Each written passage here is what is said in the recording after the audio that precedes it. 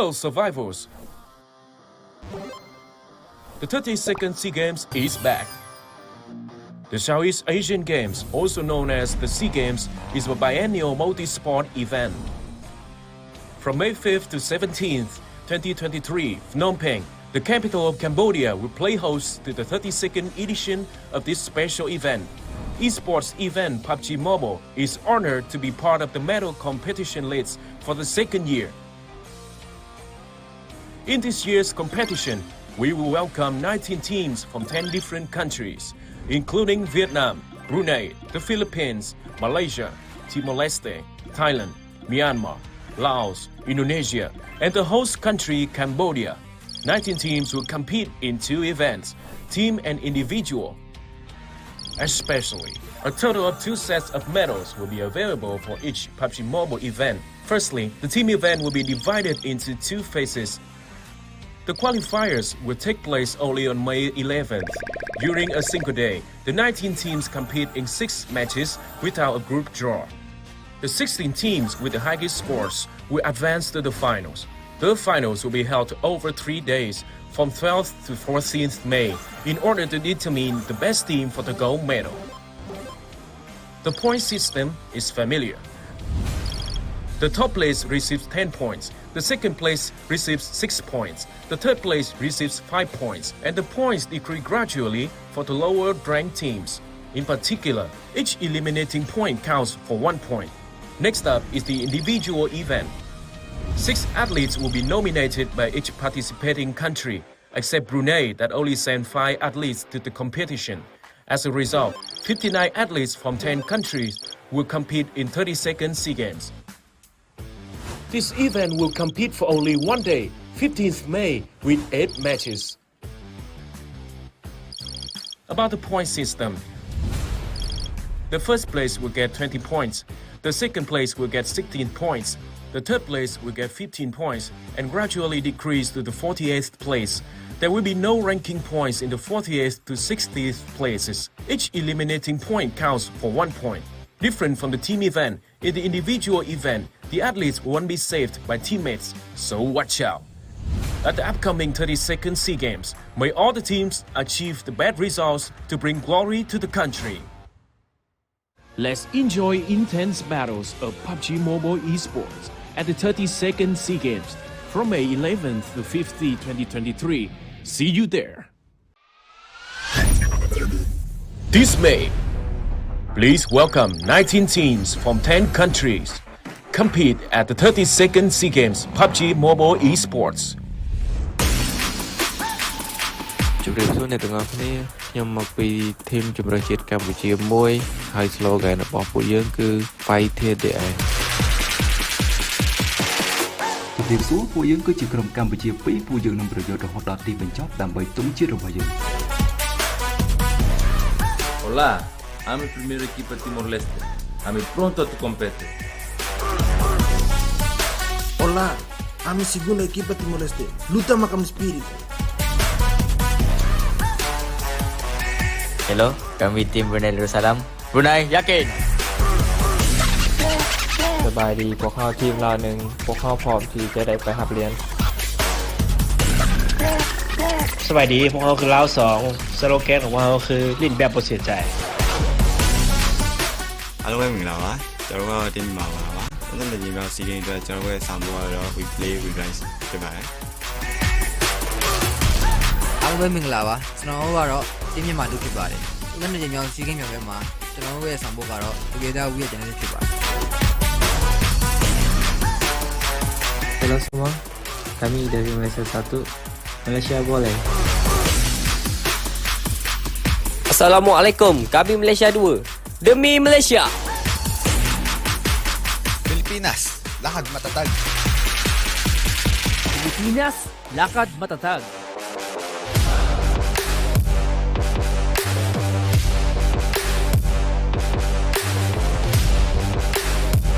Xin chào, chúng tôi là Việt Nam 1.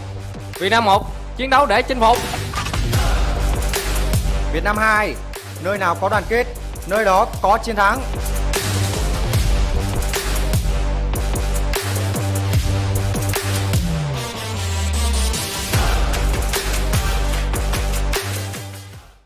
Let's enjoy intense battles of PUBG Mobile Esports at the 32nd SEA Games from May 11th to 15th, 2023.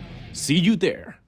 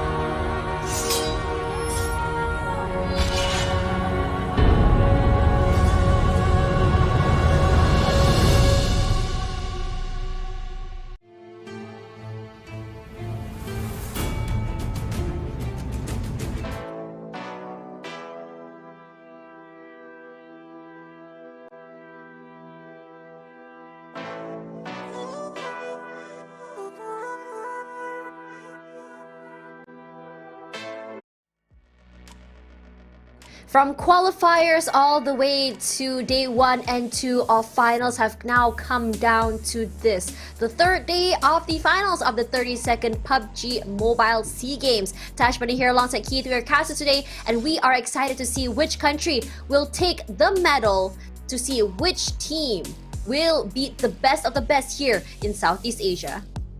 And so far, the narrative has been set. Right now, Indonesia looking like a very, very strong powerhouse coming in, potentially walking away with 2 medal finish here for that one country alone. But not if Malaysia has anything to say about it. Having a one of the roughest start here during the grand finals, Malaysia found their groove in day number 2, and right now they are at the brink in challenging that number 1 spot, and it all goes down with the 6 games that we have here today. I'm excited.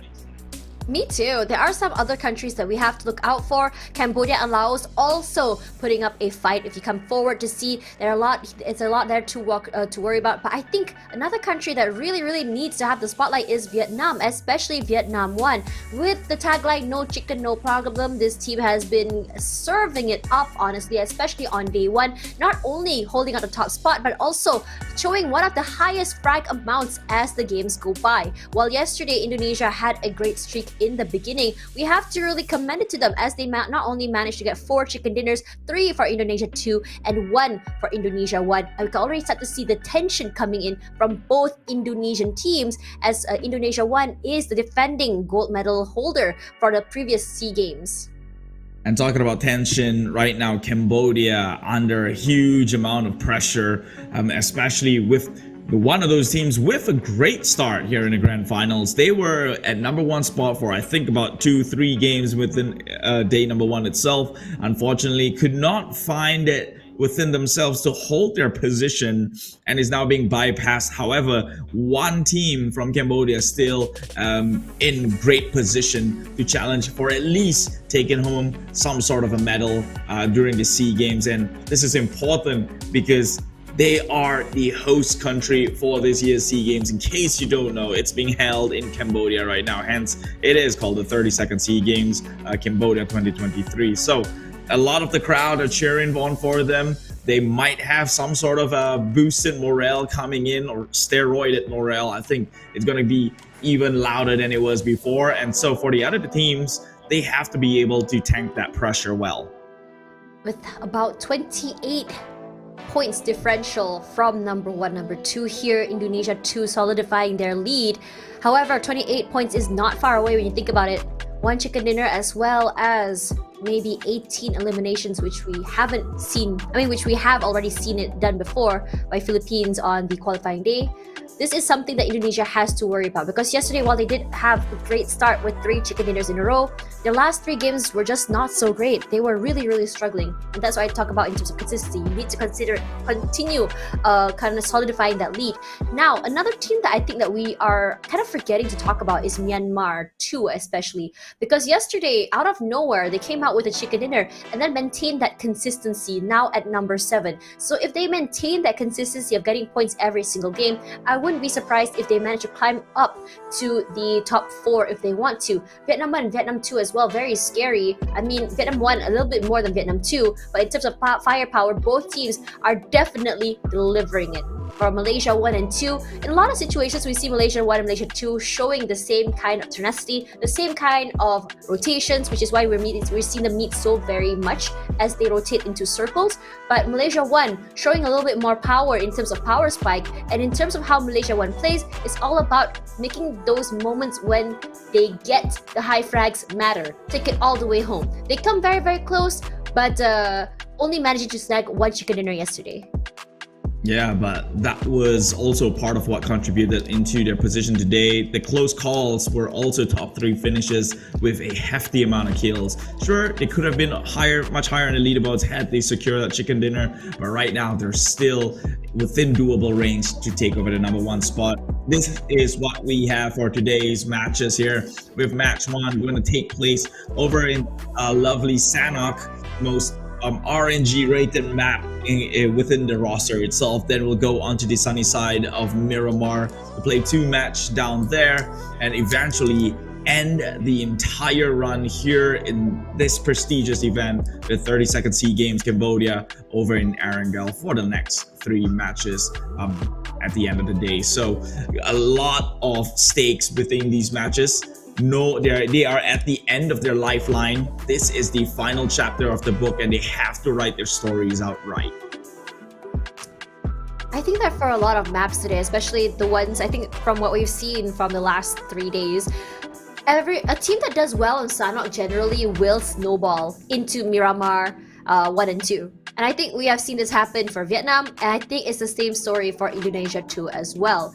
Now, as we go into the last 3 matches, because there is the long break and there is a big shift in the dynamics of the map going into Erangel, we start to see teams really start to figure out how exactly they want to approach these maps, how exactly they want to play these maps. And I think that for Erangel, a lot of teams are starting to really figure out the set plays, that what makes this map tick, how exactly our rotation is going to go. It's not necessarily the easiest, because if we see in terms of circles for Erangel yesterday, none of them has been simple. None of them have been super centralized, and even if it was going to be pulling toward a terraneous area, and you don't really want to have those finishes. I think that I would prefer to play in an area with a flat land rather than terrains, because it's so hard for you to clear so many terrains when your teammates are just constantly getting beat up and shot from so many different angles. Yeah, that's also one of the factors. But today's Erangel, hopefully maybe we see something a bit more evenly competitive sort of circumstances, since this is the final day. Although the curveball circles that we've gotten so far makes up for good entertainment, but when the stakes are high, like today, which is the final day of this tournament, maybe I would forego some sort of a viewing experience just to make sure we get the best team to lift up that trophy right there. So it's also one thing to look out for, but I think I would never hope on it, seeing as though if the trend for Erangel for 2 days in a row has been a curveball circle, then maybe something has been done within the algorithm for Tencent to make this map a little bit more challenging for the rest of the teams. I think it's really cool when you have that. I mean, yesterday we were at the edge of our seats, especially toward the final map. It was a very, very close sort of ending where we were down to the 1v1, where we were seeing those DBS fights in those container areas. We saw Philippines just really pop off while they didn't get the placement points that we wanted to see. One player was able to play the hero, and it was a very, very fun situation to watch. Regardless, as we go into that, we want to see more team play though. It is, after all, a squad. If you guys are interested in seeing solo play, I highly recommend watching tomorrow, where the solo tournament for the Pubg Mobile 32nd SEA Games will be happening, and it seems like every single player will be playing today, will be playing tomorrow, but no one has your back. Everyone is an enemy. So yeah. So in that event, the individual event, will have the rest of Thailand teams playing in as well, right? Despite them not qualifying for the squad event. Am I correct? Yes, so any one of them can be playing, and I think that, I mean, like yesterday we saw a lot of those head-to-heads, right? And we were kind of questioning their individual team skill, because we saw a lot of, like, you know, team contributions and all that kind of stuff, and some of them were super high, some of them were low. Of course, when we talk about team contributions, the higher it is, it's kind of dangerous, right? Because it means that the impact you have on your team is very high. It's a good thing, but at the same time, it also makes you question, like, what are the rest of my teammates doing? But in this situation, because you're forced to be on your own, you have to be self-sufficient, players with high impact to their team might be doing better than players who don't really. So this is where you really get to see how we can rate these players throughout Southeast Asia in terms of how they play alone, how they survive, how they rotate, how they take fights, and it's going to be very, very skirmishy, because when you drop in drop spots, I mean, a lot of times we saw people dropping as a team. But what if you drop in a drop spot alone, and then there's so many other people dropping with you, and you have to quickly get your weapons and fight 3 people at once, and in that situation you have no clue who you want to go for first? I could also make the argument that perhaps the players with high contribution percentage this time round only could contribute as much because of an intel passed on by teammates they have.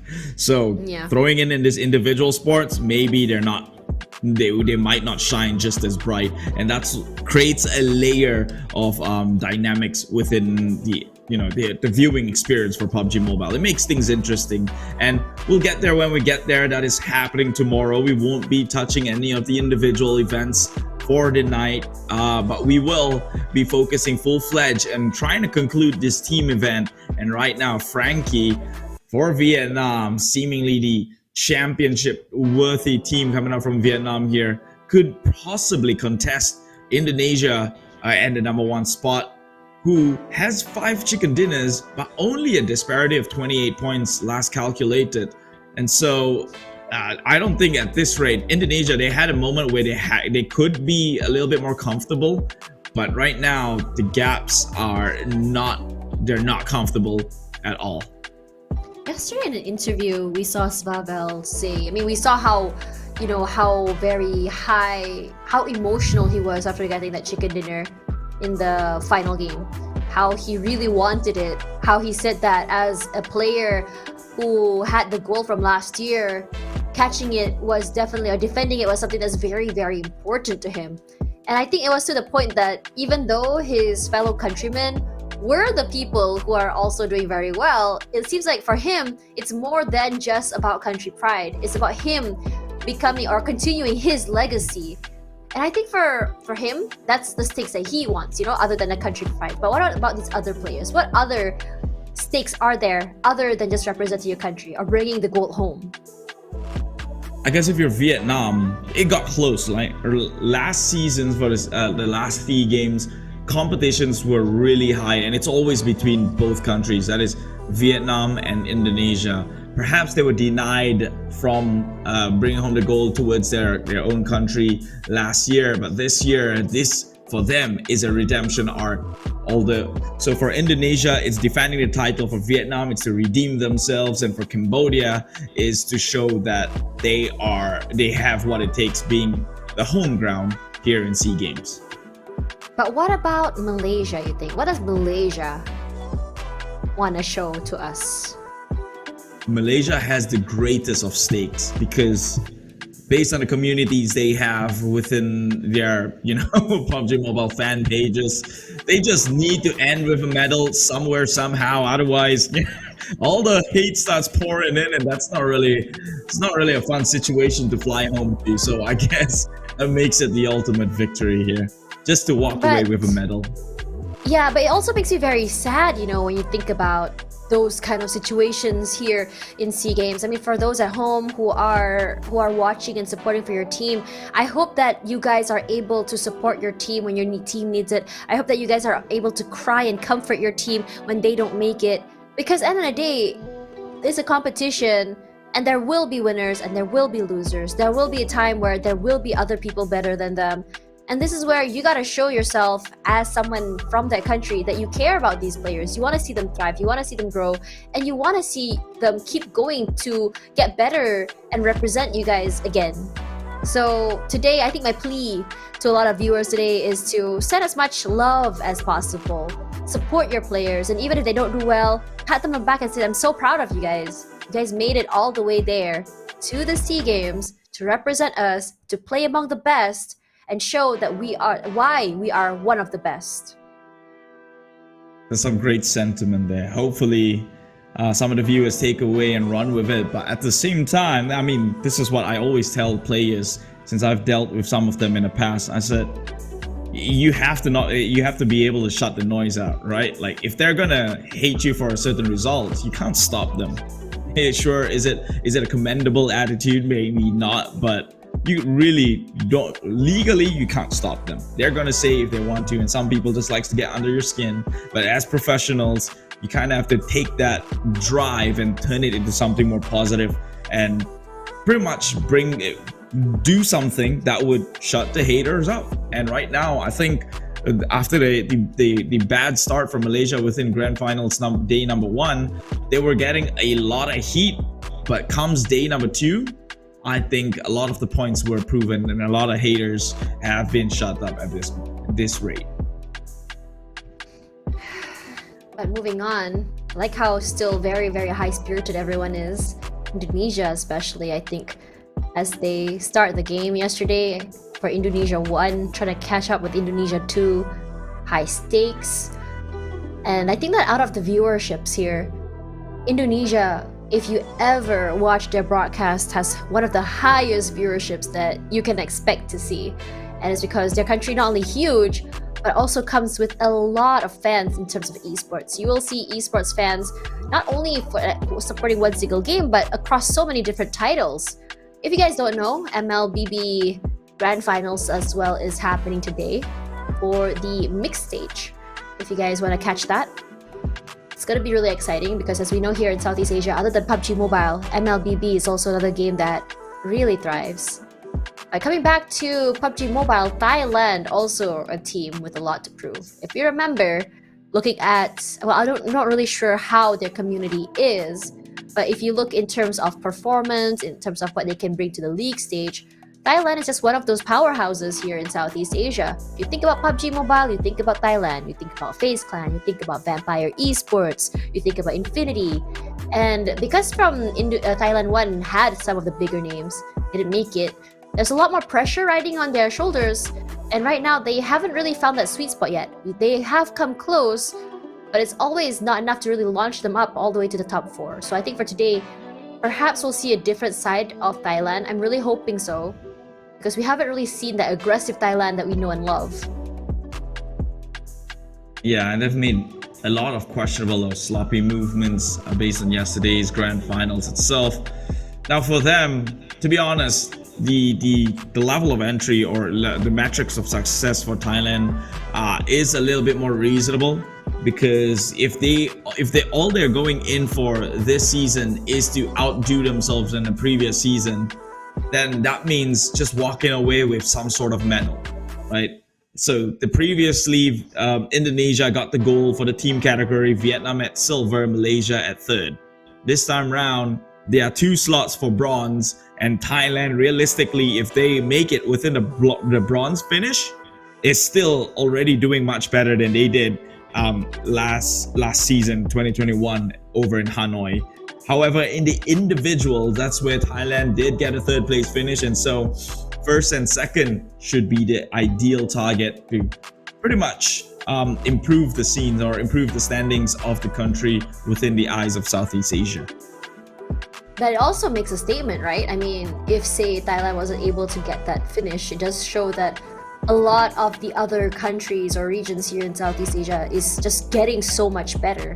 Which is why, like, sometimes when I'm casting a game for PUBG Mobile, they're like, oh, Malaysia has always been number 1. Why is it they can't do it again this year? What's going on with Malaysia? Are they getting bad? And I just say, it's not that they're getting bad, it's that these players are getting competition.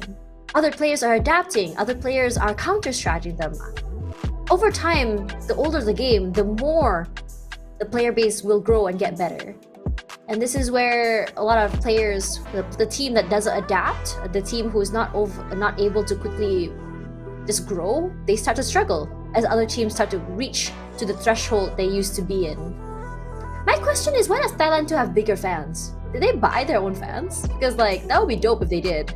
Because everyone else was like tiny fans, and Thailand's like, yeah, I cannot deal with this here. I'm gonna buy the big fans. I guess it gets a little bit too hot and heated, and you know, they're mentally drained at this point. To be honest, with the heat and their performance, things are not going better for them. So I guess they made a request to, hey, can we have better fans at least if we're gonna play this out in such a high stress environment. Let's not make the temperature a factor contribute within the stress itself. But we'll see. Yeah, I guess that's one way to put it.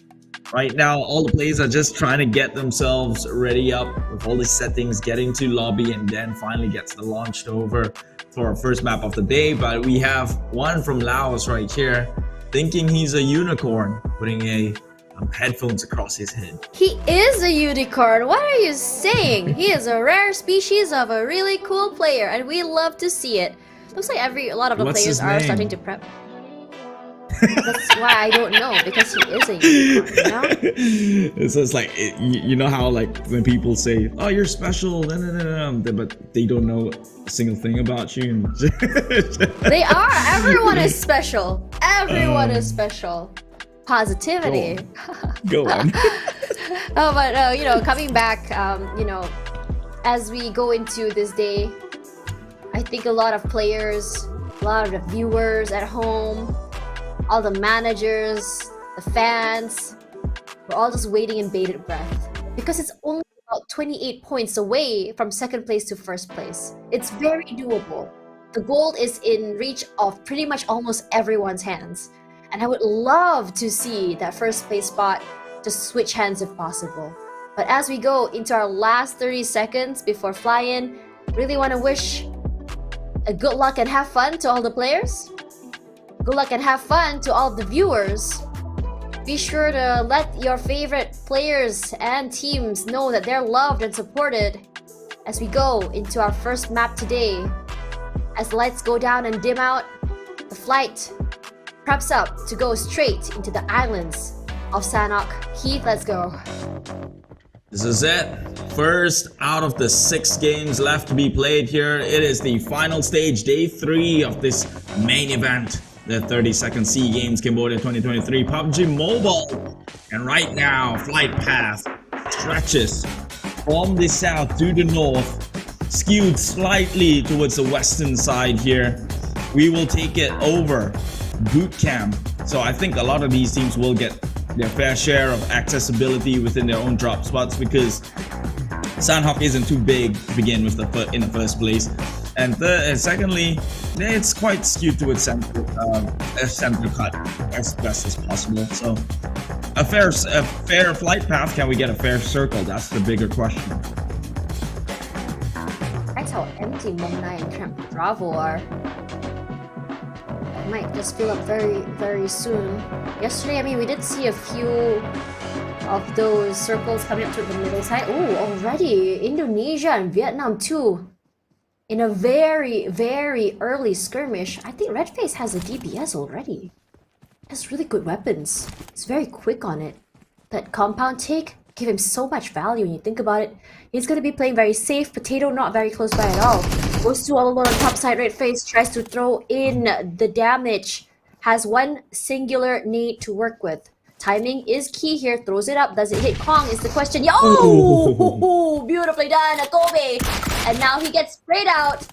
Not the best start for Vietnam too. And unfortunately, I guess this is going to be a remake. Good start though. Yeah, I would have been angry if I were the Indonesian team here because I just got a kill. That was a great start. I got a kill. I denied. A good kill. A good loot very early. And it's more of me denying the enemy. That was Vietnam, by the way, who lost one member.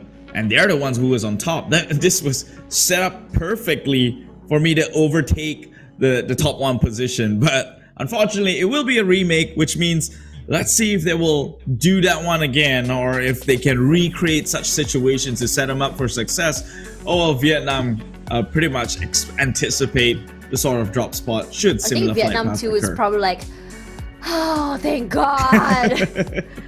Like a sigh of relief because that couldn't have come at a much better time. But coming forward, I think that, you know, given the fact how skirmishy Sanhok is, I think a lot of teams are more mentally prepped for Miramar or Erangel, I think. Because in a lot of leagues as well, like you only usually have 1 Sanhok a day. It's very rare that we had 2 Sanhoks. Is number 1. And number 2, it feels like when I ask a lot of players what they think of Sanhok, they're like, oh, it's kind of like we just go through it and we come out of it and then mentally prep for the next one. And I think it's because it's so small. It's really hard to anticipate teams, and you can play that map how many times as you want. Because of how small it is, it's still hard to really anticipate anything. There's so many angles to clear, so many terrains to watch out for, so many different villages and compounds you have to clear. Not the best when it comes to rotation. It is frustrating to play in. Yeah, I mean, and part of it being small is the bane to a lot of teams, right? Because when PUBG Mobile, again, simply said this game can be concluded to one word, that is survival. Survival of the fittest, the last team survive, whatever sentiment you'd like to compare it to. But if it's so small, to be able to rotate through is also feels like a task too hard.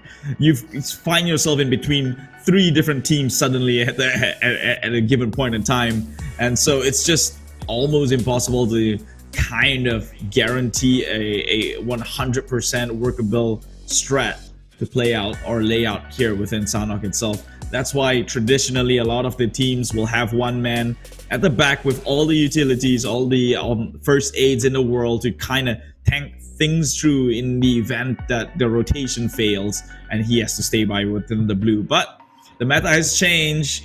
PUBG Mobile said this is a little bit too boring for the viewers. Nobody wants to see you heal yourselves up with 47 band-aids just to make it to number 2 and eventually go down. And so that one's out of the picture. And well, all these teams, it's the pressure is on.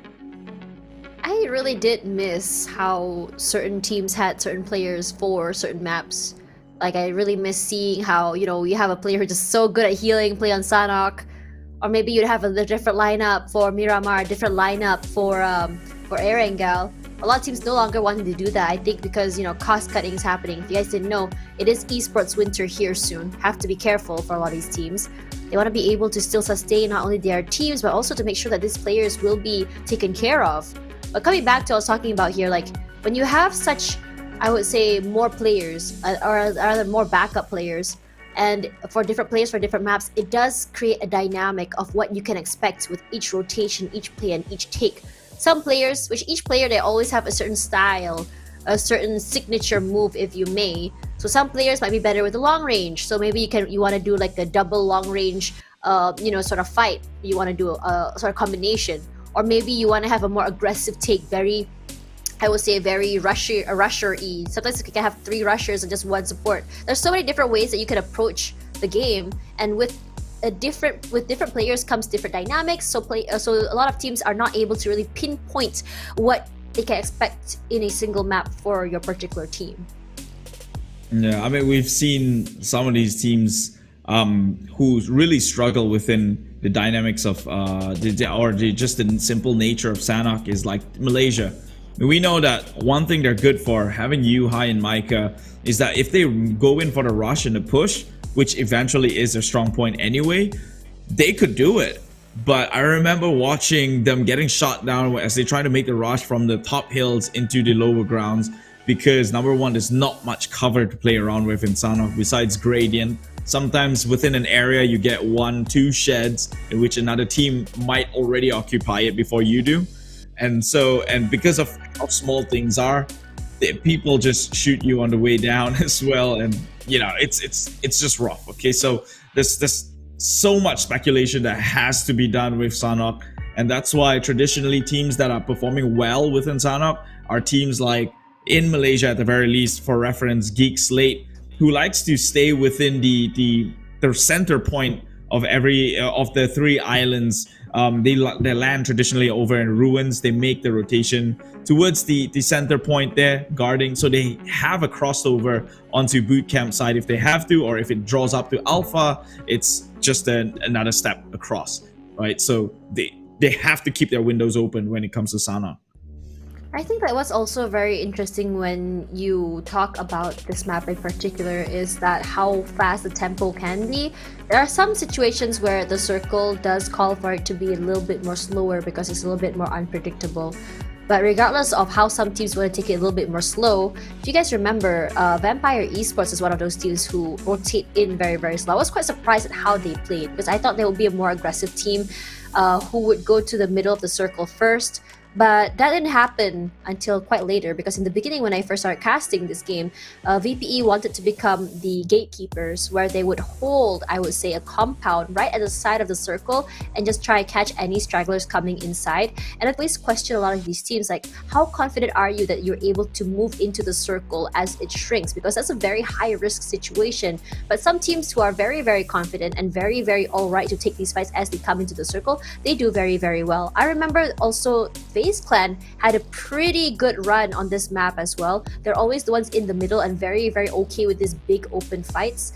Of course, this was during the time that Tony K was still on the team, so I don't know how the dynamics have changed now. They are still pretty good, very quick, but without Tony K, personally for me, I think that, you know, what made FaZe hasn't really come back, in my opinion. Yeah, but that dynamic was brought over to Vampire. My golden moments for Vampire was the fact that they always play center circle. Like, exactly. You can have 0 covers within the barren land. Only a couple of, not even hills, like slopes and gradients, right? And they can play that one out just by sheer utilities alone. I think one of the striking moments that I've seen Vampire Esports or the Thailand Team 1 who did not make it into the grand finals was that they made an open area push by lining smokes up together. So they have a smoke screen. They made an entire smoke screen towards the enemy and ran through it and just pushed them uphill, which seemed like a suicide mission, but they came out with a chicken dinner and an insane amount of kills. And for them not to be in the grand finals, it's a shame, but hey, what's said and done has already happened. We can though expect that sort of aggression should the individual event happen tomorrow. There are also a lot of Cinderella stories coming through here. I think if I could see a Cinderella story, like a last-minute Cinderella story, I would love to say Timor-Leste come up. But right now, they're still in the bottom rung, and I'm getting very concerned as a team that is currently not only at the bottom, but also a team with only one team that has made it out here. It will be fun to see a Cinderella story. If you guys don't know what a Cinderella story is, it's basically a story of someone at the very bottom just making it to the top by sheer force of will. Now for Timor-Leste, it might be a little bit late for them, but even if they made it into the top 10, actually no, a top 8 finish, I would be very, very happy, I'm not gonna lie. We've seen some moments where they come online, where they're alive very much, where they're able to survive. I think that for Timor-Leste, it never has been about frags. It's always been about survivability, and I think that them knowing when to attack and when to keep quiet has been very good for them in terms of getting those placement points. Yeah, a little bit too quiet. I think the elimination right now is a bit, I think 9 kills so far after 2 days. Theoretically speaking, if they had a chicken dinner at every game today with the average of 20 points, they still wouldn't be a #1 spot, seeing as though that they are, I think, 10 marks or so right now in the tournament. But that does mean that for the #1 spot, maybe they have to forego that dream and be realistic. But second spot, third, the 2 bronze placings still in action here, but they have to really, like you said, pull off a Cinderella story. As we go into the game, the flight path here coming in from Camp Bravo all the way down to Tambang this time around. I would say that I would really like to see an opening like just now. I really love those really high impact openings. But I think for Vietnam, in Malay they say the banana doesn't fruit twice. So I highly doubt it's gonna happen. But keep an eye out to where Indonesia too will be playing. So yesterday they had 3 not really great games. So I'm sure that they want to solidify their lead. Again, a very quick intro. Loki first to get the first pick. Loki in trouble as Indonesia just let's rip onto him. He's so low, he doesn't have a lot to use. Not a lot of band-aids either. A very brave move and Loki gets knocked down. Sando safe and sound. At the very least able to go for that pickup. 1 sec. Coming in from the other side. I'm not sure if they've been marked quite yet. No, they haven't marked him at all. Because Kanlas here is just pushing up into the compound where Myanmar is. Not sure if they managed to get the pickup. Yes, they did. It's very low though. There are no band-aids to use as Season does go down to Sando. What a jump shot. Artartis does trade out, sends it to the lobby. Mascardo as well does get found in return. The other 2 members is following, staying very, very close to Artartis. Not too sure what they're trying to do here. Might be just trying to be able to stay alive. Artartis still holding the line. 1 versus 2. His teammate is around, coming for the wraparound through the other side of the building. He does have the better weapon. So what Artartis can do here is try and bait them if possible, but it hasn't happened quite yet. And I think Myanmar is hyper aware of what could be happening. They are going to be separated at least. Mascardo goes down. This mini Uzi doing a lot of work. Coming on the side here, the free flyers come out there. They know exactly where 1 sec is. 1 sec still holding, and 1 sec wins it in the end. Not the best situation. Artartis is just so very low, not able to go for the pickup to his teammate. They know exactly where 1 person is, but where is Marnet? He does know now from the sound of the bullets. They want to go from 2 different angles. A double swing, if you may, would be big, and that's exactly what they did in Philippines. Down and out. 2 eliminations already, but 16th spot. Unfortunate. It looked real good for Philippines when they couldn't execute their counter-attack, but they, I think, I guess, a little bit overextended themselves, not knowing how many members were there during that push, and it turned into a 2v2 situation, which became back again a winnable fight for Myanmar themselves. Now, talking about fights, Timor-Leste, the team that's not doing too hot at the time being, only 20 points, down in the 16th place. And you know what they said about a proverb that says, a man who's got nothing to lose is a man that you should be worried about, because he is just going to go all ballistics up against you. And right now, Evox, being the crazy man himself, into the hearts of the enemy, has got the DBS. So I'm pretty sure he could at least secure 1 members, if not 2, within a single shot here, if they were to overextend and walk past his view. But right now, the rest of the members of Timor-Leste seemingly trying to get into a position in which they could wrap around from all sides and all angles for Indonesia. But I don't think it's going to be easy, seeing as though they did lose 1 member already. 1 member down, and on top of that is Abu, who has been the frontliner for the team. It's going to be a lot more rough for them. But it's not over until the winner chicken dinner lady voice rings out. Sorry, cringe. But coming back to the game, I think that you gotta commend these 2 teams, understanding that it's just way too early for a super aggressive fight. But Indonesia finally finding that time to go aggressive, and Dizzy goes down. Potato, thankfully, has his teammate to at least crossfire and immediately take it out as 2 already out for Timor-Leste. We wanted to see the Cinderella run already not looking so great in the start of the story. But it's not over yet, as Vavel is here alongside Redface. They want to clean up house for the Timor-Leste members. There's only 2 more left, and in order to catch up with Indonesia 2's points, they need to make every single point count. For Timor-Leste, I think it's over for them. They just want to get out of there. Surely you've lost 2 members and have not traded with any sort of knocks. So that is moments in which Indonesia can outpower them. So the best decision from then on is to probably book a ticket out of there. Try to play it as long as possible. That is their game plan at the end of the day. Survivability, as you would have said. Right now we're looking at Malaysia as well, taking the leads for themselves, playing by the edge of the circle. So they're well aware in their positioning. No pressure to move out as of now. Laos, on the other hand, will find their way onto the high ground first. Laos has got 1 player with about 35 eliminations in total within their midst, and they are looking to get more here as they camp on the high ground, which has proven to be advantageous positions here in a map of Sanhok. But they have to be careful because there are so many entry points within this hill. People can look to challenge them in the back, and as I say that, Yuhai falls into the dens of the Lions. Laos, the Lions' dens, well, is no place for the Tigers. The Malayan Tigers will lose 1 of their aces. Yuhai goes down with a DBS, and awarding to them, Laos, a bike, a mode of transportation to possibly even get out of here if things were to get rough. So it's a game plan that worked out in the end of the day. Meanwhile, Timor-Leste Evox finally gets 1 knock onto Redface here.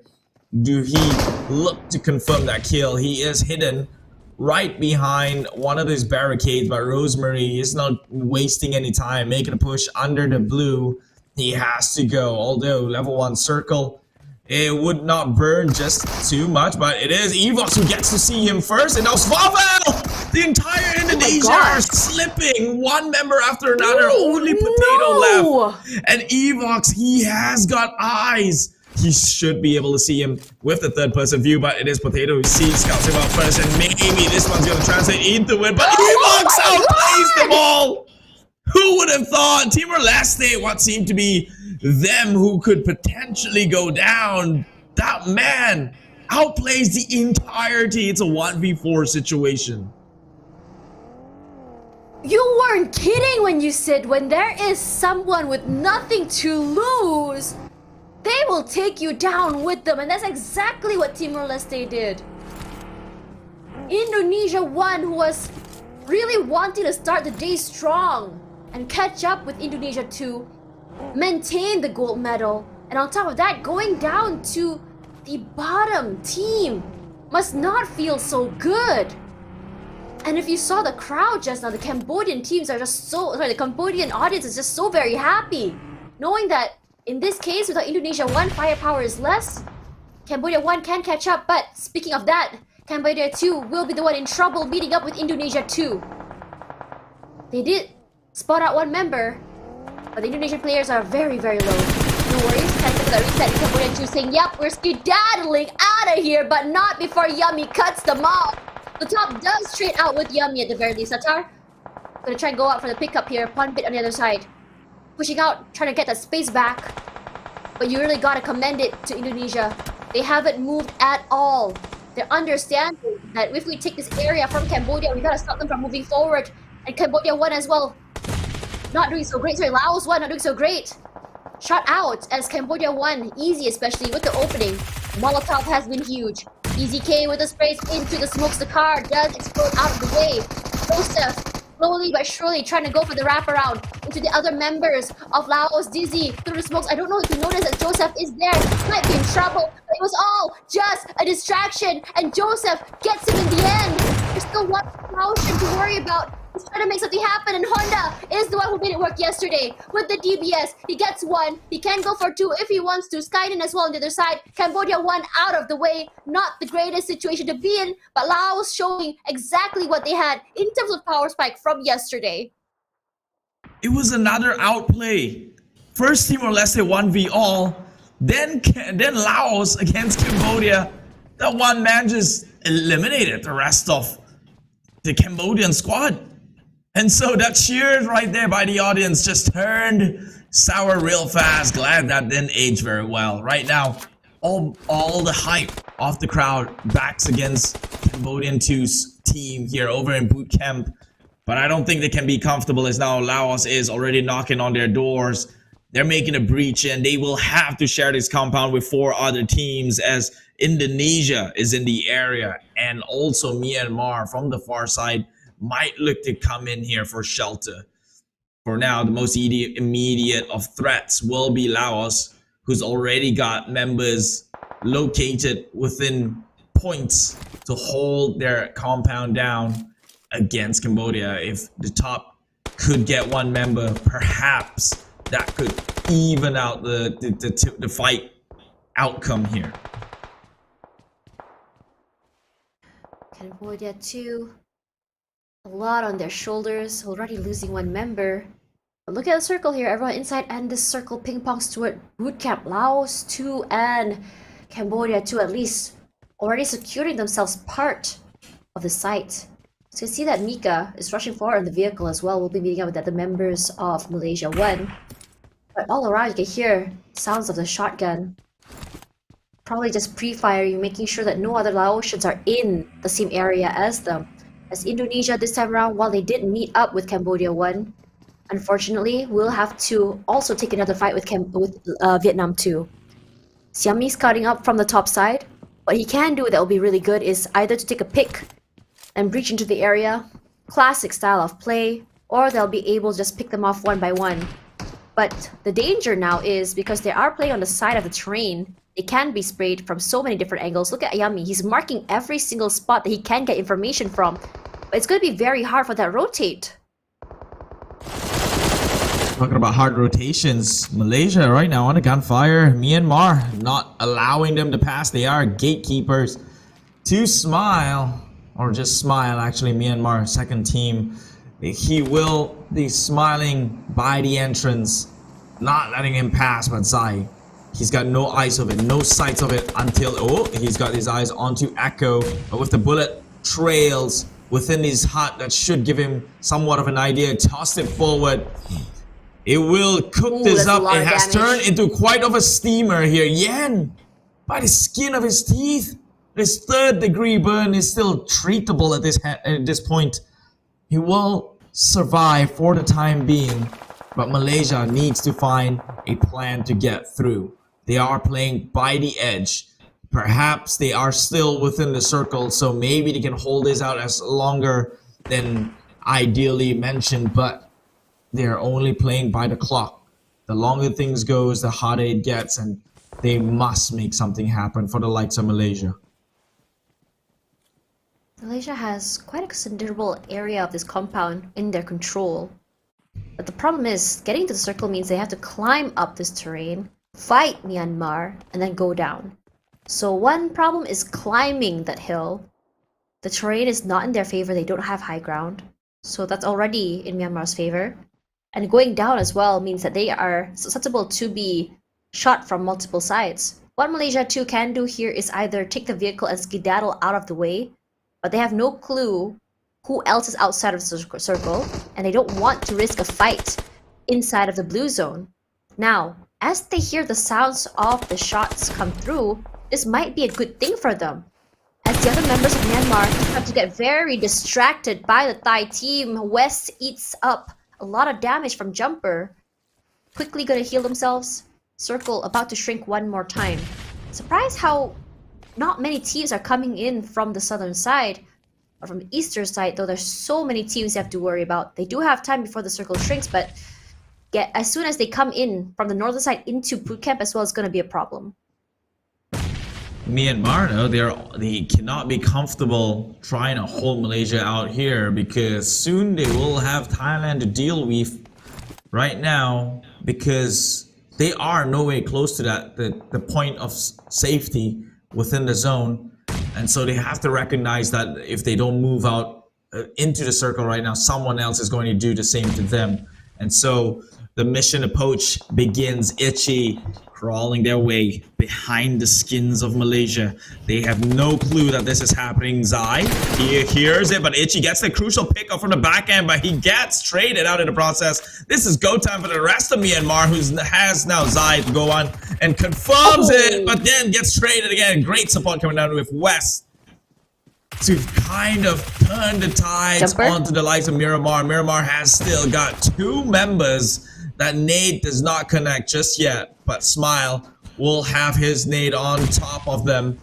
Flips it a little bit, but not fatal just yet. But the blue will eventually thirst them out. Malaysia out in 12th place. So unfortunate. It was a good opening by Malaysia, but because they didn't have anyone watching their flank, it's when everything started to go downwards. Jumper did try to make something happen. Just he doesn't have the numbers advantage. It would be very, very hard for them to go through. But here's Thailand, who's looking to clean up the house. They had heard everything, but had not been able to catch up quickly. Finally does though. Shots do land onto Smile. West answers back. The blue zone. Actually, not blue zone. His teammates from not his teammates even, it's Vietnam actually, who steals them off in the end. And as we look at Malaysia 1. Again, meeting up with Philippines 1. We saw this happen yesterday already, where Rosell was just jumping and gunning with the DBS. It was just so nasty. If you guys haven't seen that, I recommend that you should. Snipes gets picked out here by 20. Malaysia finding themselves in a situation where they understand that they are being watched from so many angles. A sandwich, if you may, but they're not sure from where, as Philippines climb up this terrain. Gotta give it to them because they're trying to take the spot from Malaysia. Malaysia from the top side here have been sniped from so many different angles. Rosello will be the one to come forward. We've seen his performance and we want to see it again, especially for the other members of the Philippines. Well, bad news for the rest of the competitions. Indonesia 2 still in the game. Already got 2 eliminations, but still have all 4 members, which means their lead can only get greater as time passes by. Thailand under pressure. Whoops, actually burns his teammate outside of the blue. And so that was denied. A great call, maybe. Intentionally picked them up. So it is registered as a denied kill instead. But I think he was worth much more alive than he would have been back in the lobby. However, that is the fate of one team. Meanwhile, Vietnam makes a push on the high ground already. Philippines, although they were first movers, they might be forced to push out here as Rosello already finds himself on his knees. And Indonesia breaking into compound down in boot camp. The retaliation is there. with the grenades though. They traded equally 1 for 1, but now Philippines only 1 player left. Casno what a nade! will get that nade kill confirmed on the Quan G, but it's one member and Bosu. One shot kills them all here. This sound of death, that is DBS. Oh, that DBS just is very, very annoying to deal with, especially if you don't clear all those corners. Vietnam is a very interesting team. The fact that while Philippines had been in a Mexican standoff with Malaysia 1 for so long, they pushed up, decided to say, you know what, that's fine. They're taking way too long.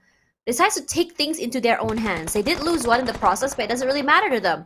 Yummy already with the opening onto Vietnam 1. This spells trouble. And 2 actually, and it's actually insane when you think about it for Indonesia. Yummy with those openings have been really huge. Those angles he plays with, and Vietnam tries to just push it forward, goes through so very low, the sprays are out, but he's just too fast. Eventually does get caught out here by Damgood. Despite going out at 8th place, they already have 6 eliminations. Snipes tried to snipe. Not quite happening yet. The blue zone will be eating them in terms of damage. And all eyes are on the Malaysian team. Unless someone else catches their attention, I don't think this will be changing anytime soon. As the bootcamp circle pulls up, that means Malaysia 1 as well as Laos, they have to make something happen. The winner here truly, I believe, is Thailand, because they're a little bit out of the area. They have a full zone to work, just wiggle through, and they can play out in the outskirts of the camp itself. I wouldn't be too comfortable though. Immediately got Ginny gets naded up. There's so much in the... I would rather get the compound in which Thailand currently doesn't have, and now they will try to procure some for themselves. Nella finds himself on the inside but gets traded off. Vkoi gets him first. Again with the DBS. This gun proved to be so lethal, and that's why a lot of the players hate it on the receiving end. Would love to apply onto others if they given the chance, but Beer will now default into survival mode. Back into an earthworm he goes, but Vkoi is trying to go in with the peek. I'm surely they're gonna spot him out with the 3rd-person view. He might get shot down from the left, but with the cover of smokes, he will live for the time being. Rabbiz though is waiting patiently on the inside. They might encounter each other soon enough, and they will. Gear 11 finally out. Tie. That is it for them in Sanhok. Already down to the top 5 here. As Honda all alone on the outside. He has nowhere to go, but those smokes give him a lot of value. Regardless, Kaya as well with his teammates. 3 members still very much alive.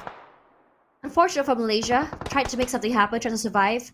But this is definitely, I would say, a very difficult circle as it pulls in toward the compound. Teams who are quick into this area will be the one who benefits from it. But despite that, teams like Vietnam 1 managed to slide their way into the area. You really gotta commend how slippery they are and how quick they are in terms of the movements. Honda does go down, denying points to the other teams. Is Yummy gonna push out forward here? His teammates outside at least to give some information. The compound they have is quite huge in my opinion. Has a little bit more space to work with. They're just making sure that no one is pushing in from the blue zone. Now, as we come into this stalemate for a little while, Cambodia with a 1-2 formation, Davan in the front line. But if, say, Davan does go down, he's not going to be expecting any help from his teammates to go pick him up. And if so, I would say the person to benefit the most, or the team to benefit the most from Davan's death would be Vietnam 1, as they would be able to pick up that point. Circle going up toward the northern side once again, and Davan inside, very happy and healthy. So now it's up to the other 2 members of Cambodia to try to play the information gatherer with Davan. They can play together and crossfire, or they can just quickly rotate over and just go toward Davan, but at the cost of being shot at by the Laotian team. Laos and Indonesia might just stop them at the tracks here, but Laos is also pressured to make a move into the open. Circle is closing soon, and I don't think the ditch that they currently find refuge in is going to be an advantage. If anything, they're going to get flushed out like rats, but it is Cambodia who loses the game of patience, will take in the full brunt of the burn. Only Davan left to play within the hearts of Vietnam here. He is trying to give his best behavior to behave here and not get caught out in this situation right now. Indonesia, Vietnam, they are the more likely competitors to get the chicken dinner. But Indonesia, they burn too. With Vkoi coming in from the top side here, denies any sort of advancement from this team. Farming the points one after another. Right now getting burned, not by the blue though. 20 under fire from the Molotov itself. Pawnbit, a great toss right there, but it is him who would go down before the members of Laos. Look at how many different elevations the players of Vietnam have right now. From the bottom side, all the way up the top side of the area. There's a lot of information they can relate to one another, but it doesn't deter the Laotian teams. They are aware that someone upstairs. The sprays are out. Unfortunately, for Cambodia, that shot does not clip. And there are shots fired back, answered by Vietnam. 20 still trying to make something happen. Gets inside the building, closes the door. All you can hear are just footsteps, nangs, as well as cymbals. It's very complicated when you hear all these sounds of footsteps. The circle slowly shrinking down as time running out. Chuang tries to play a ring around the Rosie. Unfortunately, does not spot out someone behind him. Try as well. So very low. Rab is side by side with his teammates. What he's trying to do here is pick up his teammates, but the run and gun is too much. As Vietnam, Frankie, a lot too much. They eliminate Laos. It's all about that fun, but Vietnam won. Take it back. Catching up here. It's a great start for them over in Sanhok. Winner, winner, chicken dinner. This team, they did not take it lightly when they lost the #1 spot onto the likes of Indonesia. They kept Indonesia at a halt and continued to rake in those kill points for themselves. 9 eliminations last check before the game ended, but I'm pretty sure there were more unaccounted for. And the winner with a chicken dinner finish. This is going to be a tough one for the top 1 contenders here, as now Vietnam is only a game away from taking over the current #1 standings. Honestly, it looked like it was a great start for both Indonesian teams, but that didn't happen. Indonesia was just stuck at that point. There were just too many factors to talk about when it comes to that loss, honestly. Because it came down to so many fights. How many 3-way fights did we have?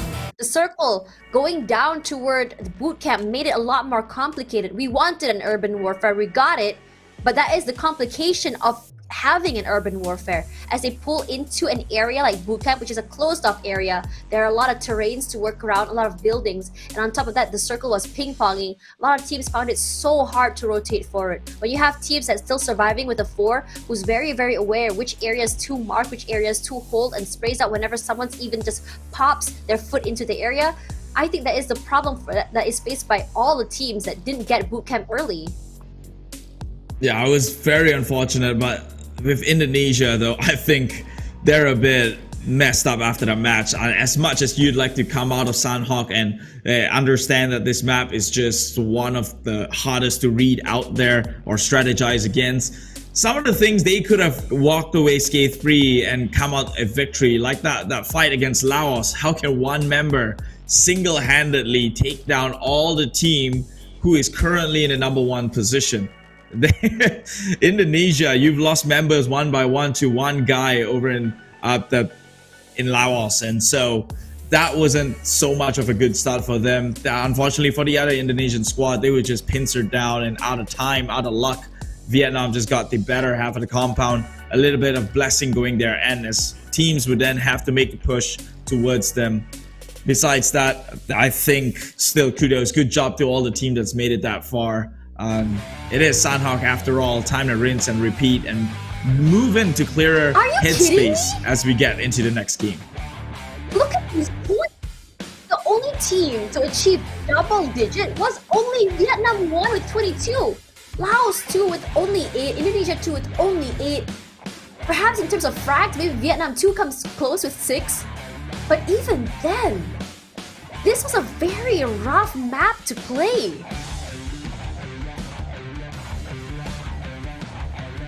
This was, and yeah. I think a lot of people died down to the zone within this case, so that's why a lot of these teams didn't get to rake in those points. And that one goes on to Vietnam for the teams who do want to stay alive and try to push on to them. But of course, across the board here, outstanding teams. It's Vietnam 1 and 2, but a difference of eliminations of ×2 and 2x from Vietnam 2 team with the 12 points going side of Vietnam 1 in terms of eliminations alone. Damage dealt is also almost double, similar distance traveled, and a double grenades used from Vietnam 1 against Vietnam 2. So that's pretty telling on the performance itself. Vietnam 1 has done twice the effort than Vietnam 2 besides traveling the distance. Indonesia and Myanmar deserve a spot as well for some of the highlights that they've hit, but here are the elimination and damage. You know what's really interesting? The fact that Vietnam 2, they managed to get into the compound quite early. I would say they were one of the first few early movers.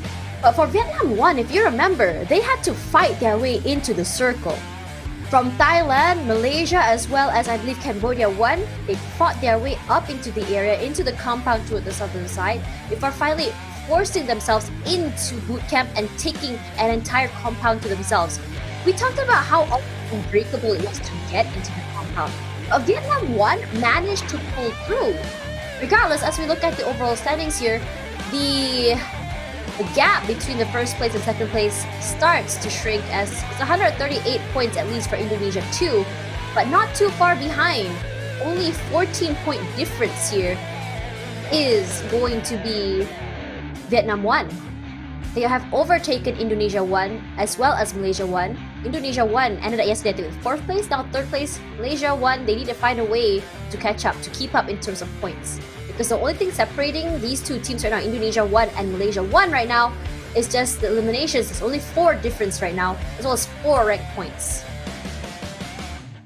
Thank good news for the Malaysians. It was Vietnam 2 who held them back, but also got held back by Thailand and the rest of the Vietnam squad. So not much of a shift happening from the third placing onwards. But yes, things are only going to get more and more intense for the top 2 contenders right now.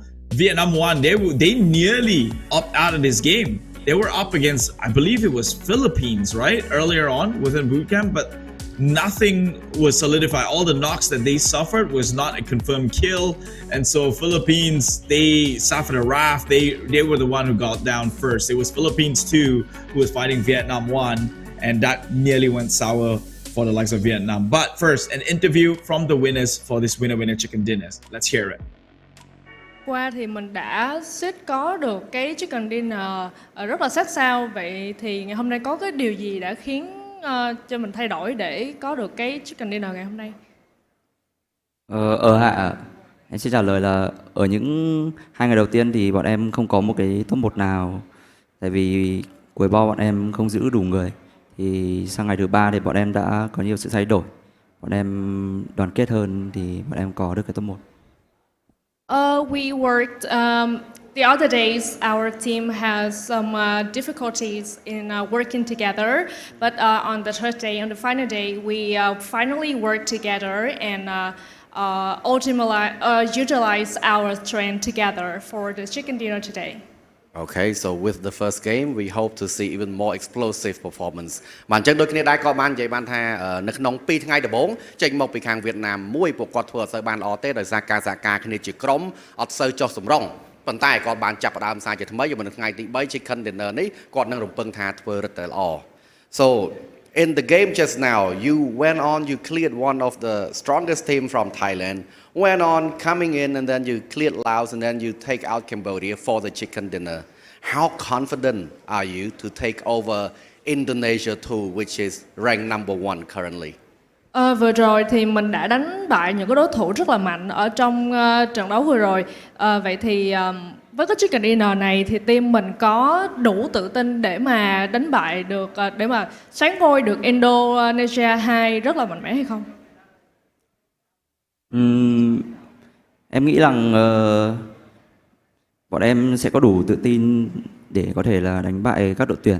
Chỉ cần là team tin tưởng em và mọi người trong team tin tưởng lẫn nhau thì không có gì là khó. With this chicken dinner, we definitely have more faith in take over Indonesia too, because we have faith in our team, we have faith in our strength overall. And of course, you have Vikoi, who has a golden medal now. The rest of you is waiting to get yours by the end of today, hopefully. So with us here, Vietnam won. Hopefully you bring us more chicken dinner back to our casters.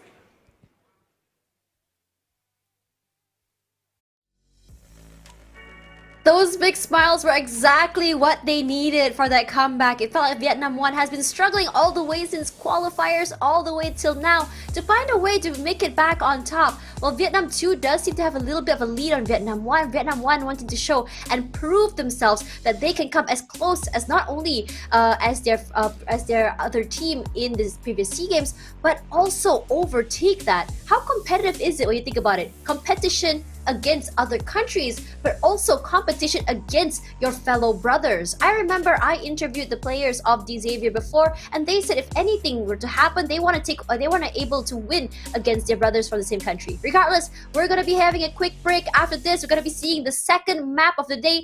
We'll be headed into Miramar. Keith and Tash, we'll see you guys in a little while for the 32nd SEA Games PUBG Mobile.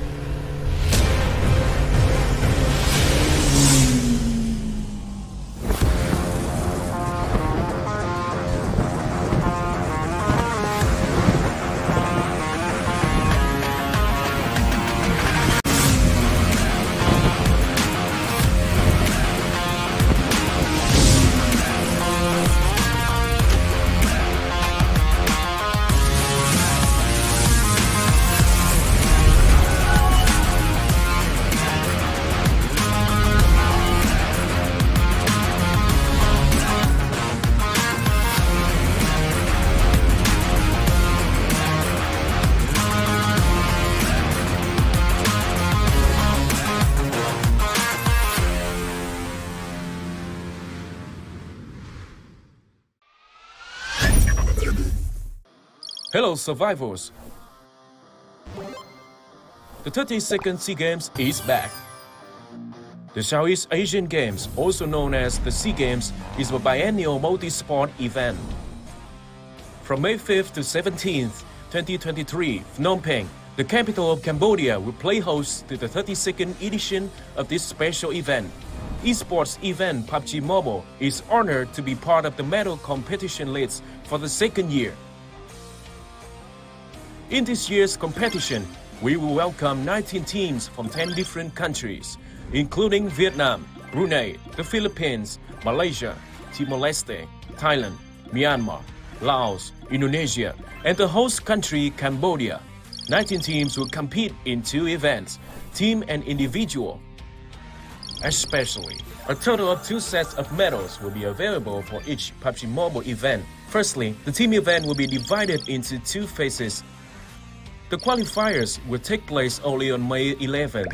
During a single day, the 19 teams compete in 6 matches without a group draw. The 16 teams with the highest scores will advance to the finals. The finals will be held over 3 days, from 12th to 14th May, in order to determine the best team for the gold medal. The point system is familiar.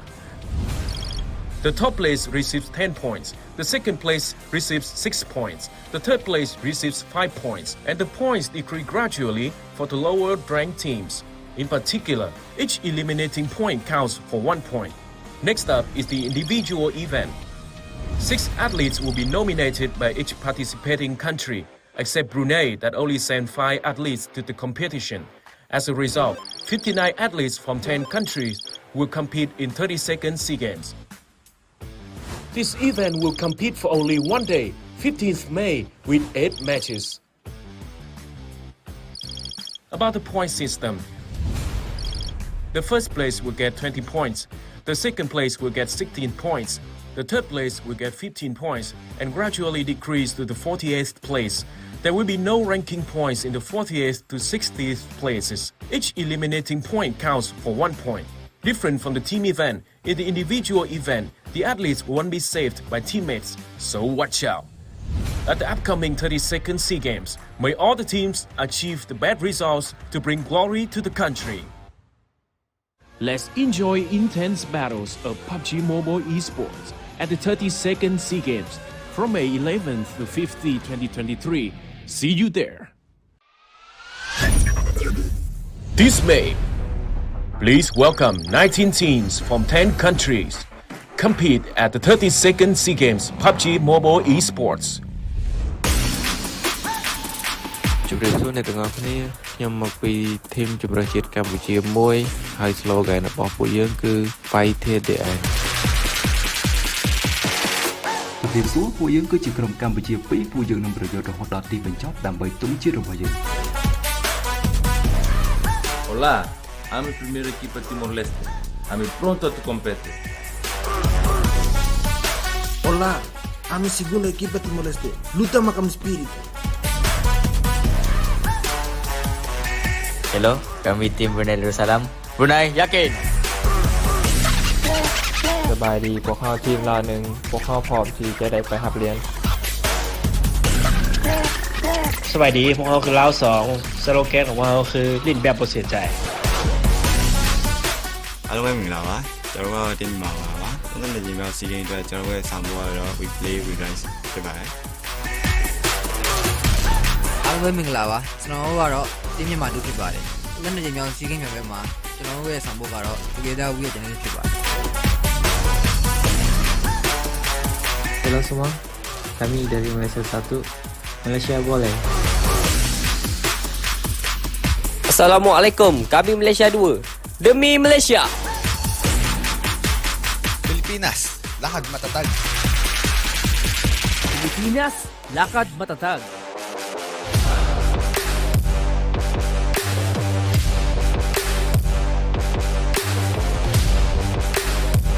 Xin chào, chúng tôi là Việt Nam 1. Việt Nam 1, chiến đấu để chinh phục. Việt Nam 2, nơi nào có đoàn kết, nơi đó có chiến thắng.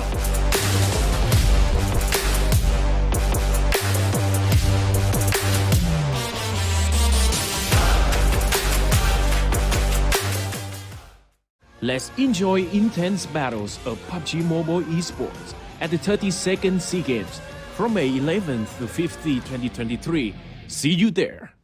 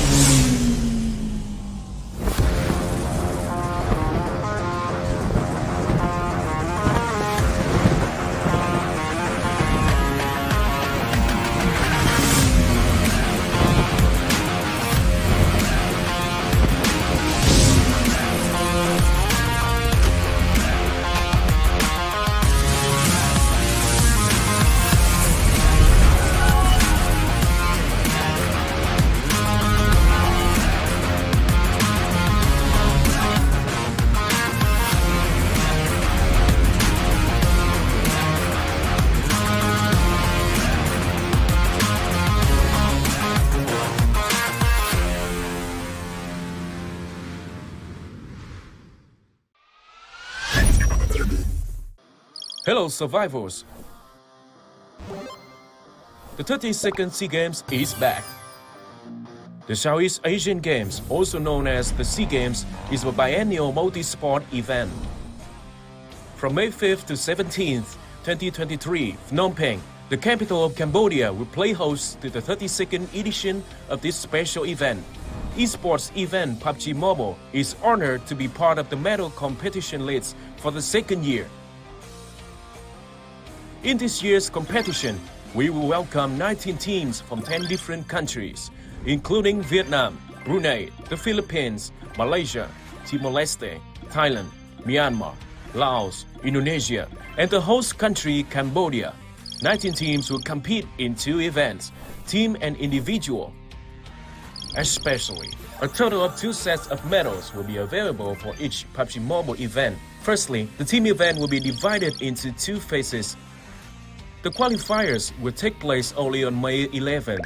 During a single day, the 19 teams compete in 6 matches without a group draw. The 16 teams with the highest scores will advance to the finals. The finals will be held over 3 days, from 12th to 14th May, in order to determine the best team for the gold medal. The point system is familiar. The top place receives 10 points, the second place receives 6 points, the third place receives 5 points, and the points decrease gradually for the lower ranked teams. In particular, each eliminating point counts for 1 point. Next up is the individual event. 6 athletes will be nominated by each participating country, except Brunei that only sent 5 athletes to the competition. As a result, 59 athletes from 10 countries will compete in 32nd SEA Games. This event will compete for only 1 day, 15th May, with 8 matches. About the point system. The first place will get 20 points, the second place will get 16 points, the third place will get 15 points and gradually decrease to the 48th place. There will be no ranking points in the 48th to 60th places. Each eliminating point counts for 1 point. Different from the team event, in the individual event, the athletes won't be saved by teammates, so watch out. At the upcoming 32nd SEA Games, may all the teams achieve the best results to bring glory to the country. Let's enjoy intense battles of Pubg Mobile Esports at the 32nd SEA Games from May 11th to 15th, 2023. See you there. This May, please welcome 19 teams from 10 countries. Compete at the 32nd SEA Games Pubg Mobile Esports. ជម្រាបសួរអ្នកទាំងអស់គ្នាខ្ញុំមកពីធីមជម្រើសជាតិកម្ពុជាមួយហើយ slogan របស់ពួកយើងគឺ Fight to the end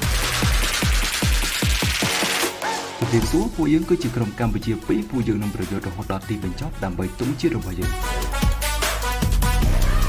Olá, I'm a primeira equipa Timor-Leste. I'm pronto a competir. Olá, I'm a segunda equipa Timor-Leste. Luta macam spirit. Hello, kami tim Brunei Darussalam. Brunei yakin.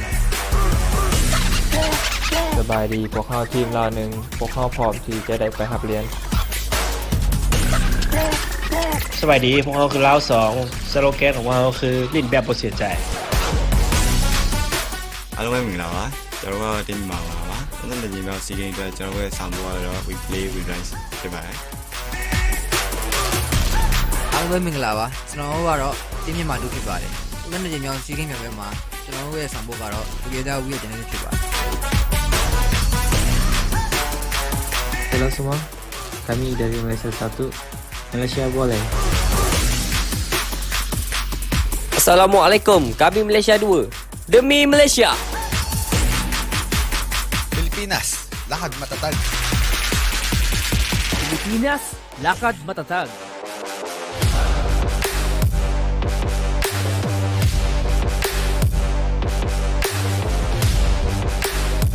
Xin chào, chúng tôi là Việt Nam 1. Việt Nam 1, chiến đấu để chinh phục. Việt Nam 2, nơi nào có đoàn kết, nơi đó có chiến thắng.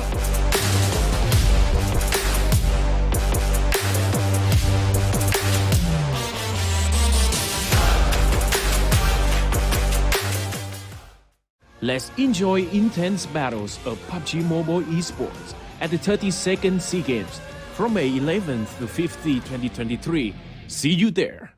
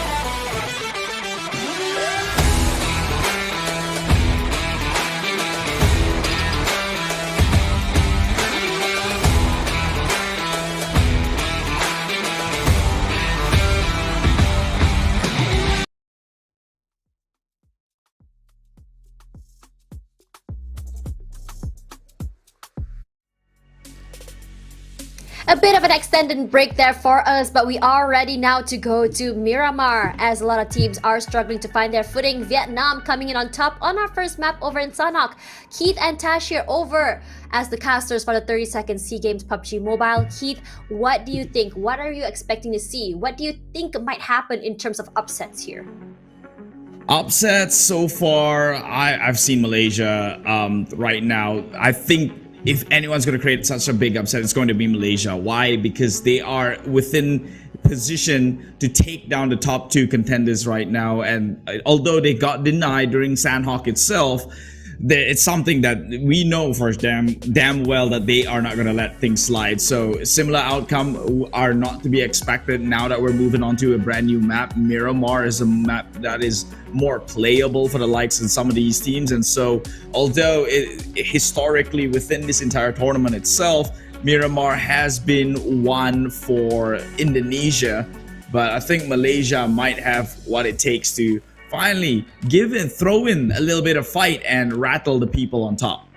I think when we will talk about inconsistencies, I think Malaysia, on top of the inconsistency, I think could throw in the word unpredictable. While we can expect them to play the way that they usually play, which is very aggressive and pushing out, because it is so unpredictable for them in terms of how aggressive they would go and how safely they would play, a lot of teams aren't really sure how exactly to deal with Malaysia. They have had moments where you don't expect them to come out on top, but they win it in the end. They have had moments where their reckless behavior, reckless plays kind of lands them in the best kind of situations. Regardless, for our head-to-head now, we're going to be looking at Frankie and Yummy. Now, for these two players, I would say they are definitely star players for both of the teams, for Vietnam and for Indonesia. Yummy, great with their openings. Micro angles is the name of the play, but Frankie, he is fearless.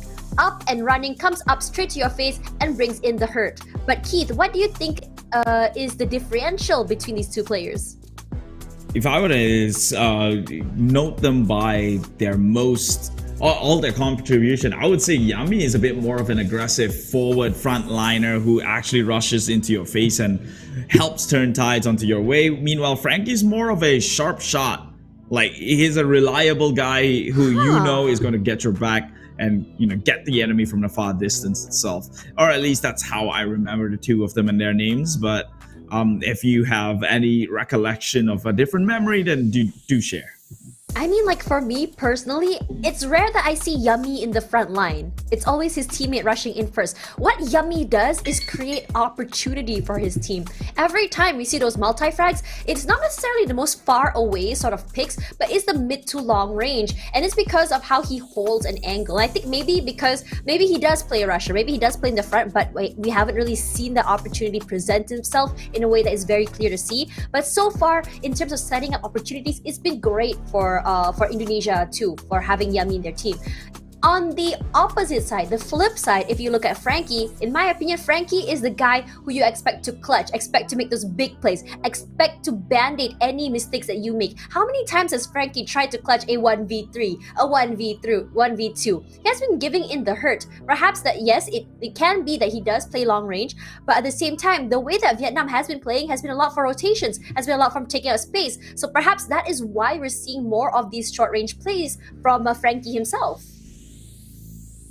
Perhaps so. I guess there are moments to all these things, but I mean, Frankie has always struck me as the guy that you go onto for Vietnam to shoot from the far range. And I mean, we've seen it time and time again how his team was able to pretty much come in from outside circle, fight their way through, and it's all thanks to the true shots that Vietnam has. Actually, it's more of a blanket statement because the entire Vietnam themselves can shoot as good, but it's usually Frankie the ones who's getting most of the limelight itself. Let's not forget members like Trong, Quan Ji, and all these rushers who's actually created so much opportunities for Vietnam. I feel like Quang Ji and Chuang has been so good with their rotations when it comes to the plays. Yeah, you talk about like making opportunity, yes. When it comes to rushing up forward, also yes.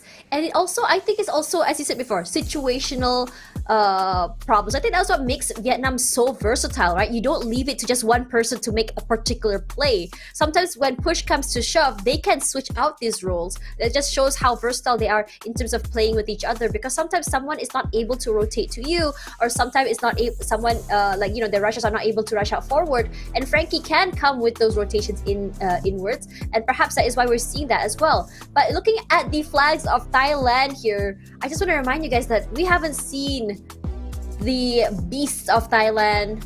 We want to see the rise of the Thais come through, and we haven't seen that quite yet. It hasn't seemed like they were able to make this opportunity happen, and I don't blame them, honestly, because it has been very, very competitive. It's very different in league stage, where some teams heat up the engine late, some teams are aggressive early and eventually tends to just overheat. But in this situation, when everyone is up and running and trying to fit all those points and chase as fast as they can in 3 days, the dynamics change.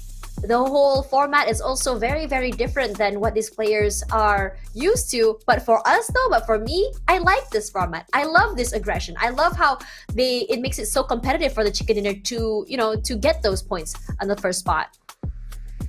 Yeah, I guess on behalf of Thailand, it wasn't the easiest of map to play earlier on in Sanhok, but that's also, they're part at fault at that one. But I don't want to linger too much, because of course trying to push into boot camp is hard, seeing as though Vietnam already occupied the northeastern entrance right there, and Thailand didn't have much of a compound to play around with, and pushing onto compound with not many utilities feels almost impossible. So they did not perform in that particular map. But we've seen time and time again how they might have slipped on opportunities that presented itself. I remember in Erangel with the weird and awkward push against Malaysia, which is a bit questionable. And so I don't want to excuse them for any bad maps that they've played in general, right? But for the ones in Sanhok, understandably so. There's also a question that people can ask, that they should have maybe occupied the compound first, but that wasn't going to happen because Vietnam was already in there in the first place. But we move on, because now we have Miramar to look out for here in the SEA Games, the 32nd SEA Games actually happening in Cambodia. One of those teams that also might have a chance moving on to Miramar is Philippines. So far, they've found success in Sanhok. I think there was one game they had decent amount of kills, not really a chicken dinner, but Erangel has proven to be their most successful run yet, even until yesterday when the fight draws onto compound over in Georgia Paul. It was one man, Rochella, who could clutch for the team. And so Miramar, they haven't really gotten a chance. Could it be because of the rotation? Is it because Philippines like to play it so slow when it comes to Miramar? Maybe they do something different here. I don't know, but we will have to watch to find out. I am so anxious, so excited to see who takes the top spot here.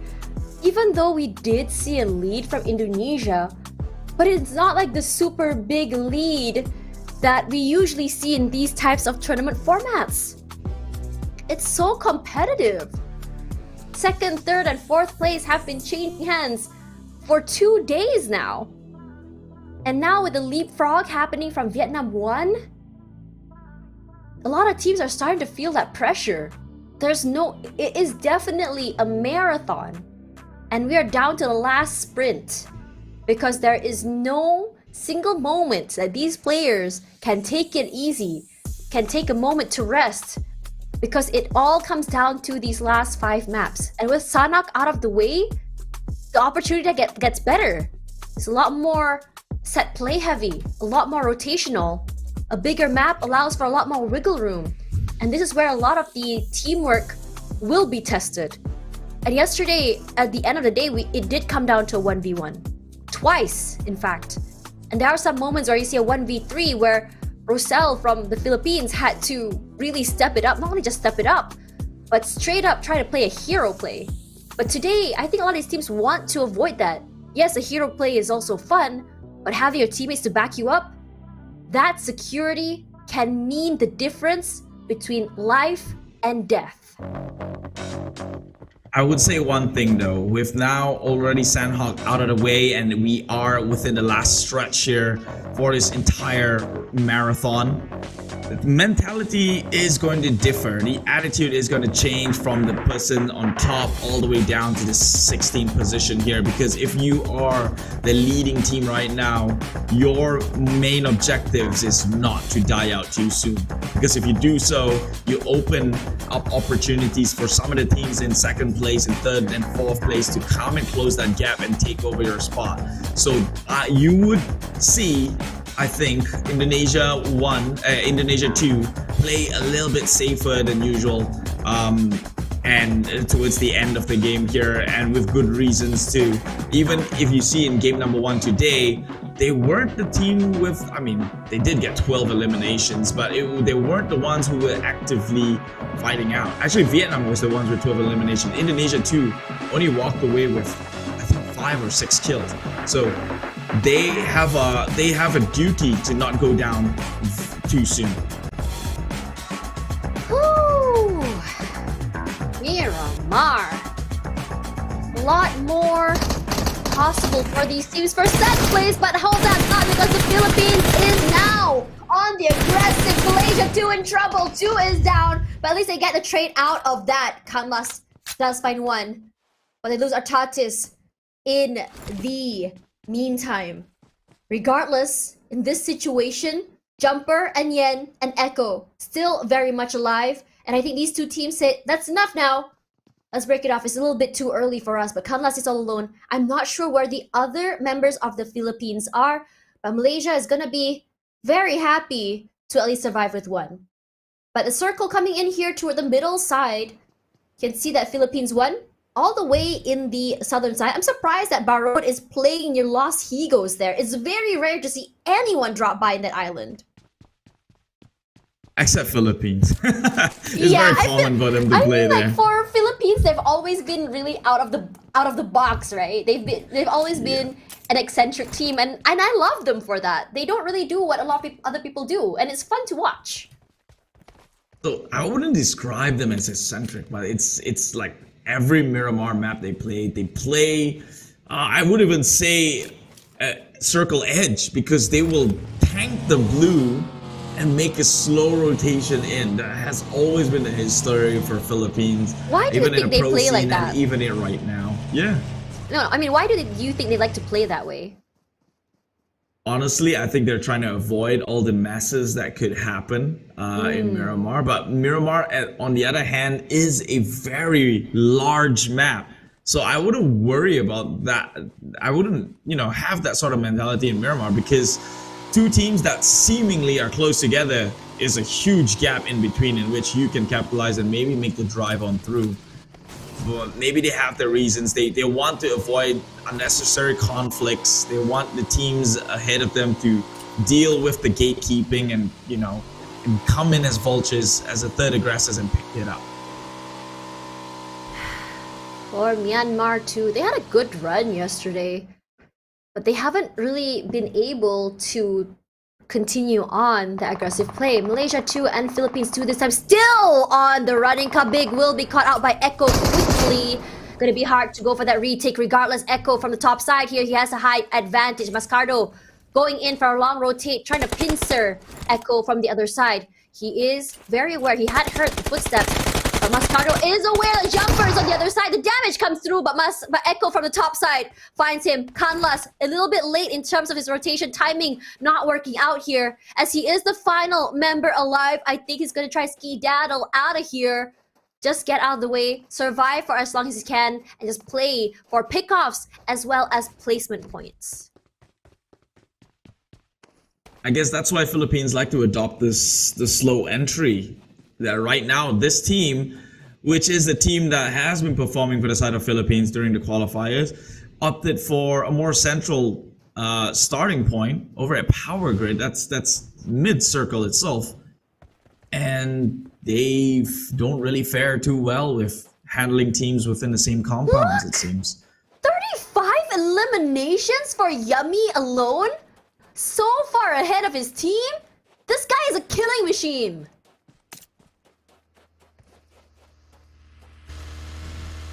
Meanwhile, the entire Indonesia stack still here to try and maybe have a first-second finish.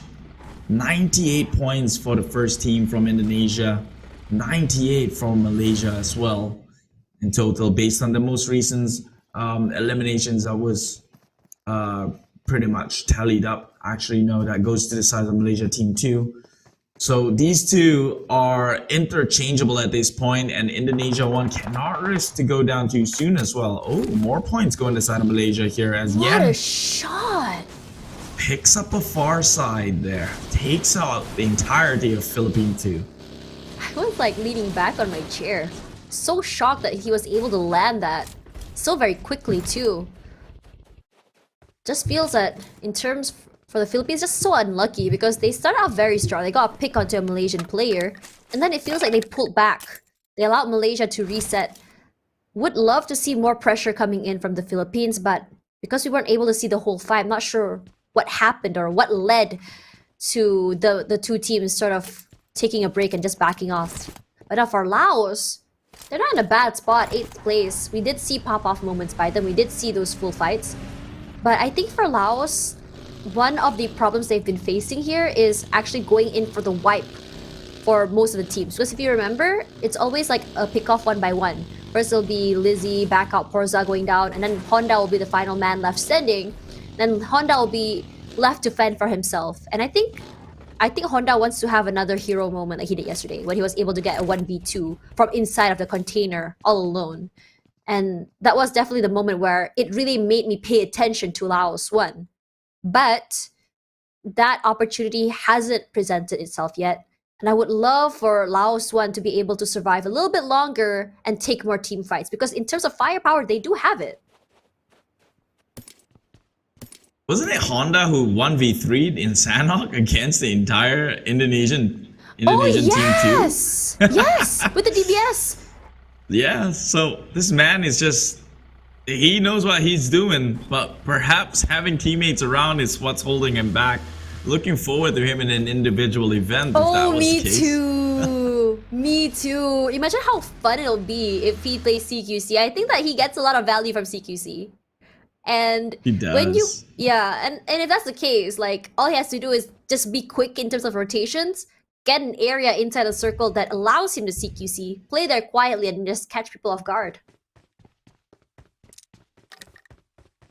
Easier said than done, obviously. Of course, but he's a pro player, you know? There's a reason why I'm a caster, not playing. It's always fun for us same to watch, situation yeah. with myself. Like, that's what we want to see happen, right? But when it comes to an individual event, now that you're in the center of the circle, you're one guy trying to look out north, south, east, and west. And that sounds really, really tough to do as an individual. At least if you got a teammate, you know you got those checkpoints covered.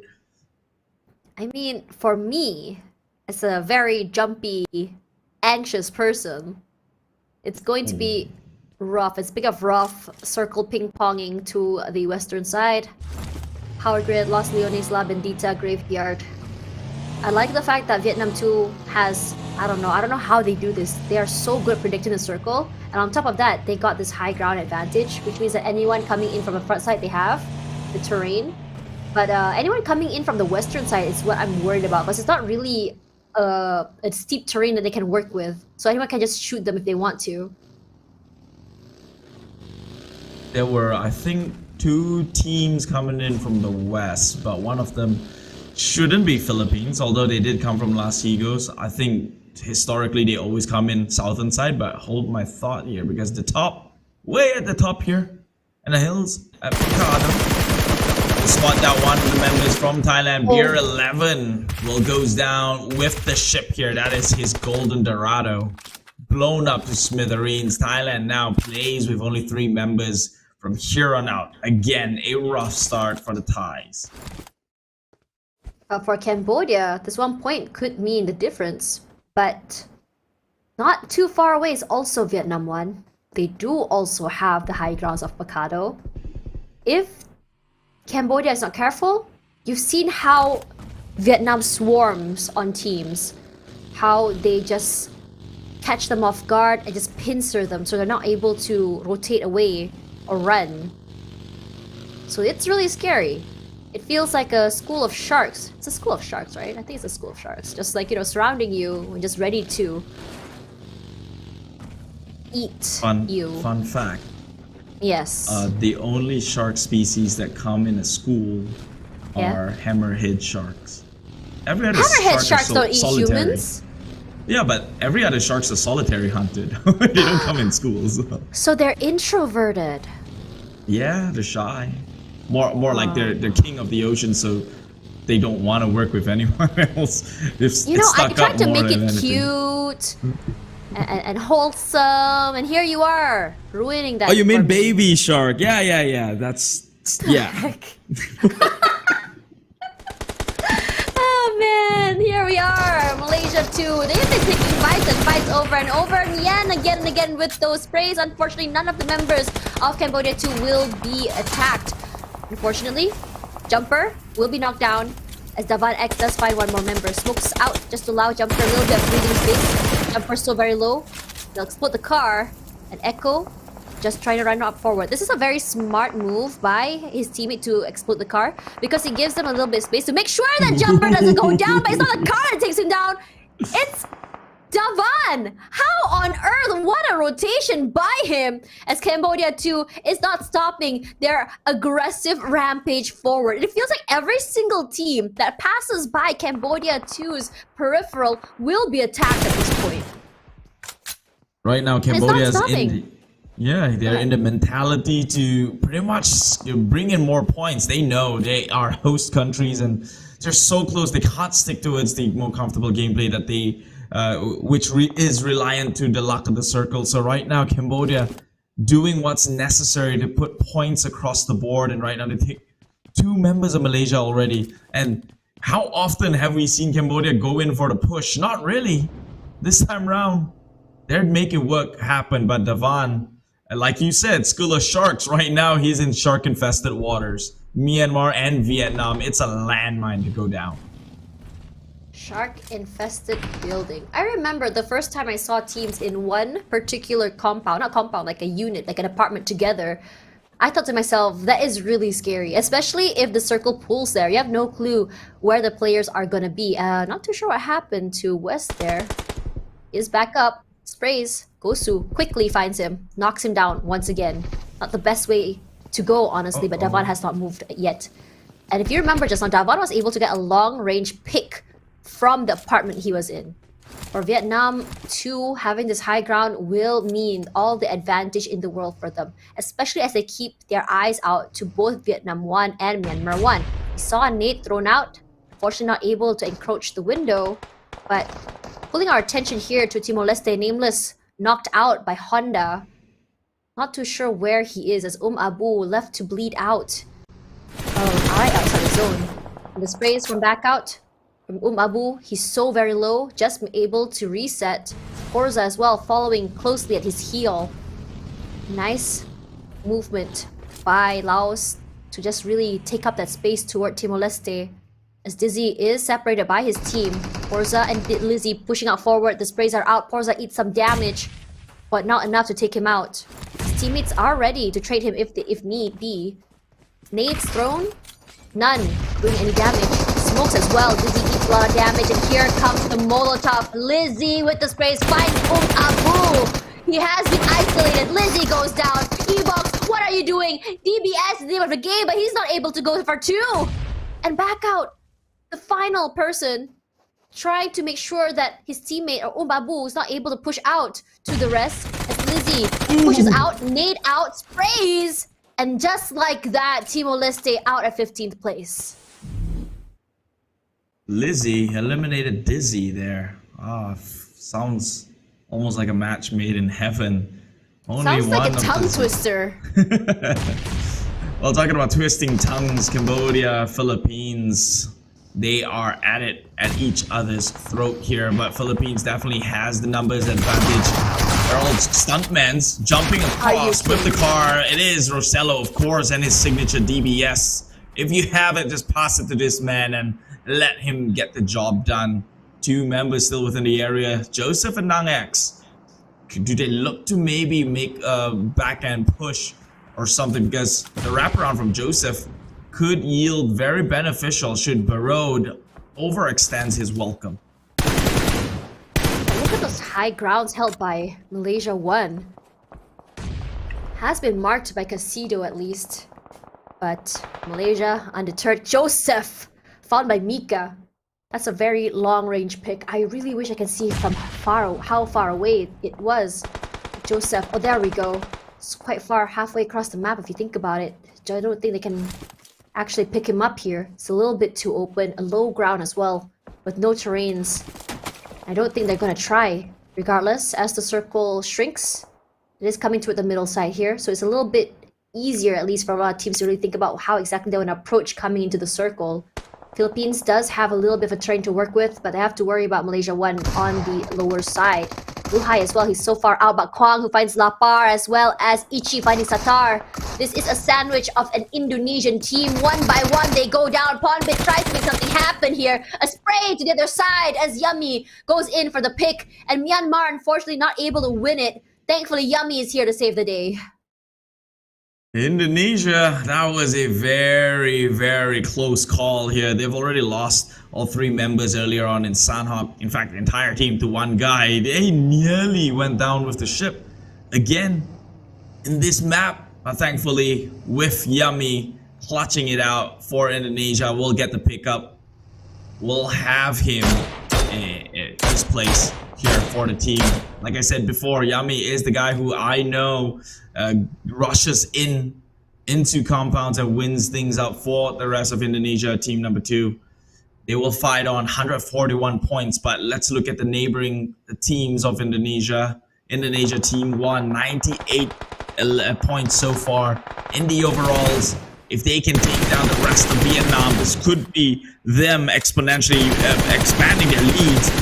Meanwhile, getting points across the board, but Rosemary gets knocked down. Actually, 2 members of Indonesia already on the knees. Velvet will have to come in with the pickup, and he'll do so successfully onto Redface, but Rosemary is still going to be the last casualty here. Vietnam, they're looking like they want to go on. Kato already on his knees as well. It's go time. Vietnam, they're aware they've knocked onto 2. It's a 4v2 situation. Quan Chi rush up onto the front lines. He gets knocked out a little bit by Swavel, but Redface is the one who falls, and right now Quan Chi clutch things out with Gosu by his side. Takes down the rest of Indonesia, team number 1. That would be them in 3rd place. Malaysia, a great chance to bypass. Feels like Indonesia 1 has been really unlucky in these past 2 maps. They just haven't been able to rotate safely. It has been isolated, but look at how packed the southern area of Picado is, because those are the only areas with cover, with a compound. And the sprays are out to Popov. Laos noting where the other members of Cambodia are. We also know that Malaysia is close by. And for now, everyone is going to be happy and healthy inside of this real estate. But the question is whether or not the circle will be pulling up toward the high ground or toward the little town. If it's toward the little town, great. We'll have a little urban warfare ending. But if it's toward the high ground, Vietnam is going to be very, very happy. Thailand tries to go forward here. The top tries to make something happen, but unfortunately, the vehicle doesn't go up. And Thailand was like, yeah, we gotta abort, guys. It's not happening right now. This high ground a little bit too hard, and we have no choice but to stay in the area, a little compound that we have at the bottom of Picado High Grounds. But for Cam, he's thriving up here. He hasn't moved at all. How many picks has he been able to get up there? Well, it does show only 1 kill, but he's been putting in that damage. If you look at Malaysia 1 now in trouble, just sandwich between Philippines 1 as well as a team at the bottom side. But no worries for them because they do have a bit of a terrain to work with. It's a little crater as well as all these vehicles as well. A nice reposition is all they need. And I feel like Malaysia has been really good at making big opportunities happen from these open areas. Yeah, a good little bunker they've built for themselves. Obviously not ideal to be caught with their pants down here, because these so-called bunkers could also serve as an explosive for the opponents. and they would ideally not want to blow it up so early into the game here, as they would still need to rotate their way out of bed in sticky situations. If they're forced into that position now, things might be dire for them as they have to walk in the open. But right now, Thailand goes in for the rescue mission. Logan successfully done so. It's only one player on the top, and my god, this buggy ain't an all-terrain vehicle, but here it is, scaling up like it's a 4x4. But Mela again takes a hit. But the top, he took quite the damage as well. Oh, they can rinse and repeat this and do it again. Surely, if this time the shots were true, the top will finally fall from the pinnacle in which he stands from, and Thailand might get the better end of the deal. Yummy once again with that opening, but looking at Tinny here, spotting out the members of Philippines 1. Nice prone as well. Really nasty angle to work with if you think about it. Now, whether or not he can actually deal with that bullet drops, because none of his shots have been hitting the Filipino players. If anything, if he doesn't make something happen soon, his location will eventually be breached, be compromised, and you don't want that to happen.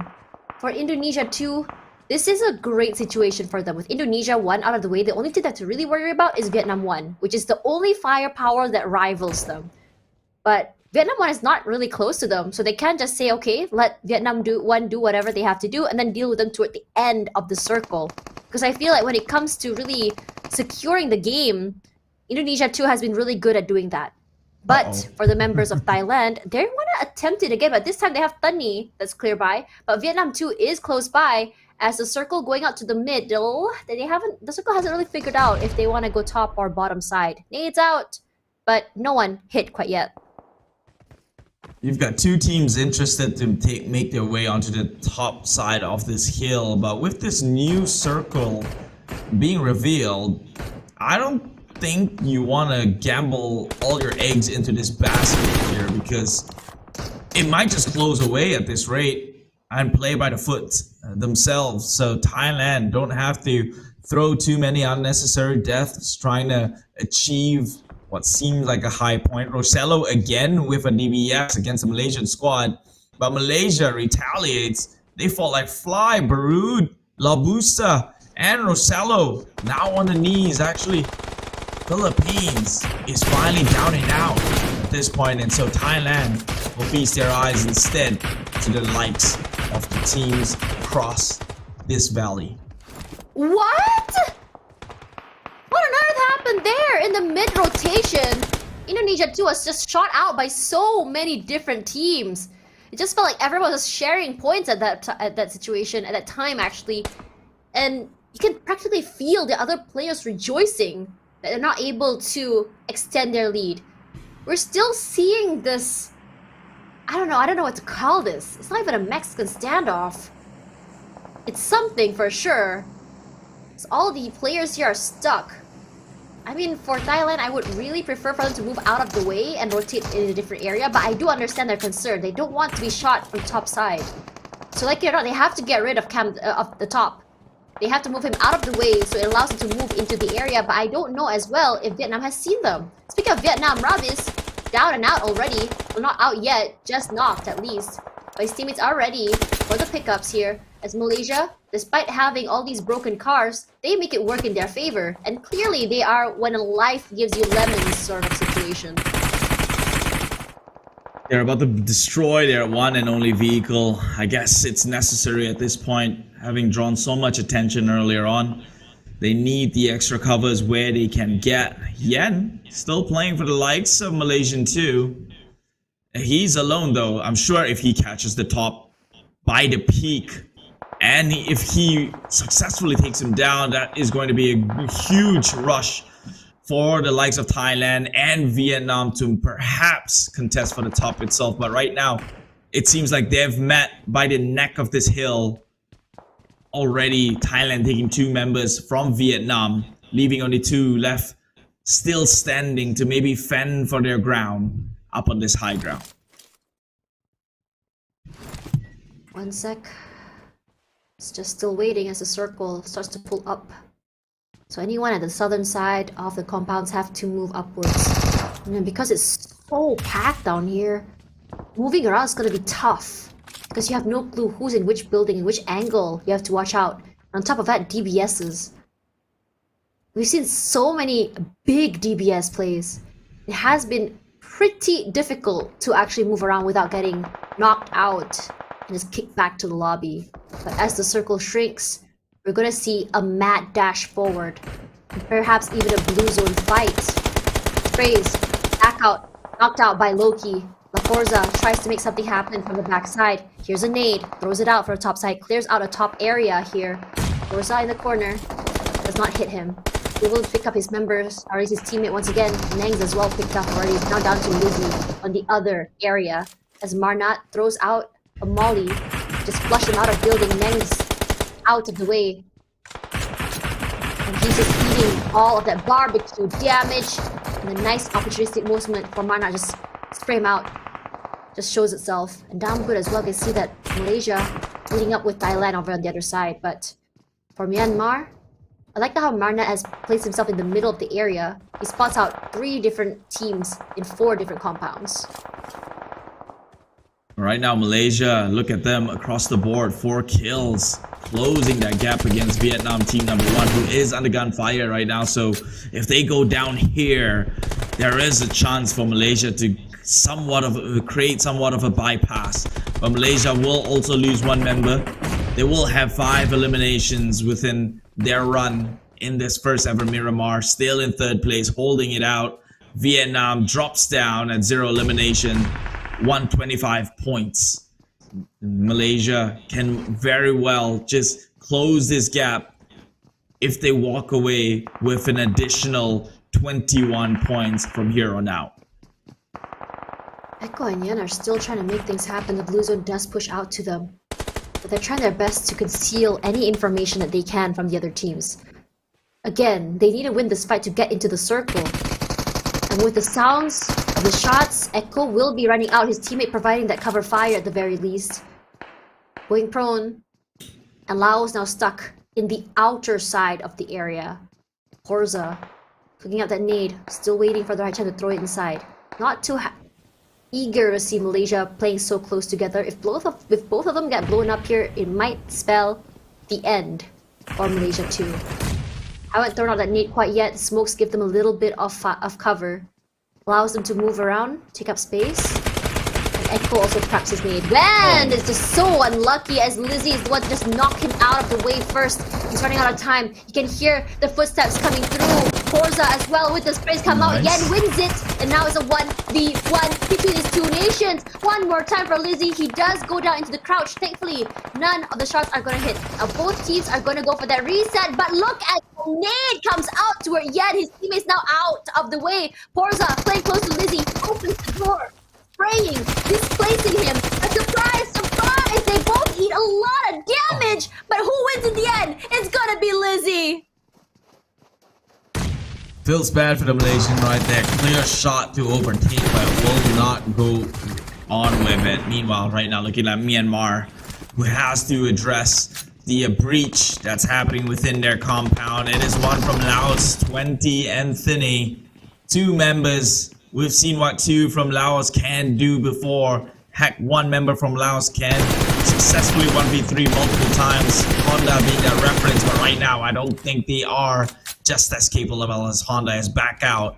We'll have to back out into the lobby for the time being. Thinny, 20, and Zimbles left to play this very, very tight corner as the blue zone slowly enters in. Thinny gets a knock on the Romeo boy Loki against Zimble. They're trading bodies like flies here. More to drop down. Marne, the last man standing, but Yuhai from the far side here takes Myanmar out. Yuhai, despite not having a circle advantage at all, he makes it work. Understanding that getting it might not be possible, he puts in the pain. 4th place, but already with 8 eliminations. This is the best scenario for Malaysia at the very least. Now with Davan taking out Lizzie, Cambodia looking to just move forward here. Davan acts all alone. He sees the bullets come out. It gives them all the information they need. Lizzie once again in need of being picked up. Forza holding down the line. trying to go for the information, but they pincer him inside of the compound. What can you do when Cambodia is just so very dominant with that take? A winner chicken dinner, and the crowd goes absolutely ballistic. Like we've mentioned, they have the pressure to perform this here and out, the final day of the grand finals of the PUBG Mobile esports event here in the SEA Games, and they will have to bring something back as the host country, and here they are, one step forward into claiming themselves a medaling finish. It's a fast stretch, but they still have 4 more games to play from, and if they keep this up, end it with a chicken dinner, with a number of kills, there's no doubt they will at least walk away with that bronze medal. This is what you want to see. This is what everyone who came to the arena today wanted to see. And I can say that home ground advantage is definitely in their favor, because we saw that in the earlier part of the match, one of the biggest problems that Cambodia faced was losing that one player early. And Davan was playing so separated from his team. I was so concerned for him. He was able to survive for so long despite not having that cover fight from his team, but just staying very quiet and relying on his teammates to not only relay the information, but also make space for him to move around and reconvene with them once again. Really good play here by Cambodia, but for Malaysia as well, surviving that long, playing out in the open and getting those picks before going down, that's also something that we should really commend. Yeah, I mean, at that point, he knew that he was going to get picked regardless anyway. He's out in the open. Eventually, when the blue closes in, he has to worm his way to an open sun and get shot down by one of the many teams that was still alive at that point. So, Yuhai made the most of it. Took at least one member down before he falls down himself. But unfortunately, it wasn't enough for Malaysia to top off and make it within the top 2 position just yet. However, with 4 games, things are still very interchangeable between the top 3 position, especially with Indonesia, the leading team, bowing out much sooner than they had to. And so similarly with Vietnam themselves. And so there's not much of a point accumulation to exponentially create such a lead from the top 5 position. And so with the next few games we will see. But first, the match standings itself. Look at the points here between 1, 2, and 3. I wouldn't say it's the biggest differential. Despite Malaysia only getting second place, they still get away. Only getting 4 points at 4th place. They were still able to come out on top because they had 8 eliminations. One elimination ahead of them is Cambodia 2 with 10, gives them 19, and Laos with 6 and 6 give them 12. But for the rest of the teams here, look at that, 9 points for Myanmar 1, trying their best to make up for the early game map number 1 of Sanhok. Laos 2 not bad as well. Vietnam managing to still, despite bowing out so early, this is where the eliminations speak for itself. 7 in the bag. And the same can be said about Malaysia too. And what's more important, down here in 9th place, Indonesia 2, only 4 kills. Vietnam 1, who was supposedly leading, walks out with only 1 point in total. No greater leads has been created from the top. Malaysia in momentum towards taking that one over, should they perform just as they did within this game, and more so to come within the next 4 games. But here are the outstanding teams to keep an eye on, with Malaysia opting out at the second bracket here, despite going out so soon and with so little members left alive during the last few circles. They made it into the feature board together with Cambodia, Vietnam, and Myanmar, just with the sheer elimination that they've able to accumulate. Near 40,000 meters travel distance they walked a long mile. This can be contributed because of how the circle was pulled. It is a very big map after all, so Malaysia had to find a different way inside. While they were unlucky to have met with the rest of the teams over the southern side, I don't think Malaysia was one of the teams who even got a compound. They had to be very creative with how exactly they took up the space and played near the area. And I think that is very smart of them to not only make a bunker out for themselves, but also to survive and rely on those long range picks.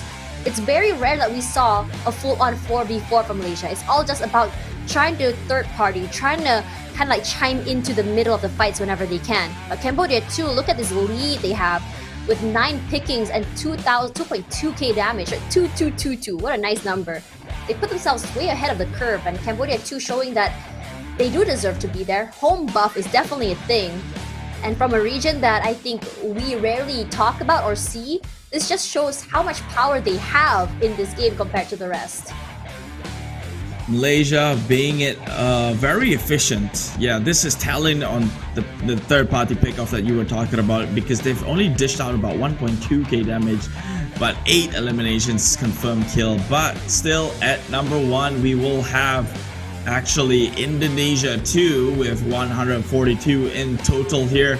Vietnam trailing behind only by about a marginal difference of 20 points give and take.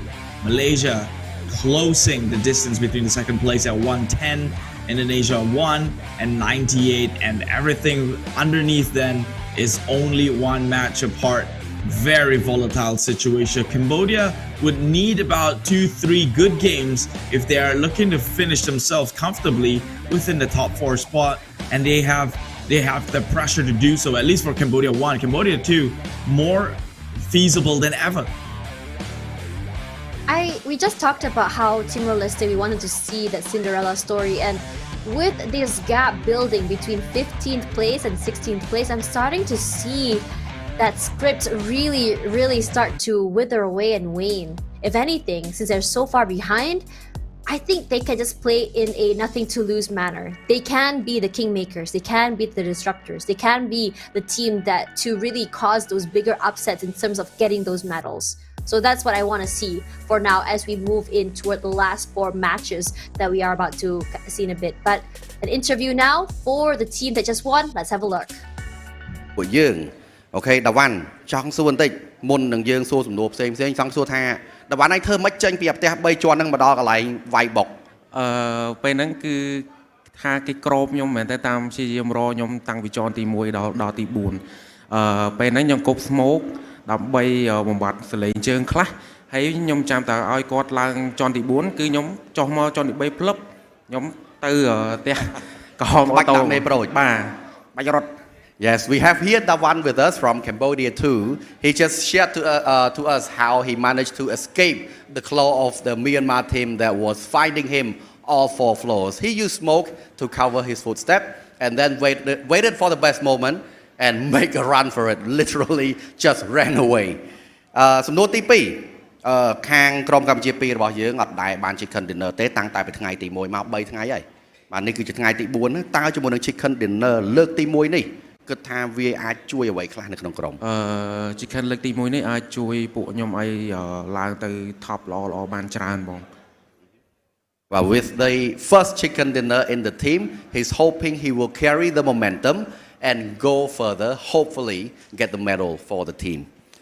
សំណួរទី3យើងឃើញថាជាមួយនឹងសមាជិករបស់ក្រុមកម្ពុជា2របស់ពួកយើងហ្នឹងគឺមានការបូកបញ្ចូលជាមួយនឹងសមាជិកថ្មីគឺពៅតើជាមួយនឹងបទពិសោធន៍ពៅក៏ដូចជាសមាជិកពៅហ្នឹងជួយបានឲ្យគេខ្លះដែរចំពោះការដាក់ពៅចូលគឺថាគាត់អាចយកព័ត៌មាននិងផ្ដល់ព័ត៌មានឲ្យខ្ញុំបានច្រើនហ្មងហើយគាត់ចេះលេងច្រើនដែរបង Yes, with the new addition of the new player Pubg, he is a very experienced player, so he's able to provide a lot of information and a lot of help to the team and help the team make an even better decision. Okay, អរគុណច្រើនតាវ៉ាន់ហើយចុងក្រោយមានអីនិយាយទៅកាន់អ្នកគ្រប់គ្រងរបស់យើងនៅខាងក្រៅអត់ចុងក្រោយអរគុណទៅដល់បងប្អូនទាំងអស់ដែលបានគ្រប់គ្រងនៅតាម live stream ក៏ដូចជាទស្សនានៅខាងក្រៅអរគុណ Yes, he would like to say thank you to all the supporters here and at home for always supporting him and the Cambodian players. Okay, that is it from Dawan. We hope to see you having even more chicken dinner. Back to our casters.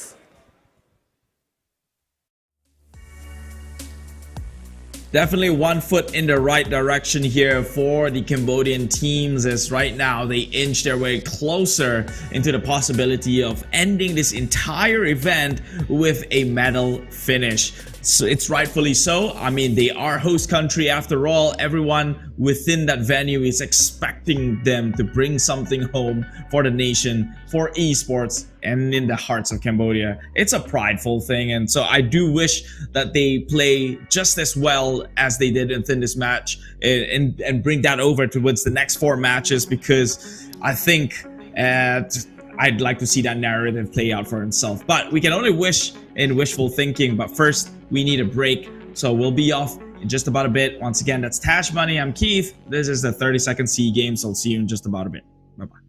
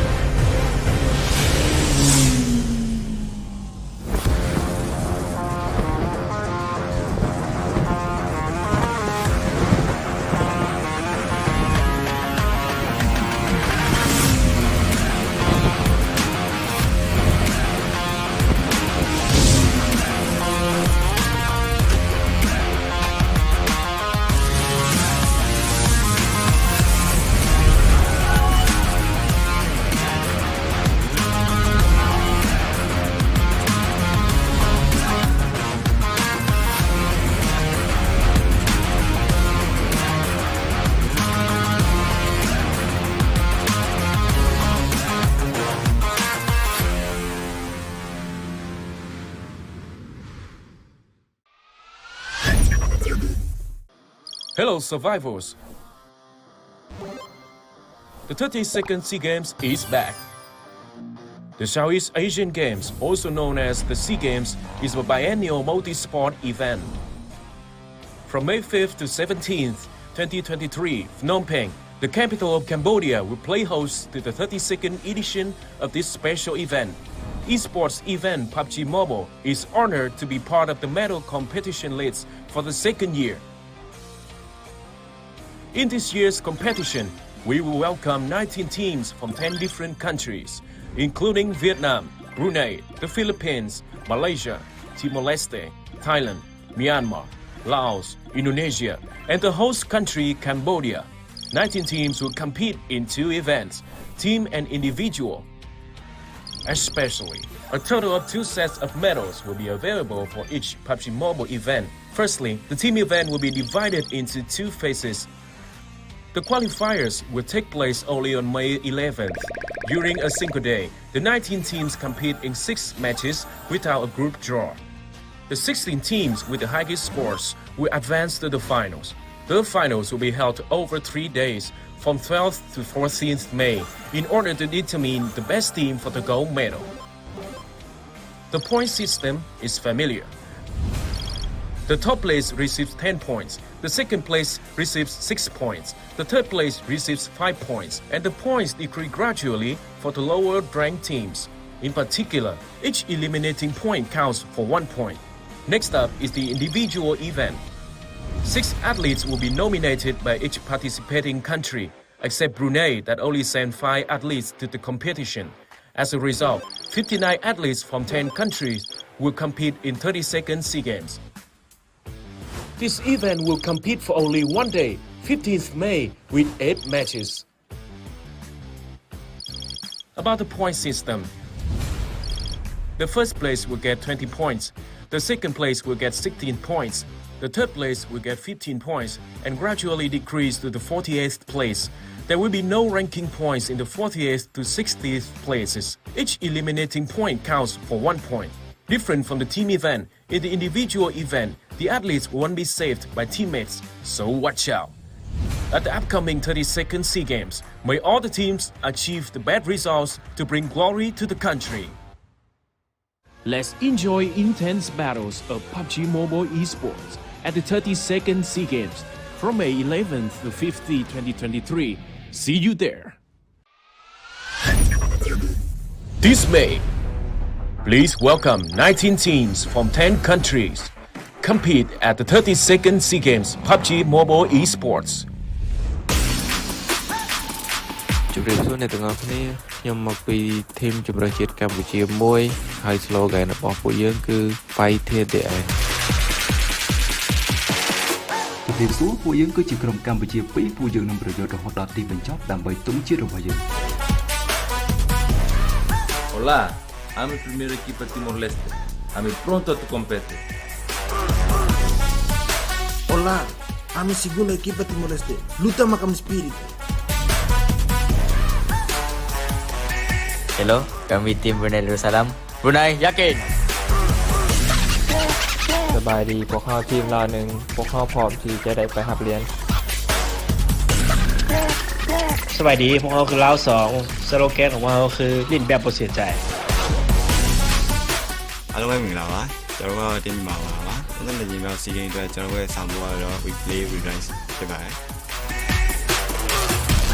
အားလုံးပဲမင်္ဂလာပါကျွန်တော်ကတော့တင်းမြန်မာတို့ဖြစ်ပါတယ်လက်နေမြောင်စီးကိန်းမြောင်ဘက်မှာကျွန်တော်ရဲ့ဆောင်ပွဲကတော့ Together We ရဲ့ channel ဖြစ်ပါတယ် Halo semua kami dari Malaysia 1 Malaysia boleh Assalamualaikum kami Malaysia 2 demi Malaysia Pilipinas, lakad matatag. Pilipinas lakad matatag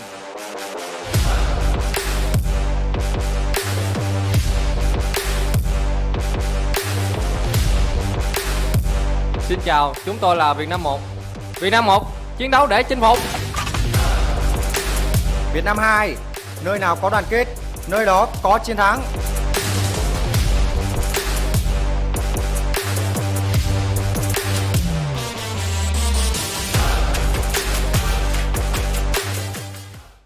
Let's enjoy intense battles of PUBG Mobile Esports at the 32nd SEA Games from May 11th to 15th, 2023. See you there.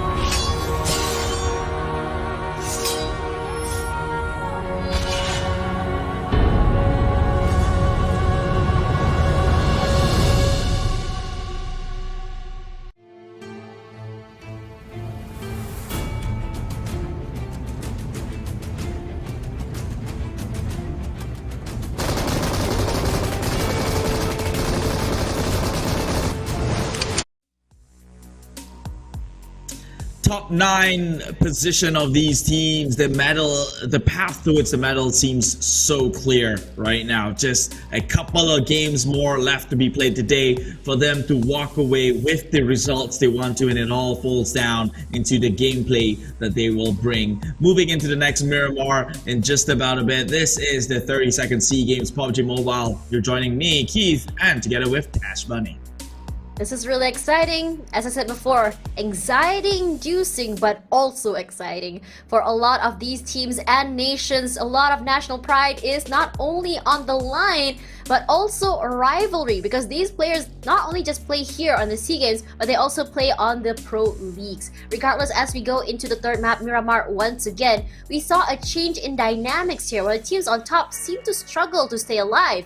Regardless, there are some teams like Vietnam 1, despite being knocked out so early, supplemented that with elimination points. So I'm hoping to see, or at least I expect to see, a lot of teams try to adapt this method. But it is a lot more easier said than done, because a lot of teams are bringing some serious firepower into this game. Right now, very crucial for Vietnam 1 to make sure that they don't go down too soon once again, because they are about 1 game away, a full 20-ish points, 21 points from the number 1 position, assuming that Indonesia 2, was it, or Indonesia 2 doesn't accumulate a little bit more. And so, crucial moments for these two teams. Will one of them be drifted behind? All comes down to gameplay. Malaysia as well. They've made the best they could in that previous match, and I think today, besides Sanhok, they've been super consistent with their finishes, and we haven't seen the last of them. But of course, hats off to the wildcard teams, and with the chicken dinner going to the side of Cambodia in a previous round, can they secure another one to make sure that they're comfortably competing for the top 4 positions?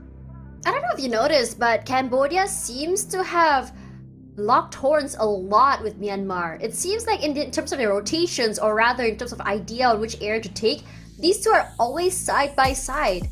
And when you look at Cambodia take this fight against Myanmar, Myanmar isn't the most aggressive team, but they are very patient. So in a lot of situations where they win, it's all about being very smart, holding the line and letting people push toward them.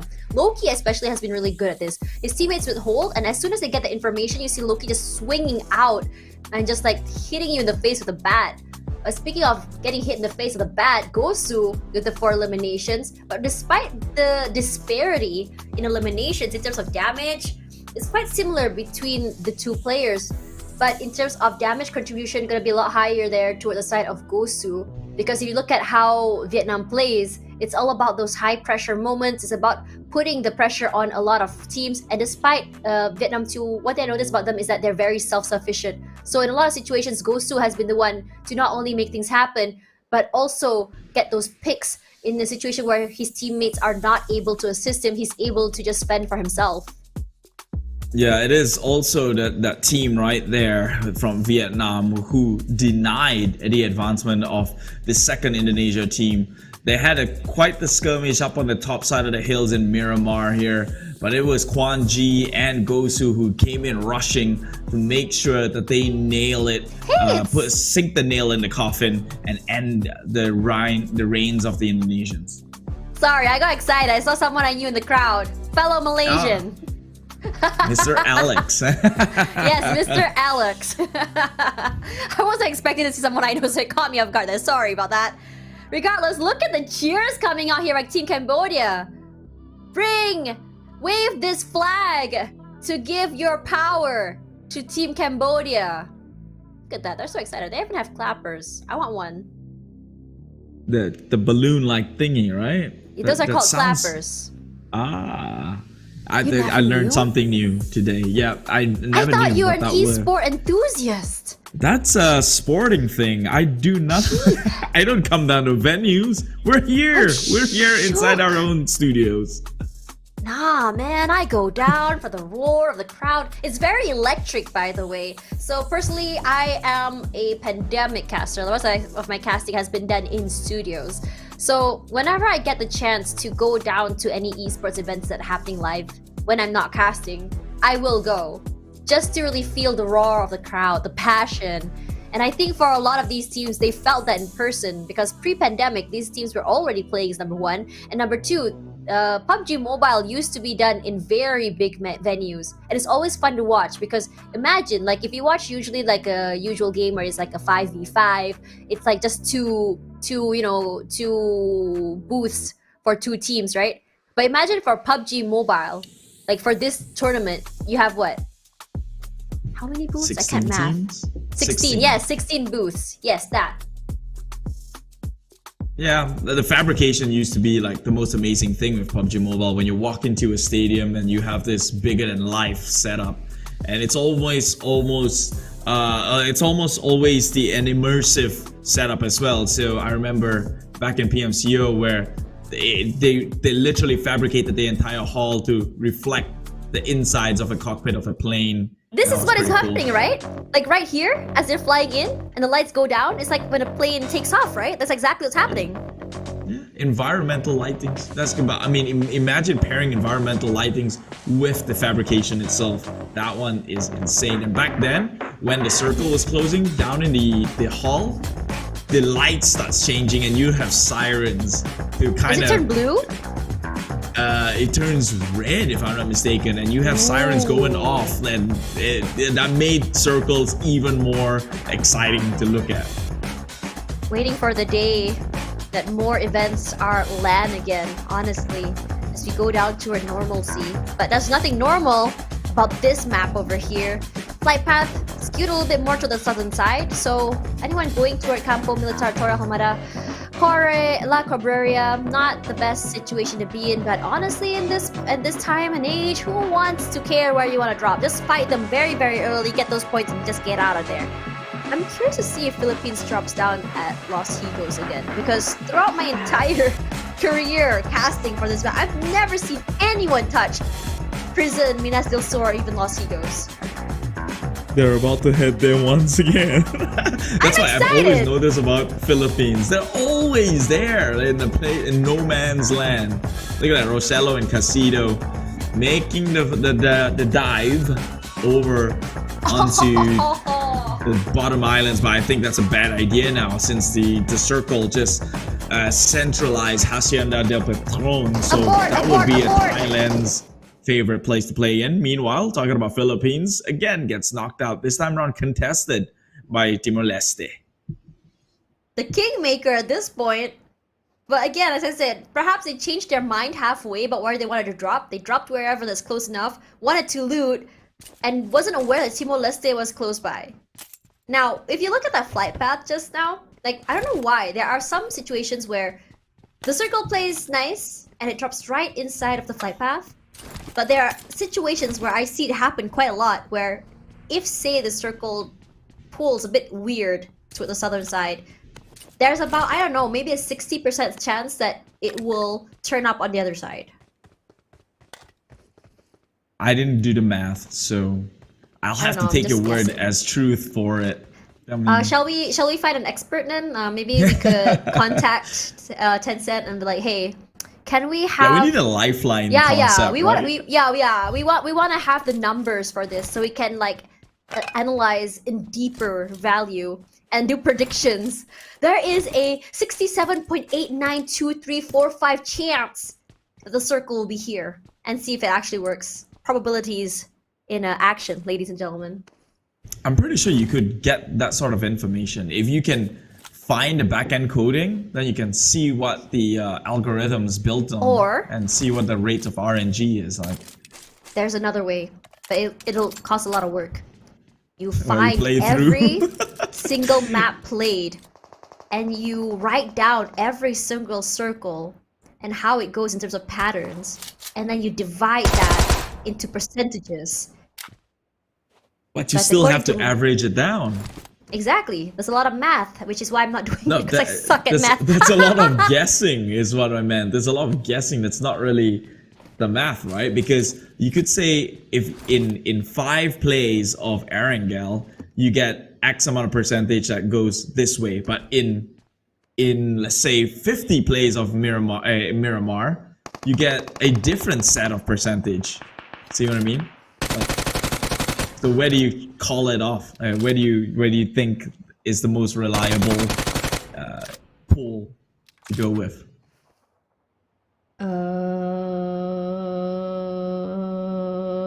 Brain not working, cannot compute. But speaking of not computing here, Canlas takes out Evox from the game. Pubg tries to make it big.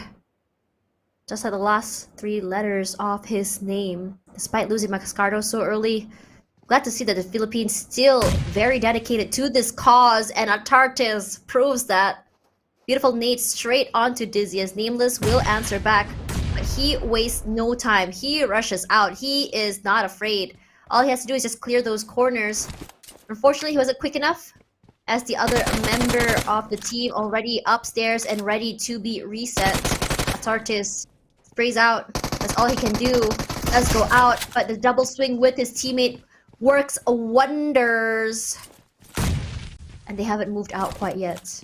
Eliminated already. TLS2 though. One elimination point is all they can get away with. So Philippines won big in this one. Timor-Leste tried to play Kingmakers, but it seems like they again gets checkmate onto the chessboards itself. Losing one member, Philippines sacrificed their pawn to get that victory. That's 4-1. I think they're happy with that. Meanwhile, Thailand, Hacienda del Petron, this is all to themselves, as we've seen time and time again. Nobody really wants to go out and contest with the team, but they're not looking too hot this tournament, so maybe perhaps as an upset, it's something they want to consider. Logan, with 13 total eliminations throughout this entire tournament itself, not the numbers that we've usually seen him have, which is the 20th bomber across the board, but they will have to make do at the time being. They can still perhaps compete for maybe even the top 4 positions. What was he spraying at? Was that a vehicle just now? I wasn't too sure what he saw. Regardless, from Malaysia 1, not too far away from Indonesia 1. Possible Indonesia 1 and Indonesia 2 want to be able to make it up top 2.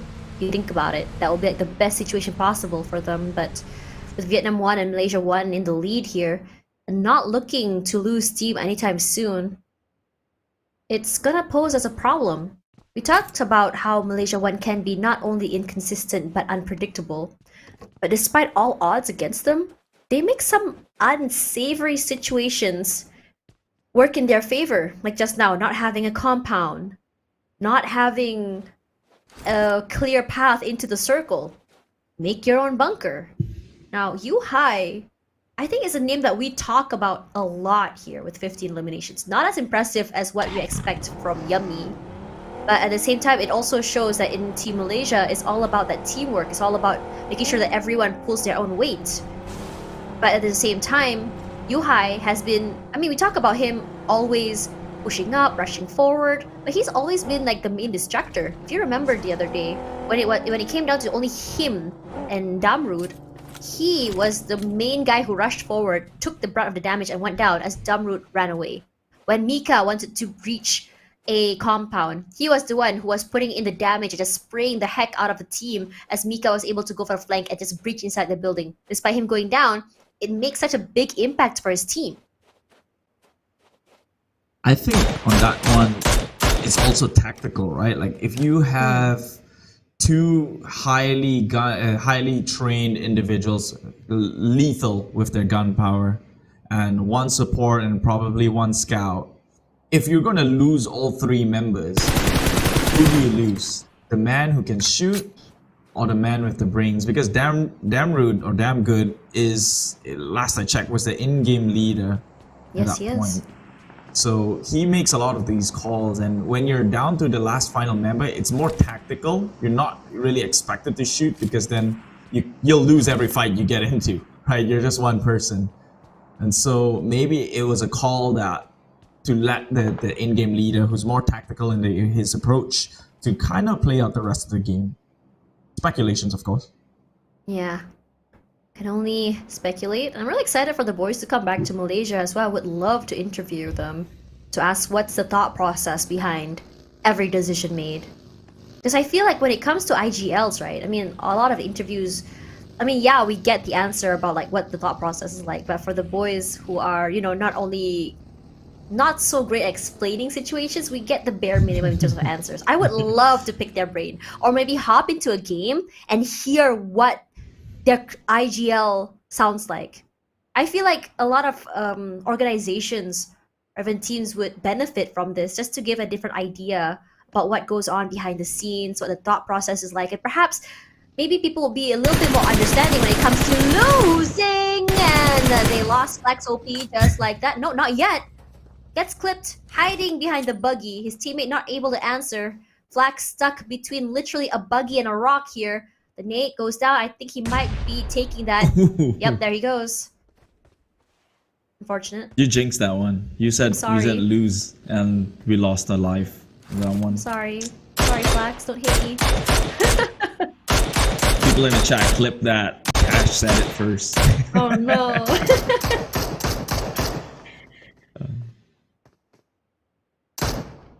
Yeah, so that's that from Malaysia. Luckily, they're still in. And talking about Malaysia, though, U-High gets one onto Myanmar. So at least they don't walk away with empty-handed between these two nations. A trade has been done, albeit a separate team. And it's a damn good team. Malaysia chase them away. Myanmar West will look to retreat together with the rest of the members within this hangar. But Snipes doesn't seem like he's all too forgiving as a person.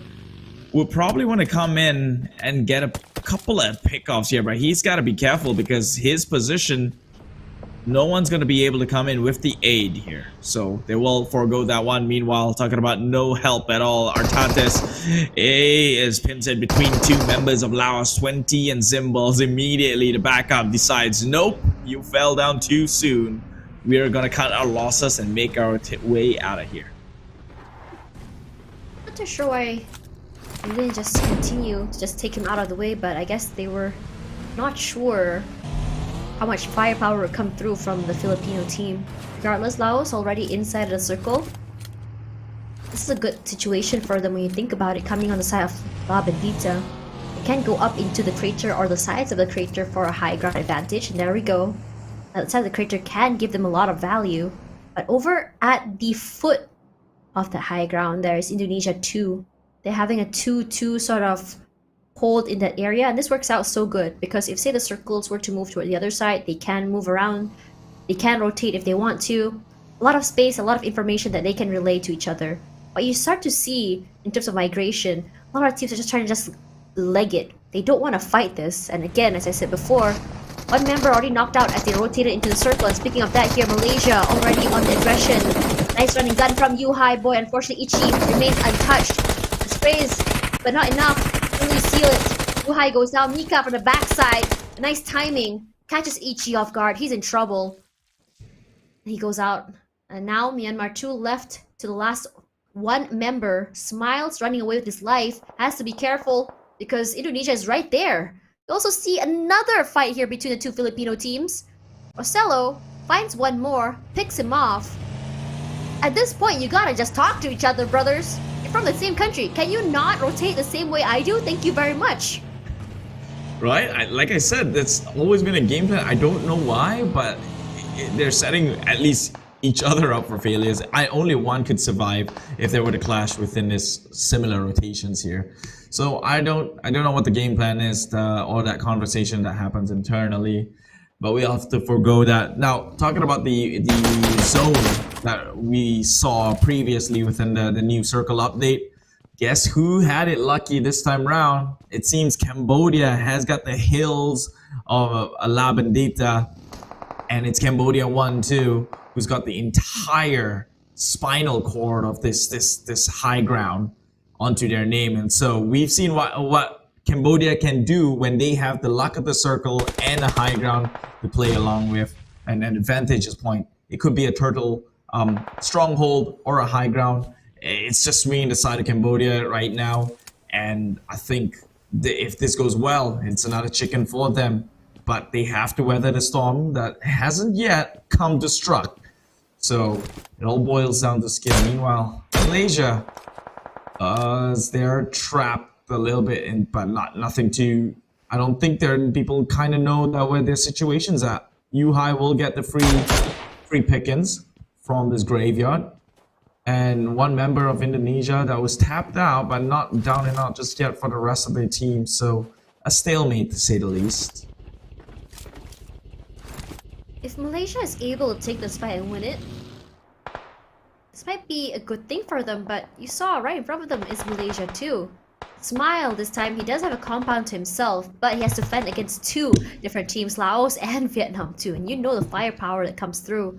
Smile has not moved quite yet, saying, okay, you know what, I think that it's best for me just give up this area and just try to force my way into the circle. Because it is a buggy, it means that the percentage of getting headshotted will be very high. Haven't seen it yet though, as the one who has been headshotted will be 20 from Laos. Vietnam, as soon as they got knocked again, they knock at the doors of the Laotian players. Gosu from the top side tries to spray. All he has to do is just move back and forth. He can avoid this. He can switch out his weapons, but instead opts to use the grenade. I think he messed that up, but it's alright. Let's give some space. Yep, there we go. There's the nade on the top side there. Jimbo moves up, but another nade comes through. Gosu with the sprays. One shot to the face is all he needs to knock them down. Gosu spots one more inside of the small little shack. Fortunately, Myanmar 2, the player we saw just on Smile, not able to survive yet, but strong the other side. Nice Nengs. A moment of respite does not allow him to even move.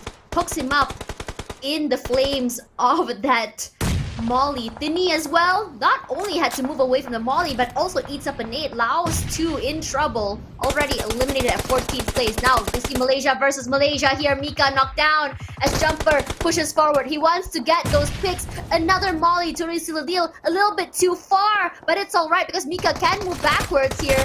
As Malaysia 1 has only lost one word. But Jumper forward, but does get traded out here. Echo all alone wants to go for the picks, but you can see the shots coming in here from Thailand, Indonesia as well. The kill stolen by Indonesia 1. Pubg as well does fight Indonesia, but Yen still able to go for that reset. Yuhai alone on the other side of the train, providing at least some information. Damn good now, finally within the vicinity of his team. With Echo and Yen, the last two standing, it is going to be rough. They cook up that nade. Yen just got picked up. Will be going to Simidarine. Damn good. Coming, the person to be the distraction takes him out. But a grenade elimination is a little bit too much. Damn, Malaysia. That fight was good though. Malaysia won. Granted, there was some third-party actions going in there, but that fight was clean. I like it. They lost no member in the process. They didn't go in haphazardly and risk too many members up in the front line. Snipes went in with the revive. That was his duty. Pick one member up, and then he picked Yuhai after that. It was only Damn Good who went in for the peak against the opposing Malaysian team.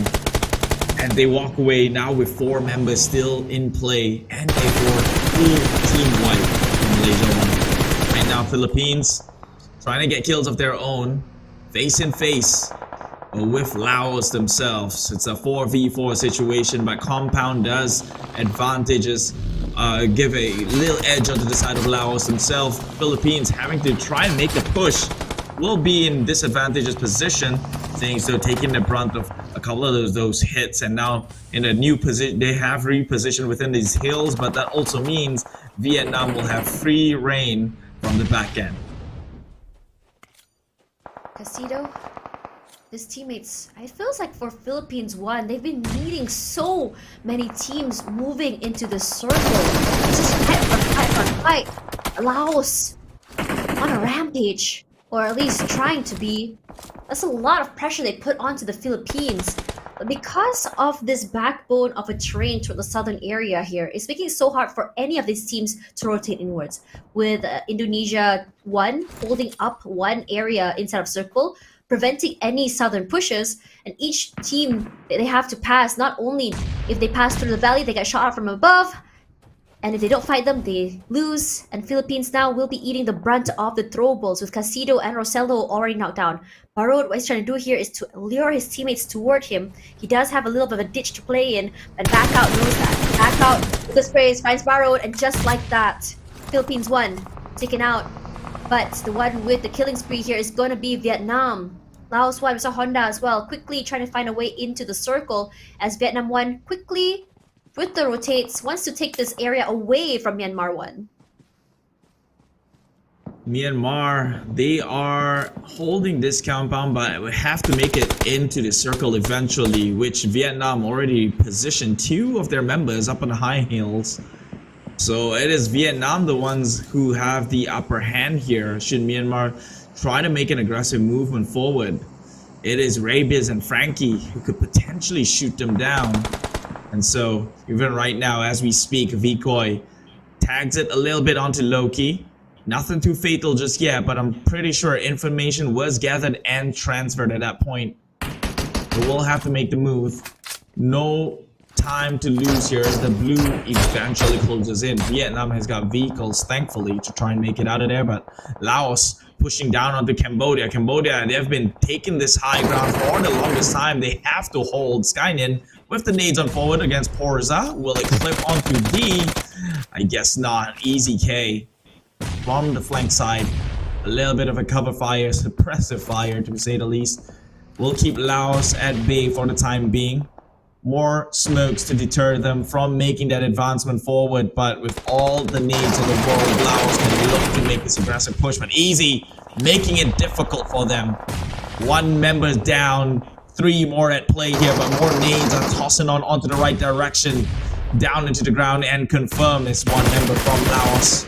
Still another member. This should be it. Cambodia can look to make the push. It's a 4v2 situation. Easy. Making a rush on forward. Honda as well from the back end. No longer in play. Lizzie is up left to defend himself behind the tree against the like of Cambodia. Skynin with the DPS surely gets him.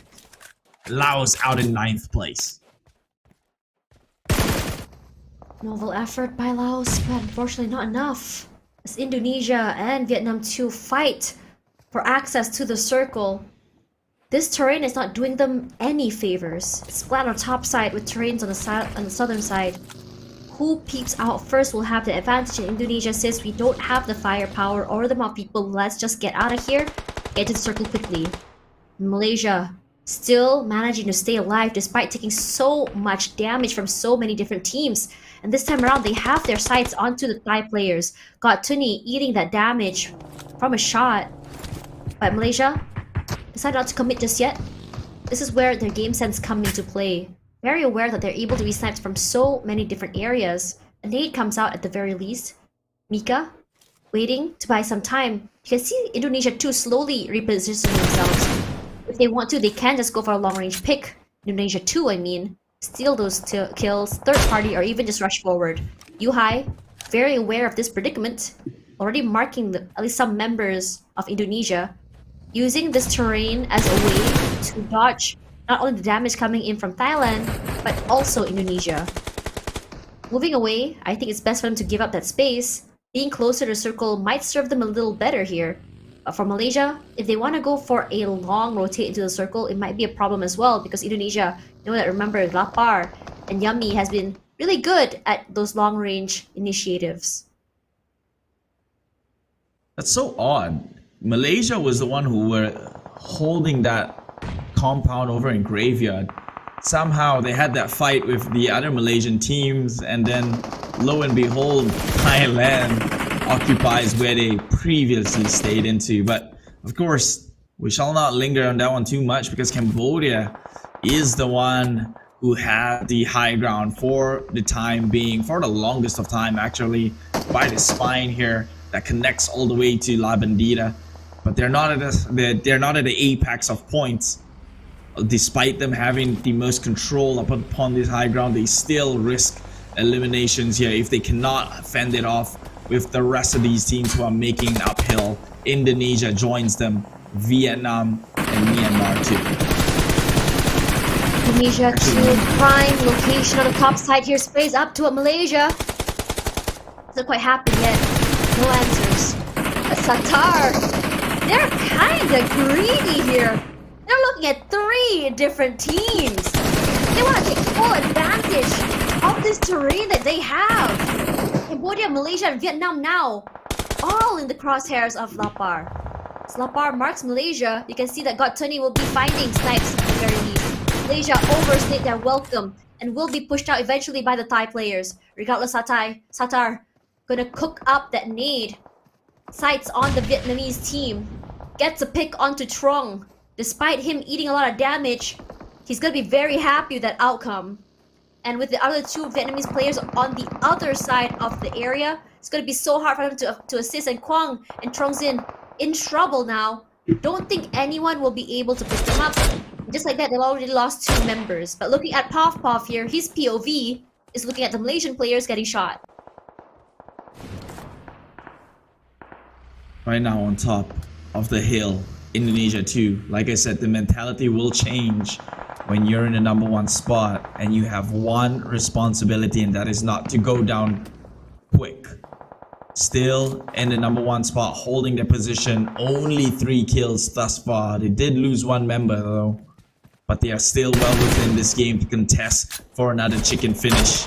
They do not want to overextend themselves, and in fact Popov will be the one who does that. Gets punished a little bit, but nothing too detriment just yet.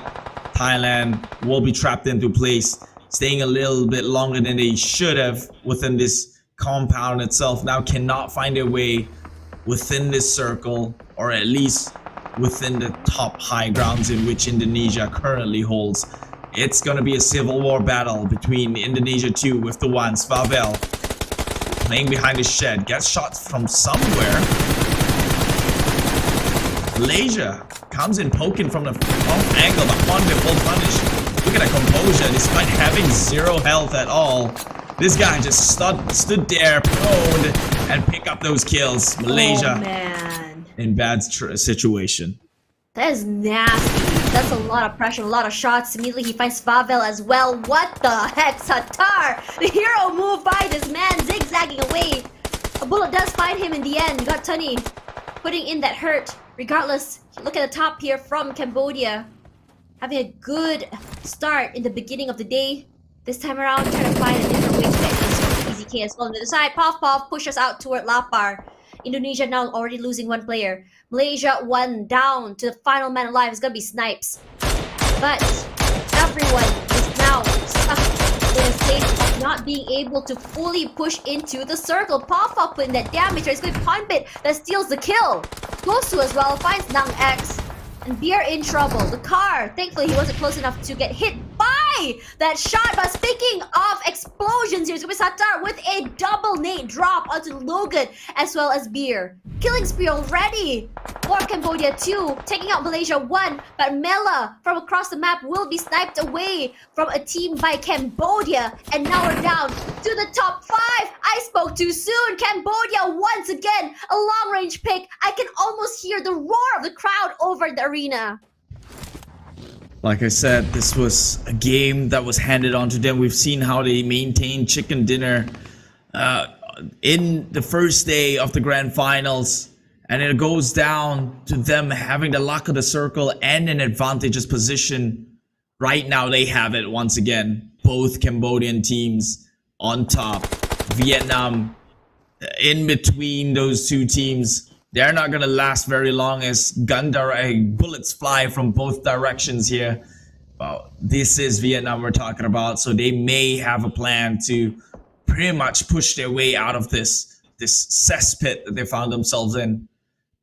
It won't be easy though. Skynin is already positioned there. The top has got eyes onto any rotation forward, and so Vietnam might have to resort to a desperate play here and try and force the issue for the sake of information, but instead they will decide to pretty much build up some sort of a nest egg with their vehicles to create some sort of coverage. But it is eventually Chua GH gets a knock onto one of the Cambodian teams. Surely this is good time for them to push, but the fire coming up from the rear end from the other neighboring Cambodian teams, that's stopping Vietnam in their tracks. Right now Skynin, if he could sneak away or just play it so patiently that Vietnam overextends himself. He does have a DBS. Maybe that he can look to punish.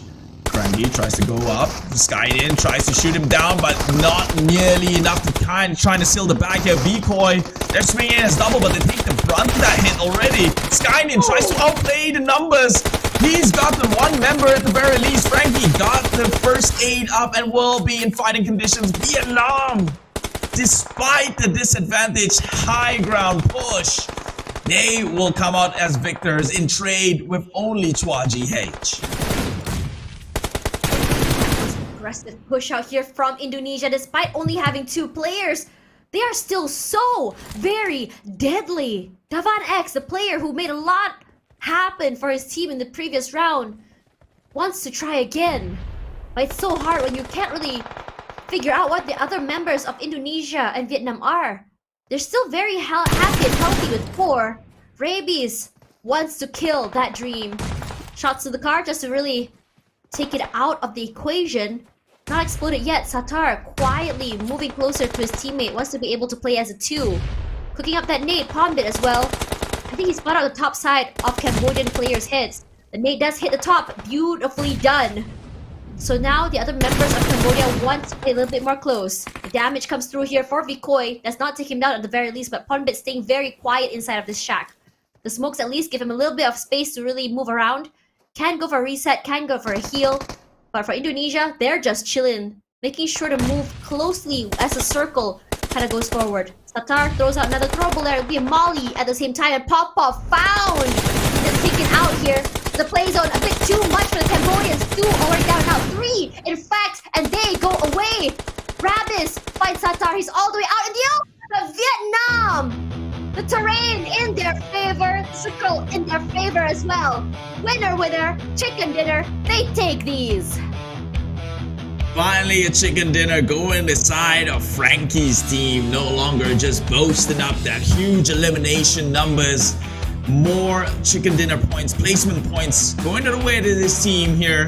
Now, for sure, they are definitely going to emerge on top, as seeing as though that Indonesia, it was their first team that was playing towards the last few games. They needed their second team to stay alive, and they did not.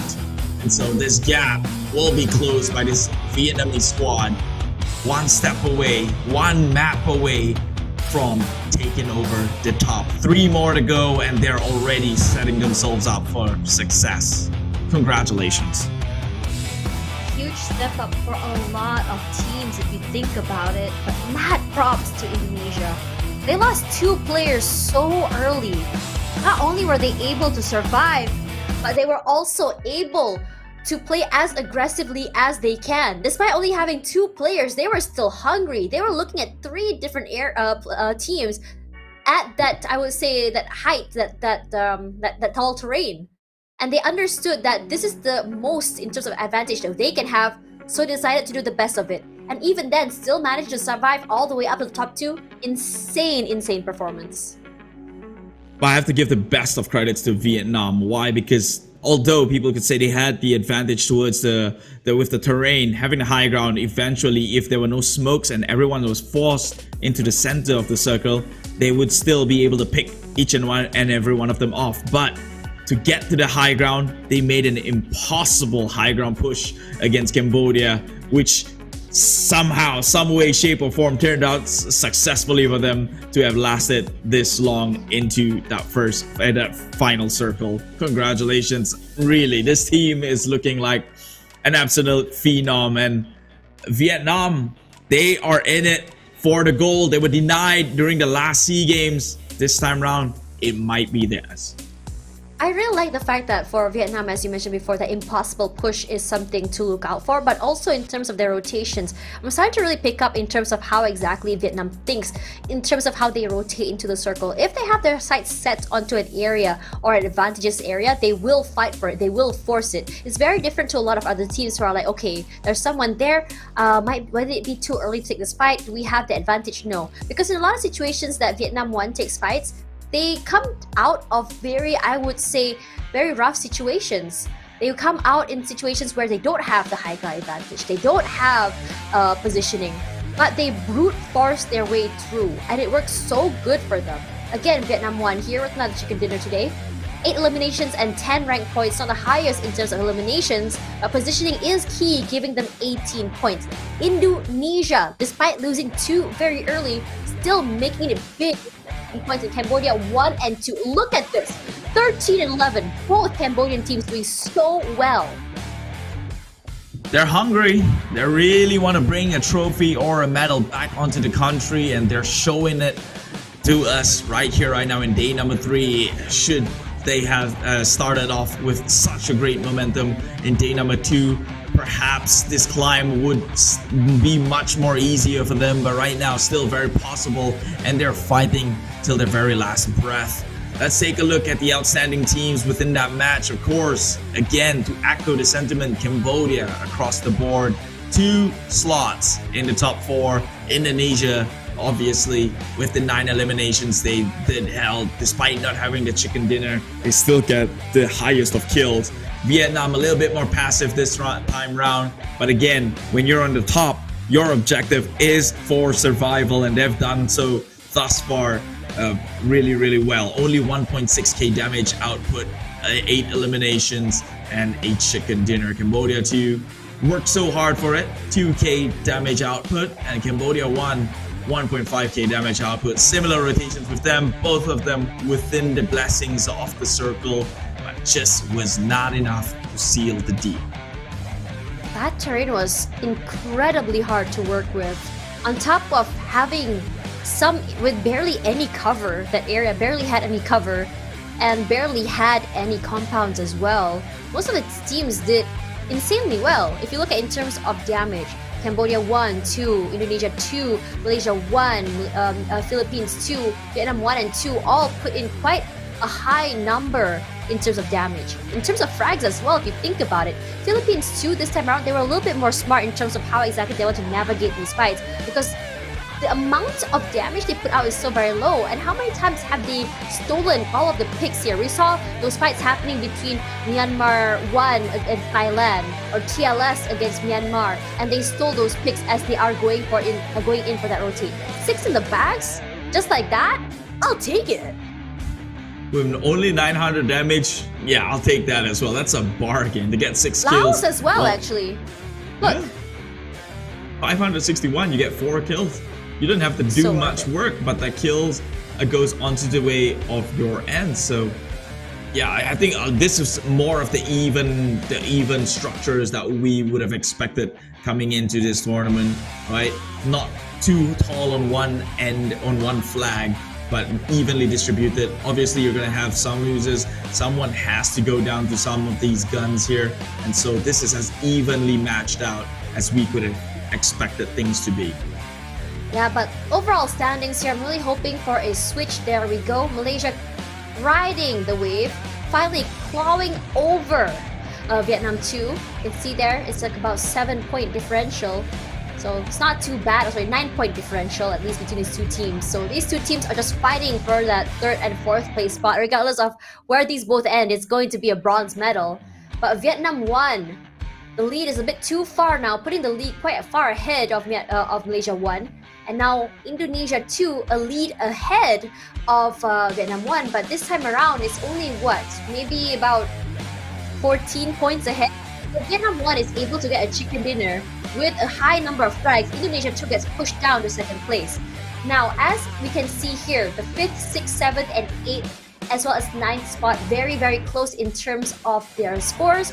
And you can see Cambodia just knocked down to 6 and 7, Indonesia 1 as well. So perhaps we might see a change again, especially as Indonesia 1 try to fight for the 2nd and 3rd spot if possible. Yeah, I want to see Cambodia give it their all these next few games. Literally 99 to 115 for the bronze medal. That's less than 20 points to be made, and we know you can get easily 20 points within a single game. But first, the winner chicken dinner has got an interview to tell us. Let's listen to that.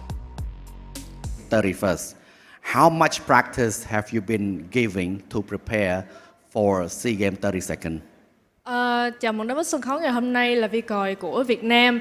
Thì Vi Còi đã từng được huy chương vàng của solo mode. Như vậy thì với cái huy chương vàng đó thì Vi Còi có sự chuẩn bị gì cho cái giải đấu team của mình? ở SEA Games 32? Em cố gắng tập luyện tốt hơn để đoàn kết được với đội. Thế thôi ạ.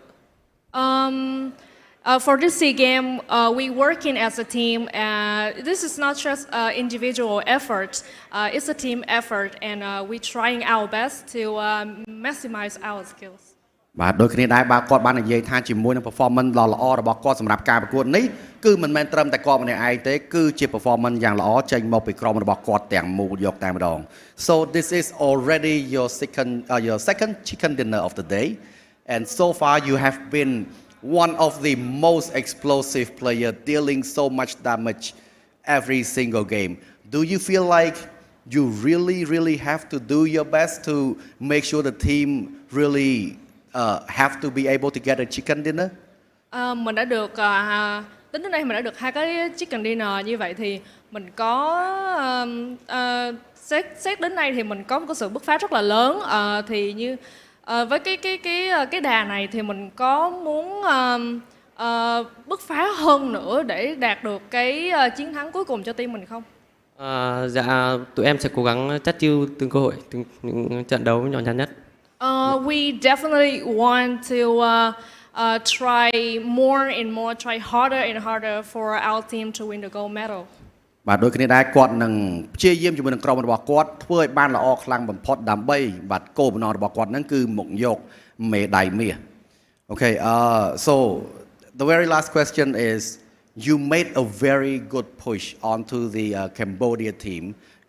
Did you have all the information needed? You know if you take that hill, you will get the chicken dinner, or that was just a decision you just have to make in the game just to win the fight? Vừa rồi thì bạn đã rất là cân sức với team Cambodia. Như vậy thì cái trận vừa rồi á, thì bạn cảm thấy là bạn đã thu thập thông tin cho cái team của mình đủ chưa, và mình sẽ tiếp tục cái đà này để mà cân sức với các bạn ấy như thế nào? Bọn em sẽ cố gắng tiếp nhận nhiều thông tin hơn từ team và check vị trí góc và check bắn những tem làm nguy hiểm cho team em hơn và đẩy vô dần ạ. We will gather more information for the next rounds, and we will definitely utilize those information for our ultimate goal, that is the gold medal. បាទអញ្ចឹងដូចគ្នាដែរគាត់បានប្រមូលផ្ដុំព័ត៌មានមុននឹងគាត់សម្រេចចិត្តបុកទៅលើក្រុមនៅខាងលើទួលហ្នឹងដែលជាក្រុមកម្ពុជាហ្នឹងនៅពេលដែលគាត់យកបានព័ត៌មានហ្នឹងការសម្រេចចិត្តរបស់គាត់ហ្នឹងគឺគាត់អាចក្រង់ទីទៅលើ chicken dinner បានហើយ That was an amazing chicken dinner. That was an amazing, especially for you, individual skills. Keep shooting because it's really good to watch how you dominate people. This is Wei Koi. Back to our casters.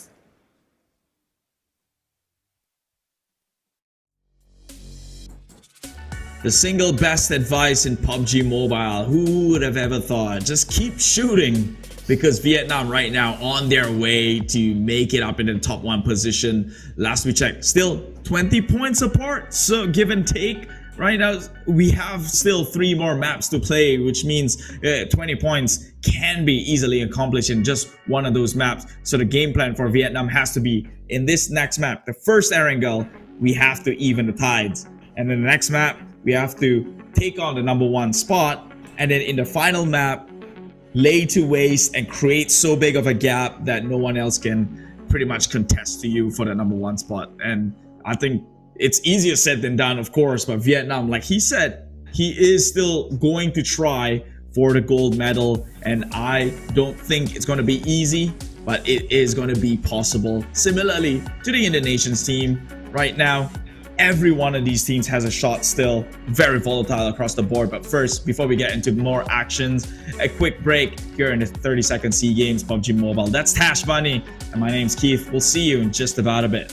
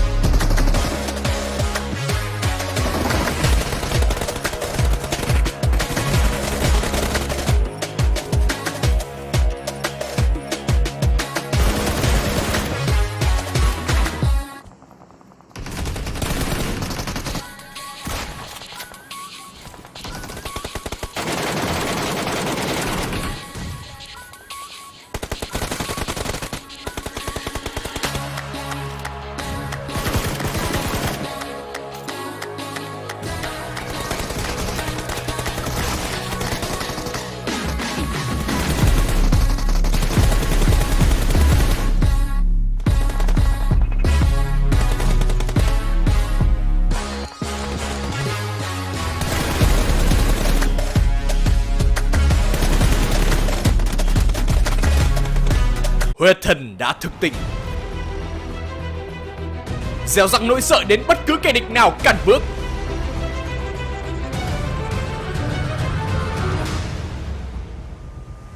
Thánh giáp 2 trong 1 đầu tiên với 2 phiên bản thiết kế riêng cho cả nam và nữ, chỉ dành cho bạn những đường bò đẳng cấp nhất của Pubg Mobile.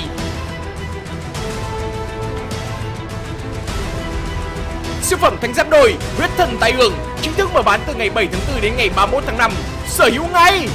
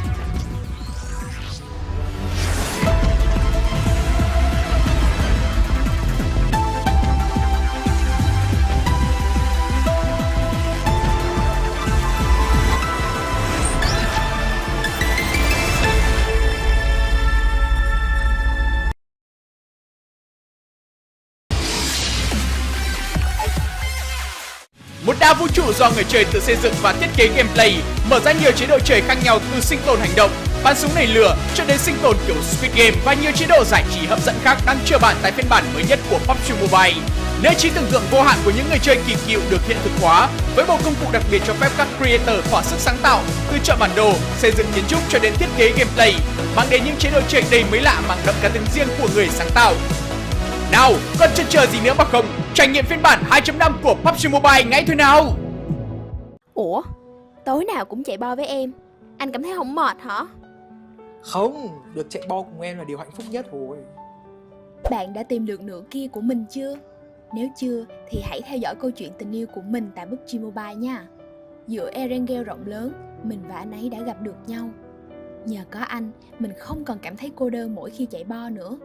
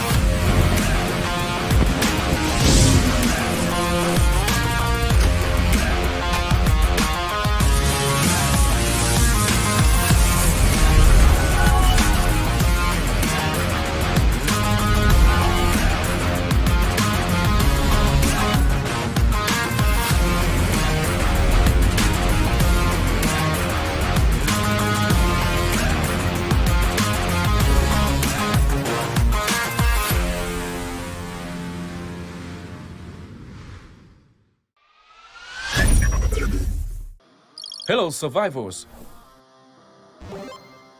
The 32nd SEA Games is back. The Southeast Asian Games, also known as the SEA Games, is a biennial multi-sport event. From May 5th to 17th, 2023, Phnom Penh, the capital of Cambodia, will play host to the 32nd edition of this special event. Esports event Pubg Mobile is honored to be part of the medal competition list for the second year. In this year's competition, we will welcome 19 teams from 10 different countries, including Vietnam, Brunei, the Philippines, Malaysia, Timor-Leste, Thailand, Myanmar, Laos, Indonesia, and the host country, Cambodia. 19 teams will compete in 2 events, team and individual. Especially, a total of 2 sets of medals will be available for each Pubg Mobile event. Firstly, the team event will be divided into 2 phases. The qualifiers will take place only on May 11th. During a single day, the 19 teams compete in 6 matches without a group draw. The 16 teams with the highest scores will advance to the finals. The finals will be held over 3 days, from 12th to 14th May, in order to determine the best team for the gold medal. The point system is familiar. The top place receives 10 points, the second place receives 6 points, the third place receives 5 points, and the points decrease gradually for the lower ranked teams. In particular, each eliminating point counts for 1 point. Next up is the individual event. 6 athletes will be nominated by each participating country, except Brunei that only sent 5 athletes to the competition. As a result, 59 athletes from 10 countries will compete in 32nd SEA Games. This event will compete for only 1 day, 15th May, with 8 matches. About the point system, the first place will get 20 points, the second place will get 16 points, the third place will get 15 points and gradually decrease to the 48th place. There will be no ranking points in the 48th to 60th places. Each eliminating point counts for 1 point. Different from the team event, in the individual event, the athletes won't be saved by teammates, so watch out. At the upcoming 32nd SEA Games, may all the teams achieve the best results to bring glory to the country. Let's enjoy intense battles of Pubg Mobile Esports at the 32nd SEA Games from May 11th to 15th, 2023. See you there. This May, please welcome 19 teams from 10 countries. Compete at the 32nd SEA Games Pubg Mobile Esports. ជម្រាបសួរអ្នកទាំងអស់គ្នាខ្ញុំមកពីធីមជម្រើសជាតិកម្ពុជាមួយហើយ slogan របស់ពួកយើងគឺ Fight to the end ជំរាបសួរពួកយើងគឺជាក្រុមកម្ពុជា2ពួកយើងនឹងប្រយុទ្ធរហូតដល់ទីបញ្ចប់ដើម្បីទង់ជាតិរបស់យើង Hola, I'm primera equipa Timor-Leste. I'm pronto a tu competir. Hola, I'm segunda equipa Timor-Leste. Luta macam spirit. Hello, kami tim Brunei Darussalam. Brunei yakin สบายดีพวกเขาทีมเราหนึ่งพวกเขาพร้อมที่จะได้ไปหับเรียน สวัสดีพวกเขาคือเราสองสโลแกนของเราคือลิ้นแบบบ่เสียใจ အားလုံးပဲမင်္ဂလာပါကျွန်တော်တို့ကတင်းမှာပါကျွန်တော်တို့ညီမစီးကင်းအတွက်ကျွန်တော်တို့ရဲ့ဆောင်ပွဲတော့ we play we rise ဖြစ်ပါတယ်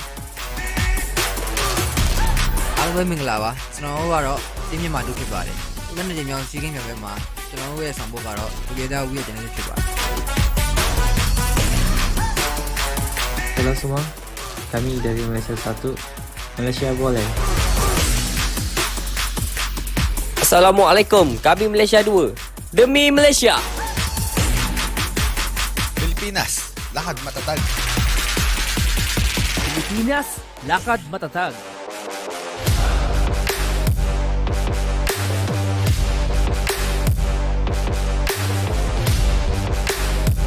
Xin chào, chúng tôi là Việt Nam 1.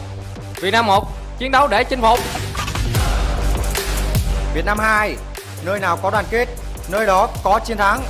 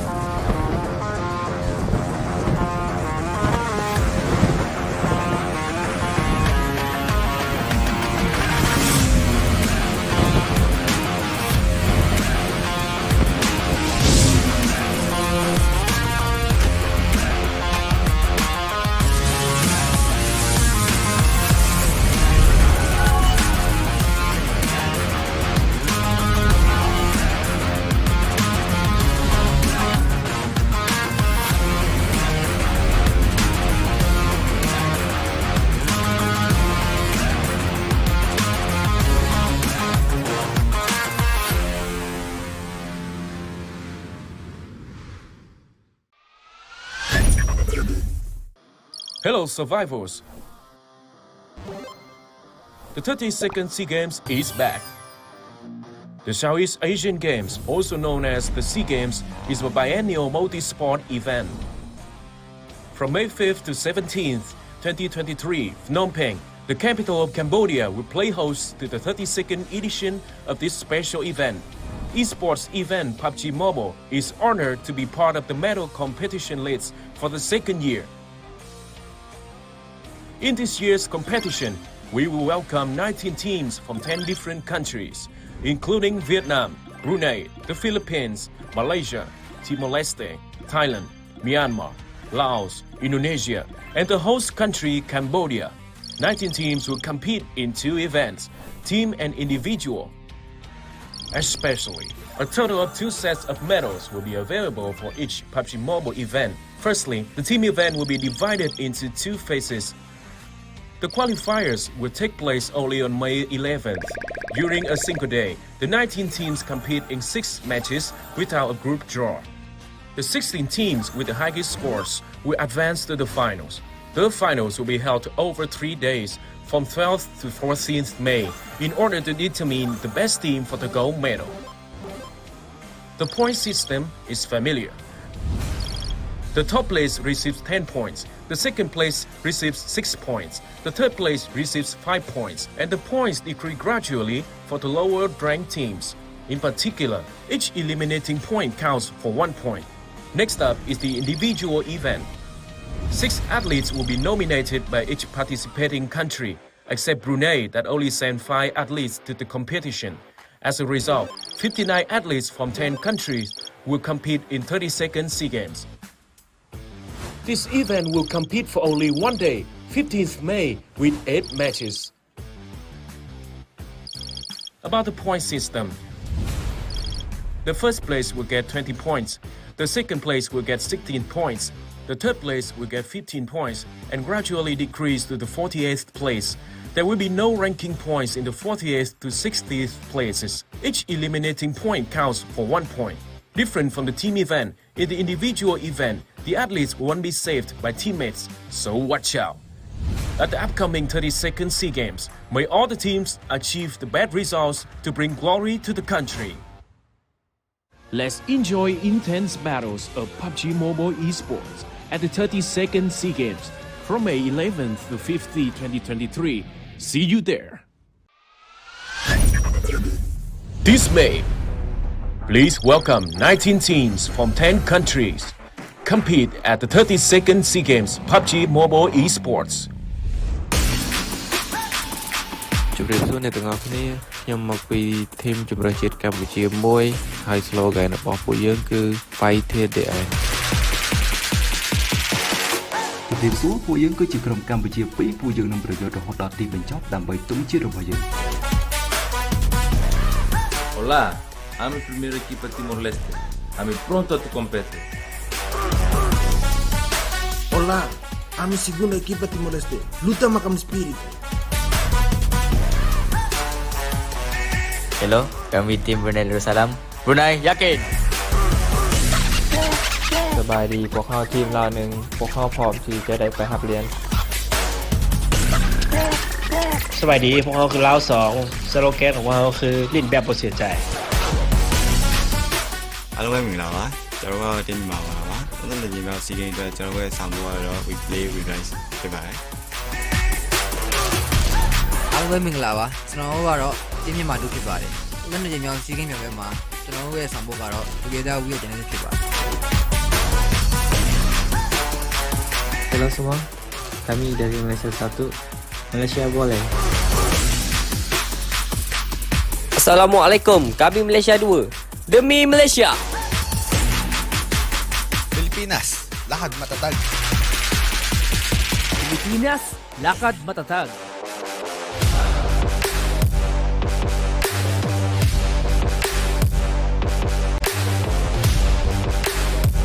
Xin chào, chúng tôi là Việt Nam 1. Việt Nam 1, chiến đấu để chinh phục. Việt Nam 2, nơi nào có đoàn kết, nơi đó có chiến thắng.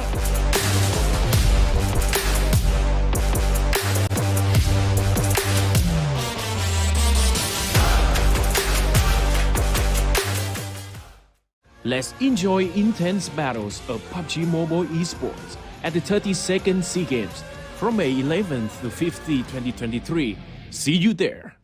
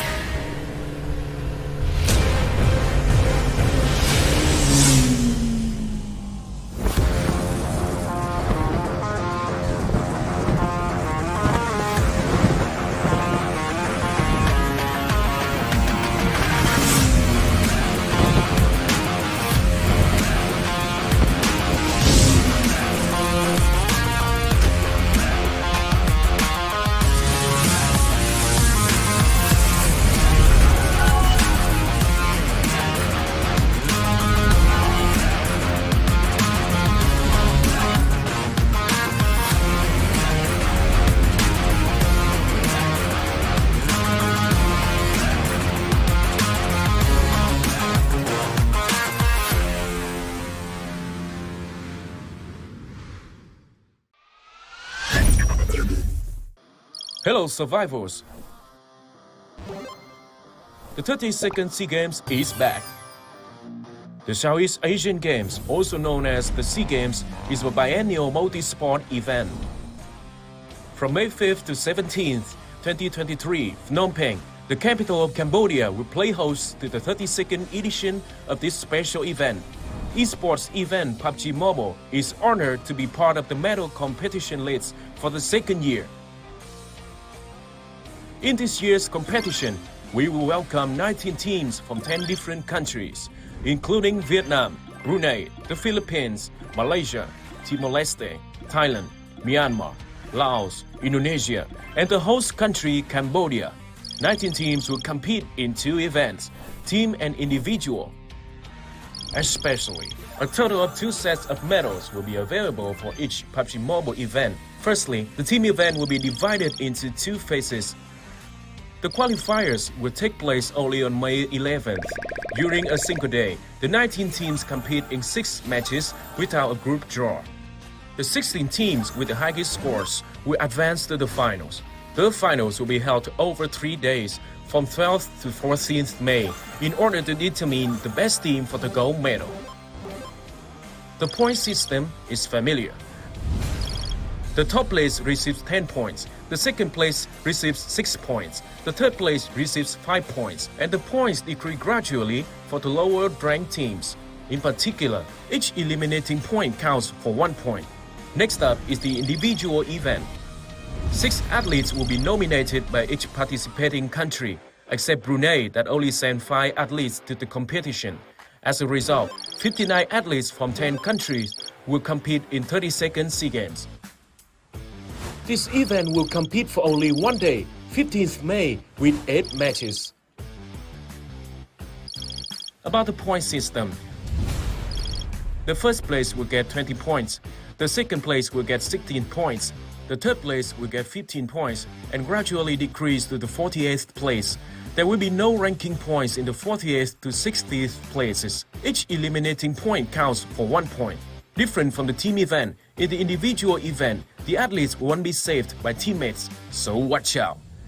At the upcoming 32nd SEA Games, may all the teams achieve the best results to bring glory to the country. Let's enjoy intense battles of Pubg Mobile Esports at the 32nd SEA Games from May 11th to 15th, 2023. See you there.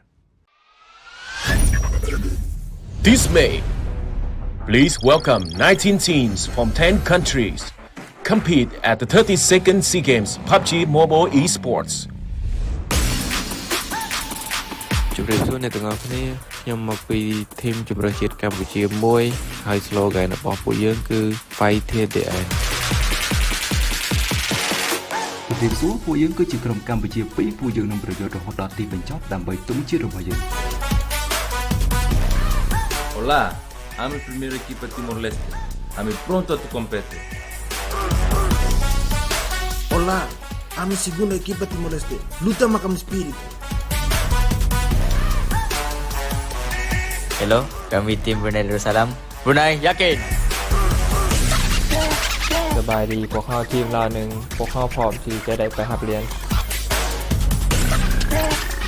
สวัสดีพวกเขาคือเราสองสโลแกนของเราคือลิ้นแบบบ่เสียใจ အားလုံးပဲမင်္ဂလာပါကျွန်တော်တို့တင်းမြန်မာပါကျွန်တော်လည်းညီမစီကင်းအတွက်ကျွန်တော်တို့ရဲ့ဆောင်ပေါ်ကတော့ we play we rise ဖြစ်ပါတယ် အားလုံးပဲမင်္ဂလာပါကျွန်တော်တို့ကတော့တင်းမြန်မာတို့ဖြစ်ပါတယ်။လက်နဲ့ကြောင်စီးကင်းမြောက်ပဲမှာကျွန်တော်တို့ရဲ့ဆောင်ပုဒ်ကတော့ Together We ရဲ့ channel ဖြစ်ပါတယ်။ Hello semua, kami dari Malaysia 1, Malaysia boleh. Assalamualaikum, kami Malaysia 2. Demi Malaysia. Pilipinas, lakad matatag. Pilipinas, lakad matatag.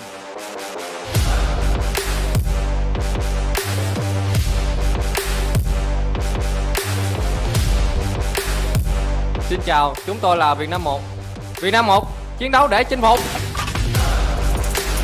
Việt Nam 2, nơi nào có đoàn kết, nơi đó có chiến thắng.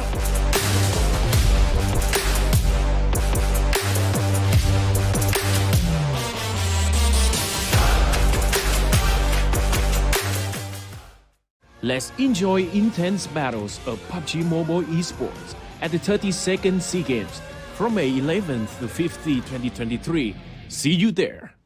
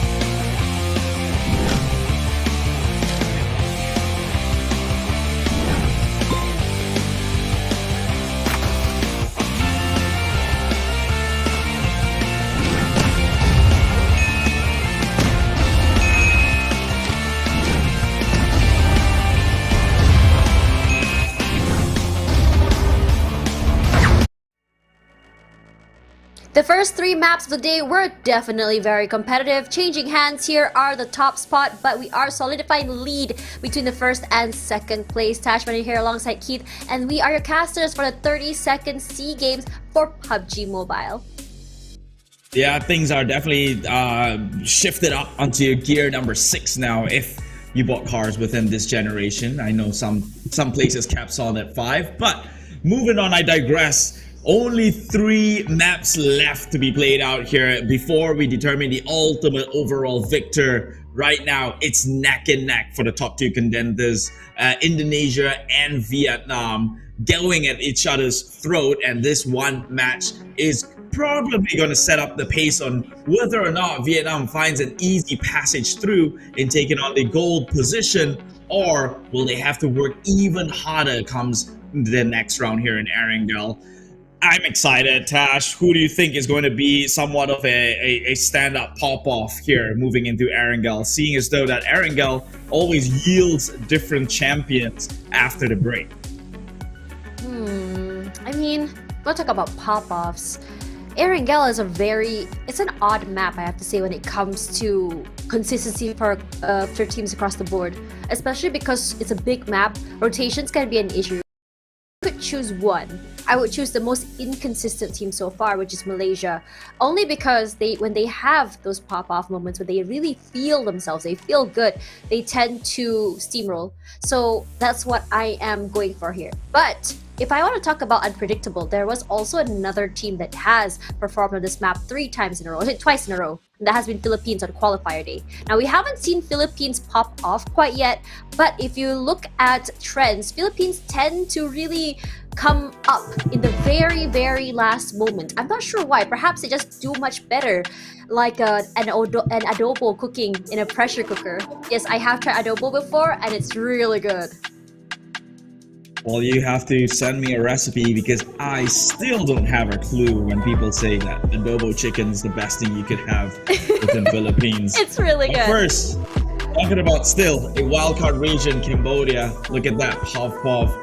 This kid has been going at it since back in the day, 2019. That is where esports started to burst in Cambodia itself, in which the first ever Cambodian team represented the nation in a global level. Yes, it went to an equivalent of back then a PMGC called PMCO Global Finals, and Pov was that player. So he's definitely a veteran, bringing in the experience, and you can see how he take on an MVP title within his team.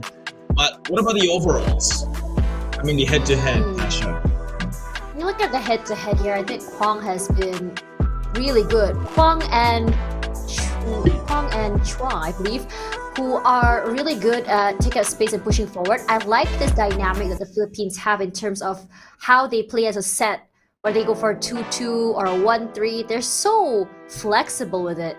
But if you look at Indonesia for Satar, I think he's more of just like a really good player with really good, I would say, game sense for Satar. A lot of openings, a lot of opportunities set by him, while Yummy is the one to get those really big picks, those multi-frags. Satar is the one that creates the opportunity for the team. He likes to play separated, and it's always fun to see his dynamic when it comes, from push comes to shove. Even in a 2v4, or even in a situation where they lose 2 players so early, I think because he's so aware of what each player has to offer, their strengths individually, that's why they're able to survive for as long as they can. Regardless, my eyes are on Malaysia 1, but at the same time, you can't disregard Malaysia 2 as well.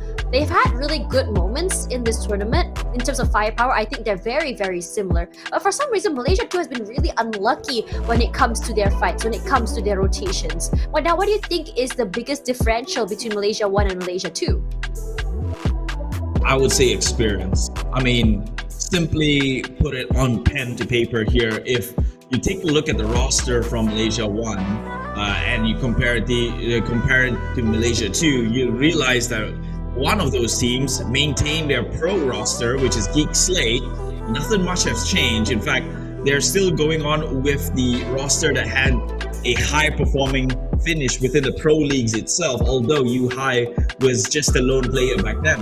So they maintained that sort of dynamics and momentum between these two, all these players. Meanwhile, the other team was kind of a Frankenstein approach, where you have players from different teams banding together to form this supposedly one super team, but clearly, as we can see right now, I would say that the team who had the same coherent dynamics as the ones who ran during the Pro League seems to have a little bit of an edge coming That's here. That's the during PMGC team, right? PMGC from last December when U-High Boy was loaned to Malaysia. Now let's look at another team that's all the way up there.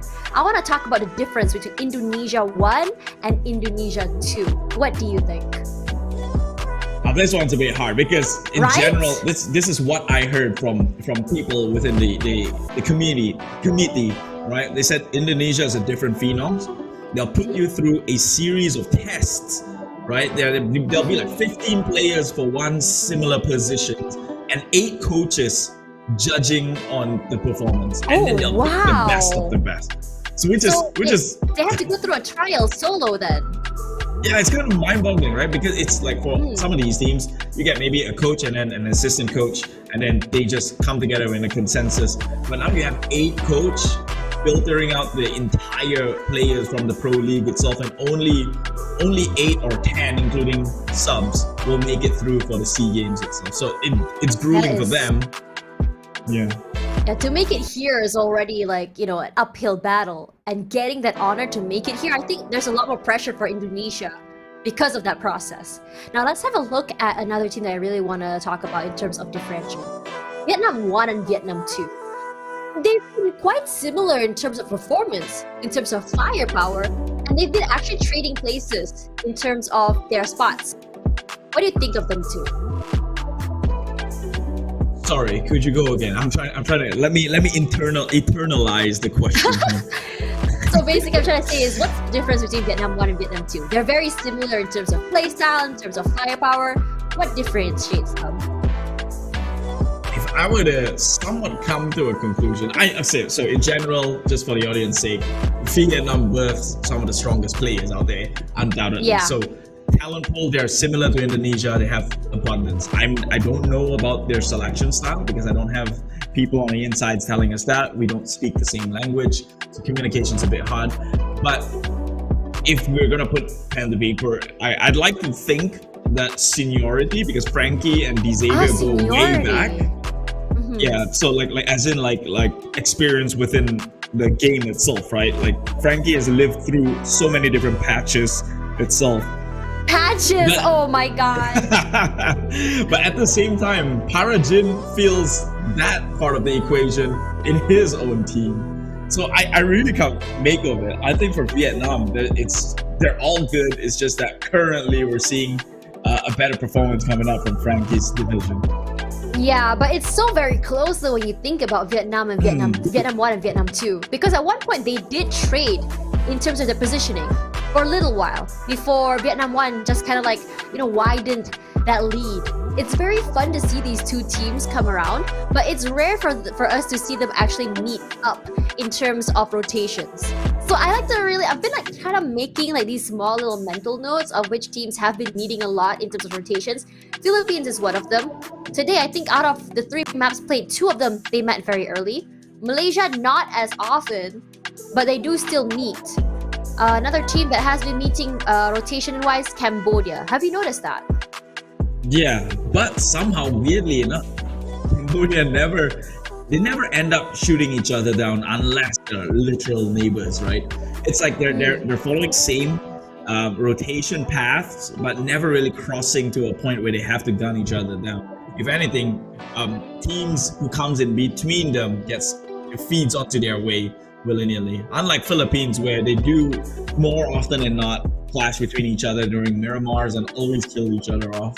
So, thankfully so. But anyway, enough dilly-dally here. Erangel is at a go. It's the first Erangel map of the day and probably going to be the last 3 sets that we're going to see because this is the final day event. And question, what do you expect to see or hope to see with the circle this time around? Now, traditionally speaking, both days of the grand finals we had in off the ball circle. So this time around, what do you like to see, Cash? I would like to see in this particular match an urban warfare straight smack dab in the middle of a town.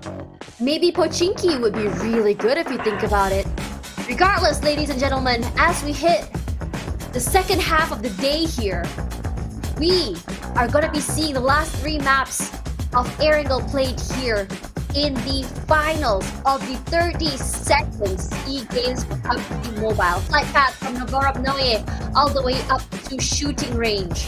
Not the best kind of flight path for those who like to go toward the quarry side, or for these teams, those who are very, very optimistic. This could be a situation where they can like follow a team where they think might not be strong enough, if they know how to mark them at least, or rather chance it, grab the weapons early and just wipe them down. Again, we remembered how it's getting more and more competitive as we come into these last few maps.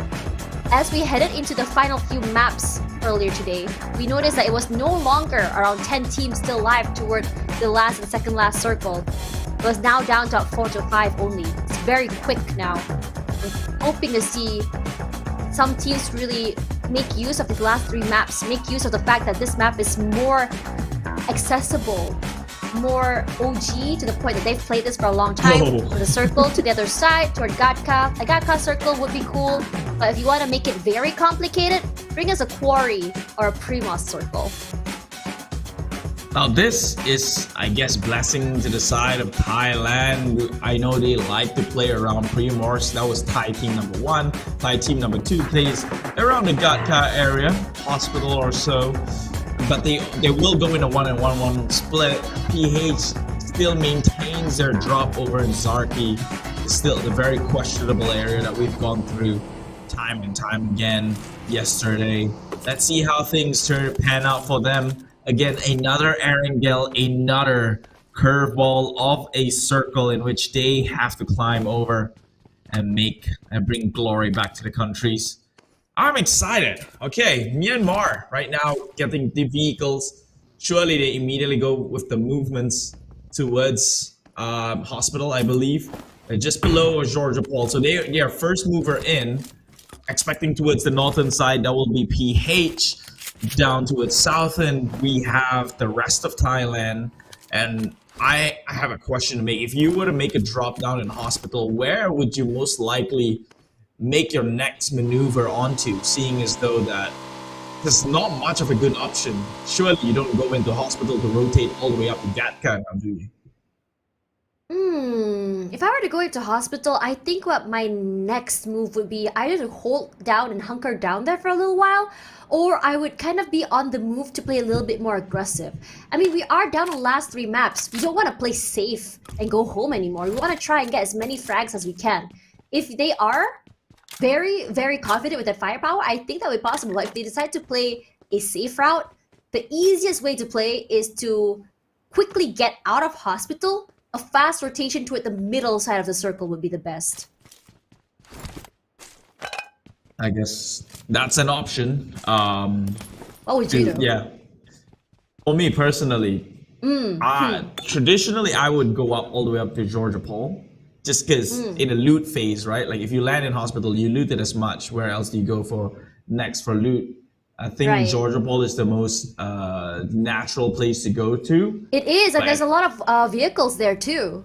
Yeah, but at the same time, the circle did draw downward, so it feels almost like a bad idea to go north.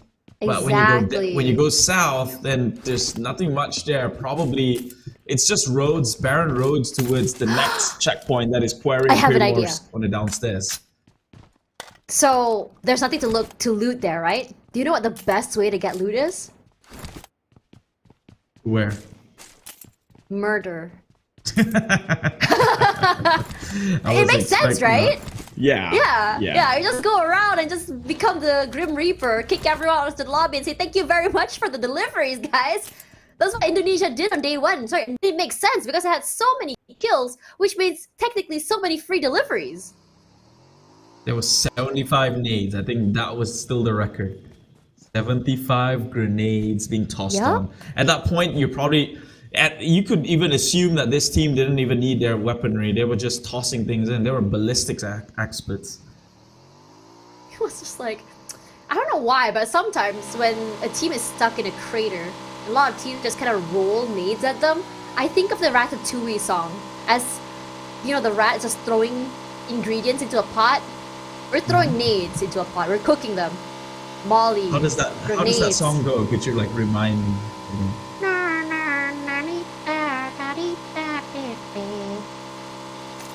I'm bad at singing. Viewers back home, you better hit like. I just made her do that live right now. You're welcome.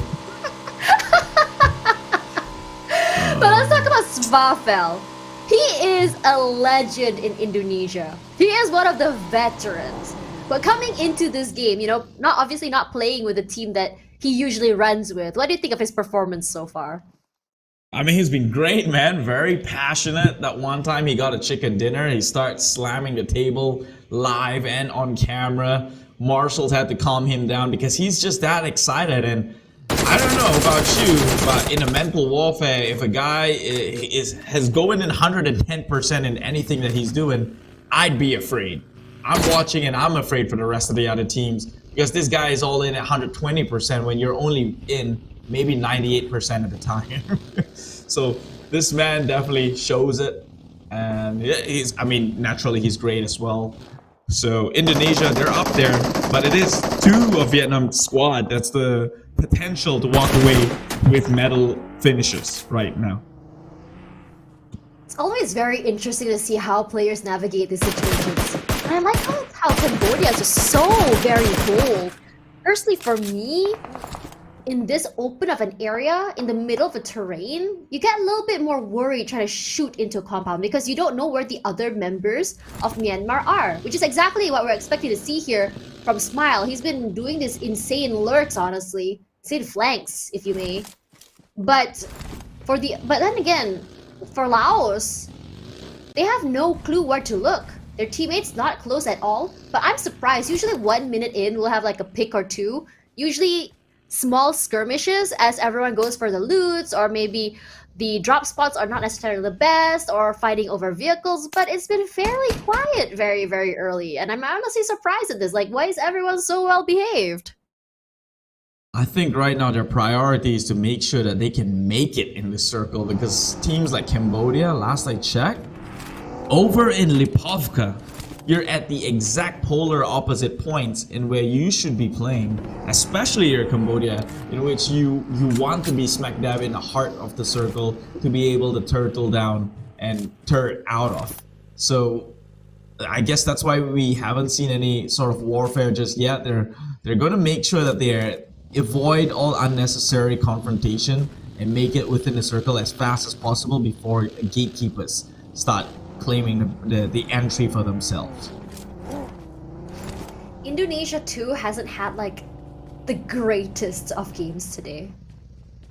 I think that for Indonesia too, probably got caught off guard at how competitive it got.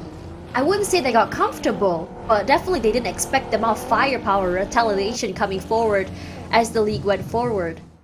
But I think the biggest upset so far, or rather the team that's really, really anxious right now is Indonesia 1. We saw how much, we talked to Svavel just about how much he wanted it. And I was like thinking how yesterday, great, they had a good ending to then hold that thought as one member of a Vietnam team already knocked down here. And I think they're just gonna leave the player behind. Look at that, they've already moved out of the way. The spray's out here from High Boy. This is why everyone likes watching this game. His aggression is just so unmatched. Just like that, he takes out Chua from the game as Snipes coming in from the other side goes for a nice flank across, if you may, with his teammates from inside the compound. Movement from Damgood as well. We know that he's a very great sharpshooter, but this time around they're going to play close to each other, not separated at all. But the buggy already smoking. So Yuhai probably just thinking, okay, we already made it smoke. Either we take the vehicle for ourselves, or if anyone is there, we can just pop it, use it as a way to get a kill. Regardless, for Laos, he's gonna be passing by the other members of Myanmar. Not too sure why he turned that way. Probably he must have saw another player try to zigzag through, but it's okay. Loki is there to finish off that pick. Forza now knocked down. Lizzie takes a bit of damage there, but nothing too scary, honestly. He is in the backseat. He's able to just really go in for those heals, the shields, and they can go once again. It's almost fun to watch players really take these fights in vehicles, because the way they play is that they would just go really, really quickly toward you, either to run you over or just to catch you off guard with those sprays, and then they just turn. And then you're not too sure how exactly you want to be able to quickly spray toward the vehicle when you turn that way.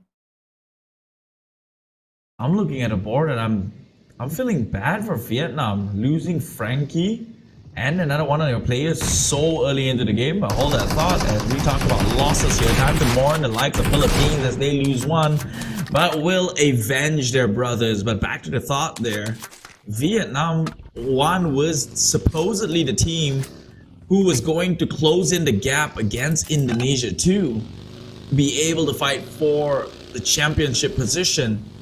But now that they're only down to 2 members, realistically, how much can you get done? You have to play turtle at this rate and maybe only start realistically getting those eliminations in towards the last few circles. And by then, you're not maximizing your point potential per game. You're not going to end the game with a 20th points in total. And that's going to make your next game even harder, a steeper hill for Vietnam to cross on over. What an unfortunate start. All thanks to the Malaysian Giants here. Malaysian Tigers themselves, predators at best. Yuhai taking those 2 members. But look at this. Take a look at the circle now, honing down onto Quarry. Malaysia in prime position to punish. Yes, they are. But for the 2 Myanmar teams, we were just talking about teams or countries who tend to run into each other. We saw it happen to Malaysia and now Myanmar. Rosemary inside the same building as the Vietnamese team. Not sure if they're aware of this. A potato from the outside, the sprays come through. And Rabis, he's aware, he moves out of the way. Rosemary is moving twice, 2 people together. So at the very least, he has a potential for trade. I'm surprised that Rabis was allowed to get away alive. Rosemary just gonna be throwing in some nades, clearing out those angles and areas. At least with those nades, he doesn't have to worry too much about any DBS picks. The first team already knocked out of the game is Philippines 1, and with 0 eliminations. Like it or not, Philippines 1 has to buck up. The next 2 games are going to be extremely rough and mentally taxing for them. But as this Vietnamese and Indonesian warfare comes through here, you also see Vietnam 2 being very opportunistic on the other side. They are playing the high ground area, and I think this is a very classic play for them, because all they have to do is just watch this fight unfold, steal as many points as they can, or they themselves just rush in and take the whole area and clean up house. Talking about cleaning things up. Yeah, Rabis being the pest, still within the building here, just refusing to get exit, but he hears the footsteps. They look to check behind the house, they spray. Up on a Raven, man, he will go down, not to the disease, but the bullets coming out from the side of Indonesia's themselves. Meanwhile, another war breaking loose by the hills. Myanmar takes down member from Laos, but they traded against Marnay. And now 1sec comes in to retaliate. Back out, will have to back out of this fight unless his friends get something to say about it. Shooting from the distance. Surely the back out will eventually bleed down to the death, but it will be a safe conquest here for the Myanmar team, only losing 1 in the process. Timor-Leste, not bad honestly. They already have 1 elimination. They're really good when it comes to those early fights, those early skirmishes. Survivability, not so great. We did see signs of life earlier, but when you're so far behind, I think at this point they're just trying to enjoy their time as they kind of catch up with the other teams, perhaps just trying to go for placements. But the circle, I would say that this is quite a very aggressive circle already as it pulls up ping pongs toward Quarry side. I am so sorry, teams. I swear to God, I'm pretty sure I am jinxed at this point. I did say Quarry or Fairy Pier, and that's exactly what we got. Regardless, Vietnam won. They're always so quick on the ball in trying to get those high grounds. I always talked about them predicting the circle. You know what? I take it back. It was more about just them getting prime location. That is a very micro angle that was shot at by Myanmar to Malaysia. Thankfully, that's not take him down, as Cambodia tries to stop the Laotian team from rushing forward. Laos, despite the setback of losing Zimbal so very early, they already have 4 picks into the bag. So even if they were to just survive toward the end, it's already enough points for them to move forward. Indonesia forcing their way through, they do not give a damn about the other teams holding down the area. Swavel really quick on that by Sweet Potato that's cut out here. Swavel with the DBS immediately finds Yen. 2 shots to the face, that's enough for him. The corner fight will not give him any value though, as he does go down. Rosemary as well. Indonesia won, eliminated at 15th place with 3 eliminations, but you really gotta give it to Indonesia too. And Malaysia too, honestly. It was as though they were trying to take 2 teams down at once. A little bit too ambitious if you ask me, that particular push, but they had no choice. No, to be fair, Indonesia should have won that fight. Malaysia only had 1 man still standing and he was low. Swavel went in. He went in, but he missed the swing. And immediately there was so much time for the likes of Malaysia to switch into the DBS and shot him down. Well, I guess that's one thing you probably hate about a third-person view. The moment you miss that one up, you kind of have to swing your view just to get him back onto sights. And it's the same as first person, honestly, in my opinion, because it's all about checking that corner. And sometimes there are situations when I play PUBG Mobile and I feel I check and clear every single nook and cranny. But there wasn't a guy in the corner though. It was one man. Yeah. No, he was in front of the box. So he swung and walked towards the box side, and the guy came from center of the hall towards him. And it was just one person. It really was. Sometimes it's just that, right? That one minor moment that just changes the whole thing. Speaking of changing the whole thing here, Laos needs to find a way to change the situation. Thinny and 20, the last 2 players left alive, they're so very low, and I don't think they managed to even loot properly. Regardless, Trong Zin, no mercy from him at all. Another nade thrown out there. I'm not too sure if it's actually going to hit the trajectory that he wants it to hit. Nice little hop from Parajin into his vehicle. And again, those picks were taken away by the Indonesian team. From where, I have no clue, but Malaysia won, continue the rampage of aggression onto Myanmar 2 this time round. But they have to be careful. Vietnam won and Cambodia won from the high grounds, just watching here. Anticipating like vultures, waiting upon rotting flesh. Regardless, for Ichi, the high ground is in his favor. He has a balcony. But Malaysia won, very smart. All those smokes giving cover, and the sprays throughout. It's making it so difficult for them to really hold down these corners. Nice little reset, but you see that Ichi running out of resources, doesn't really matter. Eats a lot of damage. Smile as well, running for his life. Sprayed as soon as he gets into the house. Zai is there to receive him for the revive, so it's not too bad at all. But the push out from Malaysian team is not stopping. Nades as well. They're running out of time. Snipes wasting no time to let the reset. Ichi immediately lobbied here. West as well. That is immediately a firing squad onto Zai as well, and immediately Myanmar 2 hopes and dreams shattered by the Malaysian team. Despite getting 1 knocked here, no harm, no foul. Joseph tries to continue it, but I think no problem for Malaysia to get the reset.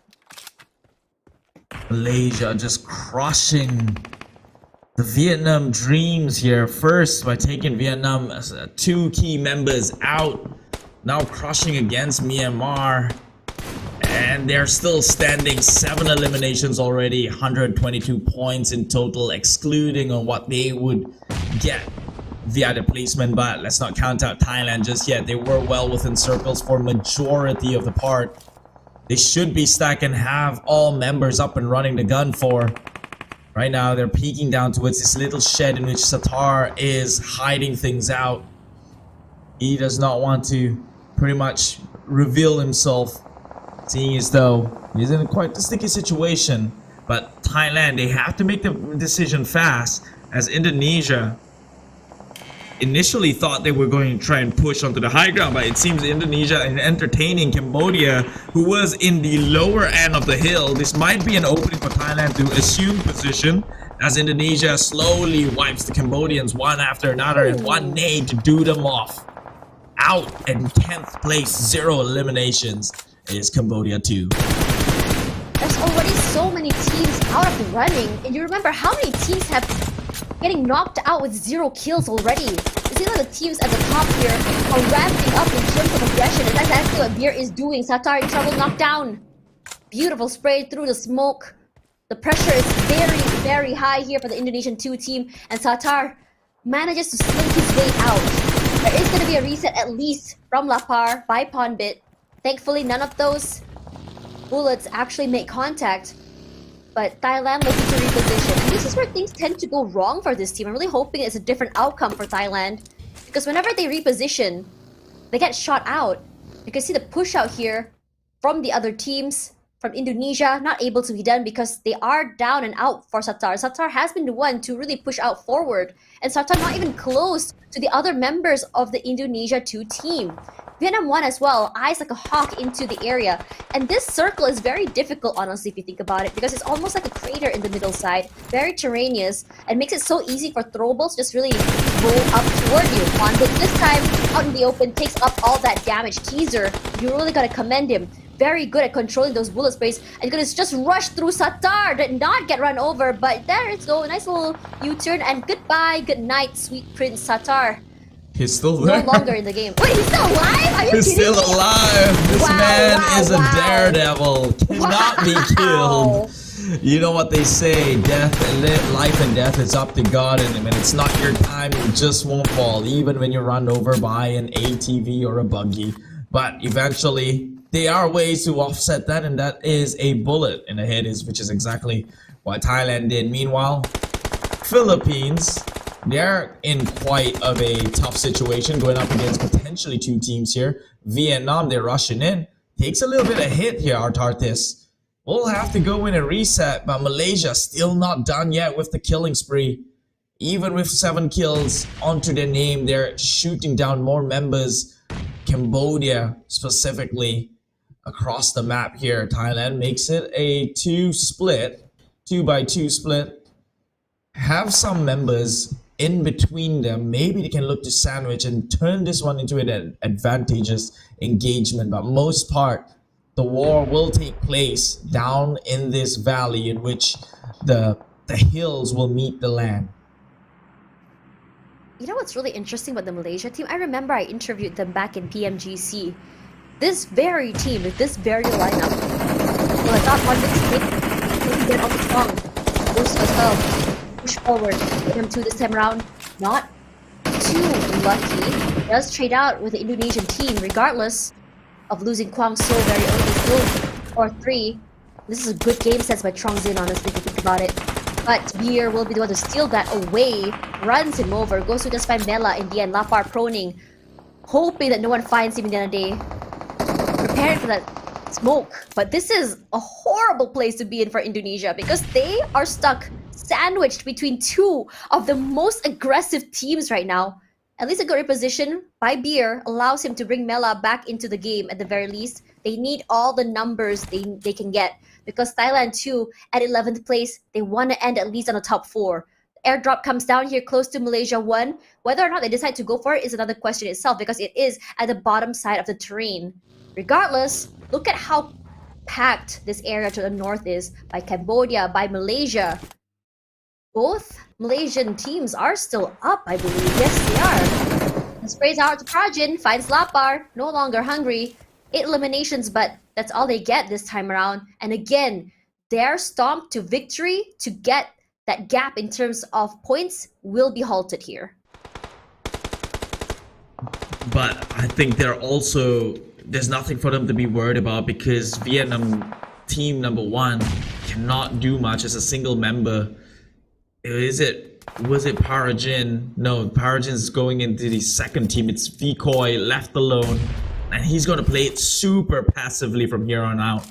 If anything, this opens doors for Vietnam's second squad to try and closing the gap towards contesting that silver points. They found Teaser, so we know Mela's not playing in. Oh, actually, Mela's right there. So who did Teaser take in place with? That doesn't matter for the time being. All right, Parajin, Vietnam, a snake in a bush, finds his way closer, inching towards the Thailand side. Trong gets a kill onto one of the Thai teams, leaving only 2 in play. Mela and Beer 11 up against the world. 2 of Malaysia's teams made it into the top 5. 1 Vietnam, 1 Thai, and Cambodia to duke it out. Still waiting for that final moment for that engagement to happen.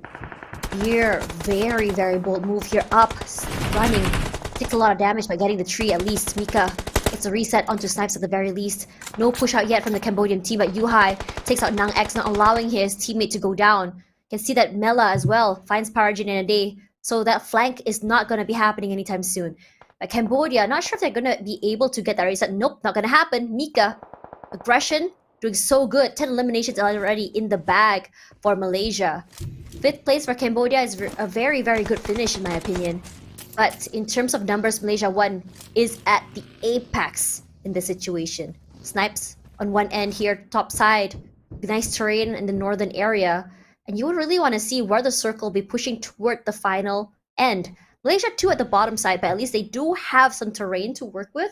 And I think that for them, given the fact that it's quite inside of the vicinity of circle, this might be a great advantage for them, even though they don't have the numbers advantage. I think them being in the low ground could also pose as a disadvantageous threat. Again, it goes down to the circle and where it closes. But for the time being, Malaysia too cannot stick their heads out. It's an easy pick-in to all the team who currently sits on top of the hill. So it goes down to their trigger discipline and how they choose not to overextend themselves. Circle's going to them! Now they have the circle, and this could just very well maybe shift things upon V. But Malaysia 1, they do have vehicles. So if they're trying to maybe crash onto the compounds of where Malaysia 2 currently plays, they can very well do so, just as long as they know what they're up against. Don't make the same mistake Thai did earlier on within this tournament, in which they created a failed crash moment which cost them the entire game. And right now, might just happen to Malaysia if they're not going to get careful about their surroundings. Vietnam and Thai still in place to put them on hold. Malaysia 1 is... it feels like they have a lot of control for this particular terrain, given the fact that they do have the vehicles as well. Nice reposition, but they are still playing far enough so that they don't get blown up together, but quick enough to go aggressive. They spot out the 2 members of Thailand. I was a bit worried that they didn't see them, but thankfully they did. They had marked them for a while now. But Mika, a little bit for reposition, putting his buggy to the right, at least gives me a little bit of cover. But right now, their attention is stuck onto the members of Thailand. Yuhai Boy will be the one to put his attention onto the members of the Thailand team. 1 are knocked down. They will answer back at the very least. But a nice crossfire from 2 members. A nice little swing from one side. DBS play. That's nasty! Thailand goes down, but look at the amount of damage that's come through. But here comes the Vietnam 2 team. Can they actually get this reset? Is the question. The nade comes out here. It's nasty! It goes down! And just like that, Malaysia 1 eliminated. But it's okay though. 12 eliminations put them in quite a favorable position. Malaysia 2 has not made a single noise quite yet. They're staying as silent as a mouse. The circle slowly will be pulling in toward the middle side here. And Vietnam 2 has to try and go down this terrain. This is not the best situation to be in. It's very open. The blue zone will quickly eat them. And if Malaysia 2 plays this right, this would be, or might be, their first chicken dinner. Jumper still alive. Everyone would love to see this man finally in action. Supposedly legendary player coming in from Malaysia. He's been in numerous regions, or even playing for, I believe, Vietnam once over in Box Gaming. I do remember the name Jumper. I might be wrong in the history, but as I do recall him playing for international organizations, and that's how he made so much of a name of it for himself. Right now, the high ground favors the like of Vietnam here, not really the likes of Malaysia. And with the circle closing in real soon, if Vietnam can play it a little bit patient, Malaysia will be flushed out and shift the tides over to the likes of Vietnam. Gosu will be trying to play it by the tree lines here under the cover of smoke that was deployed by Malaysians themselves. That is a telltale sign on their positioning currently. And Echo takes a little bit of a jive into the blue zone. Will take a lot of hit there, but another nade will come behind the trees and it takes down one. Echo, this is an opening for the likes of Vietnam. Gosu spots out his position. He will be marked as the information relay is there. Gosu maybe goes down for the big play, but it is Strong who shoots it from the top side. But Malaysia with Jumper will of course help his team to jump this way to the top. All smiles for this kid right here. What a play! 1 versus 2! The preparation was so good. They didn't have the high ground advantage. How did they supplement that? What was their solution? Lots of smokes. Gives them a lot of wiggle room to work those trees, marking the 2 players from Vietnam and understanding that Vietnam has to come down eventually. And because they have a very nice angle to work with, a very, I would say, steep terrain, it worked out in their favor. Jumper, this legendary player, a very, young prodigy, just doing so very well. And finally, Malaysia too comes up on top. But in this particular round, both Malaysian teams look so very good, taking 1st and 3rd place. But you gotta give it to Malaysia too. Playing as a 2 for so very long. I think half the match, only 2 players left alive. This guy is insane. I mean, the guy's always been a legendary player within the Malaysian history, and we kind of know why at this point, right? With his contributions to multiple pro teams, including the legendary Yudu Gang back in the days. Here he is right now, again, making Malaysia proud. It was with this man that they won the Malaysia Book of Records for that team alone. And it's with this man again, another chicken dinner here in the SEA Games goes to the side of Malaysia. Just small kid, but with a big heart. And the princess of Malaysia knows that. I think he's got a picture with the king, the Sultan himself, so. It's always very fun interviewing him as well. I think that for Jumper, he's such a personality, and he's, given the fact that he is such a good player, whenever you interview him, he's always very happy to make your day. He's very gracious, and really looking forward to this interview. Now, coming back to the game, I feel like for Malaysia too, I didn't have a lot of hope for them. I'm gonna be real with you, but it was so hard to contain my excitement because honestly, personally, in my opinion, I was sort of banking on Malaysia 1 to get the chicken dinner in that situation. They had the high ground advantage. They had the numbers advantage. Unfortunately, they went down and were taking up too much damage from the Thai team. And you know how Vietnam is. They're very opportunistic. They like to wait till the very last moment, and one nade ended the entire team. But given the fact that Malaysia 2 knows exactly how to play the survival game, it works so good in their favor. Now the match standings, despite the fact that Malaysia 2 got the chicken dinner, Vietnam 2 and Malaysia 1 will be overtaking them, taking the 1st and 2nd spot, 17 and 17. Holy moly, tied in the 1st and 2nd place. Regardless of that, Malaysia 2, playing as a 2, still managed to bag 6, putting them 1 point only behind the 2 giant teams. And this is why people say that the meta now isn't all about the chicken. The chicken is great, but it really isn't, because even like Indonesia alone, who fell down much sooner than everyone else, I believe it was 7th place, Indonesia 2, only getting 1 rank points, but because of the eliminations, they're on a 5th place across the board right now, taking home a total of 9. So that 9-point lead is definitely going to feel much better than Vietnam Team 1, who only has 5, who's trying to keep up to the likes of the top 1 position. Across the screen right now, outstanding teams.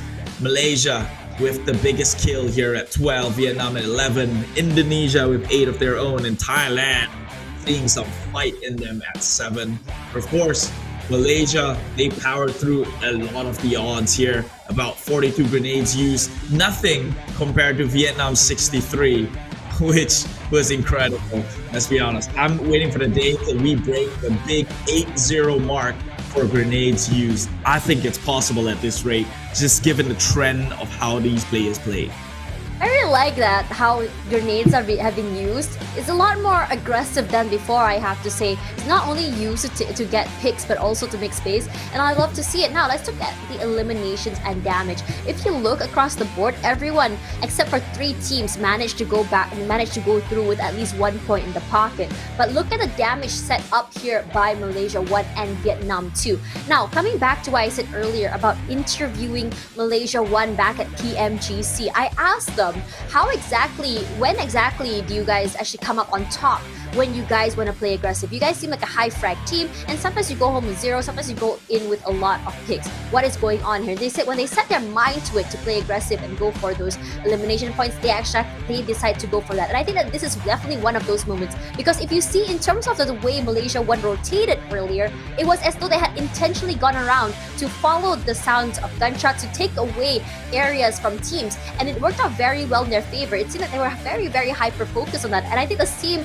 sentiment can be put to the Vietnam 2 team. Now, as we go toward the overall standings here, Indonesia 2 still very much in the lead, and I think that is because of consistency. Yes, they didn't really get the chicken dinner or get the top 5, but again, as mentioned before, if you ever end the game at 5 to 8 points, regardless of what placement points you get, you are going to still maintain your lead, and that's exactly what we're seeing here for Indonesia 2. Insane for them to be able to consistently put numbers across the board this well, this late within the tournament. If you ask me about Indonesia too, I can't even remember the last time they had a bad game. I'm pretty sure they were, but I don't remember because it's all negated with how consistent they play. Even yesterday, they're consistent across the board. They still got managed the 3 to get 1 to dinner. 2. Yeah, they got 1 to 2 after that in Erangel. It was rough. But because they had built such a significant lead, look at that, even if they go out early and only get 8 points, it's still enough. It's enough for them to still maintain that. But if you look at it in terms of rank points, Indonesia 2 is not even close to Vietnam 1. So it does show here that their objective has always been an alternate way of gaining those rank points. And this is why I say every time you go into the game, you must have an objective on how exactly you want to take this fight, want to take this map. Yes, you can be adaptable, but as you go in, it's kind of like this. Okay, so what are we going to do here? Clearly, our efforts to get the circle is not working. Teams are a little bit too aggressive. How exactly are we going to get to the final circle? Well, let's do this first. Get as many eliminations as we can. If we make it to a certain number of circle, then we'll go for survivability. It depends on how exactly you want to start that game, and teams with this objective tend to do way better than a team who just goes in and kind of hopes to make it through till the end. Exactly, and that's why you see Timor-Leste just taking the brunt of the outcome here. They try to play ranking as best as they can, seeing as though they're always hunted down, but even just trying to merely survive is proven a little too tough for the guys. But I do hope to see them come back stronger when the next SEA Games come. I know it sounds like we're counting them out of this entire tournament already. Well, I'm counting them out in the medal finish, for a medal finish. Let's be honest, let's be super realistic here. That's not happening this season, but that doesn't mean next season they won't stand similar chances as Vietnam or Indonesia. Until then though, right now that my eyes are fixated only on the top 5 position. Why so? Because that's when it matters the most. We watch the SEA Games to see who takes home what medals into whose country, and that is going to be the topic and highlight moving into the Pro League once the season begins. I think what's really interesting is the fact that for all of these teams here, there was already an expectation for which country would excel in the 32nd SEA Games, which names are already up there. And I think that even as years and years go by, we meet once a year for the SEA Games, this consistency has been echoed throughout by these teams. So far, the only upset I have really seen was Thailand 1, but let's hold that thought because the interview is now ready. Let's have a look or chat with Jumper, hopefully. And on top of it, it's a 1v2 clutch from the IGL himself. How do you feel? Dia apa kau rasa? Sabarlah. Saya rasa sangat happy lah. Walaupun poin kita orang jauh, tapi kita orang akan cuba buat yang terbaik untuk naik atas segala. He said he's very happy and he try his best for team and for country. បាទគាត់ថាគាត់សប្បាយចិត្តខ្លាំងមែនទែនតែម្ដងដែលអាចយកជ័យជំនះមួយនេះបានហើយគាត់នឹងព្យាយាមអស់ពីសមត្ថភាពសម្រាប់ក្រុមក៏ដូចជាសម្រាប់ប្រទេសរបស់គាត់ So there's no doubt you're very happy at the moment, but as an IGL, I used to be an IGL too, not to brag or anything, but sometimes you make good decisions and sometimes you make bad decisions. How do you keep your team together if sometimes you all together make a bad decisions as the leader of your team? Sebab tu kita orang perlukan coach macam Mos ni. Mos akan tenangkan semua tim, player kita orang dan bagi tahu apa yang kekurangan daripada tim. Okay, he said when the team is going to down, he said me is more important to team because I keep the team cool and stay and make a comeback more. And he said I'm cute. Thank you, Jumper. បាទដូចគ្នាដែរគាត់ថានៅក្នុងនាមជាអ្នកដឹកនាំក្រុមម្នាក់នៅពេលដែលក្រុមមានអារម្មណ៍ថាគាត់កំពុងតែធ្វើអត់សូវបានល្អឬមួយក៏កំពុងតែដើរទៅផ្លូវមិនល្អគឺគាត់នឹងព្យាយាមប្រមូលក្រុមមកវិញហើយព្យាយាមរក្សាក្រុមនឹងឲ្យមានចិត្តសប្បាយរស់រាយហើយដូចគ្នាដែរគាត់សរសើរគ្រូរបស់គាត់ថា cute, right? He said you're cute, right? Yeah. That's correct. So he said coach is cute. Yeah, okay, very cute. All right, last question from you. What do you want to say to your supporters who is here right now and of course watching from home? Okay, kepada semua penyokong-penyokong Malaysia yang ada di sini ataupun tengah tengok live, berikan sokongan yang penuh walaupun kita orang bermain agak kurang baik, tapi kita orang cuba yang terbaik juga untuk Malaysia. He said to all supporters in Cambodia or Malaysian, he's still our Jumper and team still try our best to be better and keep fighting. បាទគាត់ថាអរគុណដល់អ្នកគ្រប់គ្រងបាទទាំងកម្ពុជាយើងក៏ដូចជាទាំងម៉ាឡេក៏ដូចជាគ្រប់ទាំងអស់គាត់នឹងព្យាយាមឲ្យអស់ពីសមត្ថភាពដើម្បីបន្តបង្ហាញជាមួយនឹងសមត្ថភាពដ៏ល្អបំផុត Thank you, Jumper, one of the most legendary IGL in the game himself. And we look forward to get one more chicken at least, right, for the last 2 games? I try my best. Okay, he'll try his best. Thank you. Back to our casters.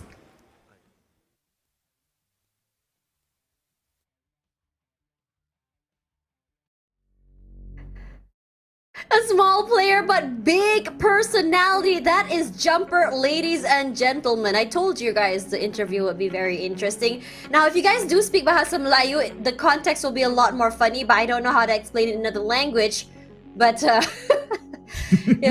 Mas Goku, if you're watching this, shame on you. Yeah, so the inside joke is this. We gotta pull the viewers on it. Myself and Tash, we've talked to Masgoku, the coach, and he always insists that we call him Masgo Cute. And I'm pretty sure in that interview alone, he inserted the cute by himself without prompt from Jumper. So that's just the man he is. But you know what? He can be as shameless as he wants to. That's his moment. And we're gonna take a quick break here for the 30-second C games. Tash Bunny, I'm Keith. We'll see you in just about a bit.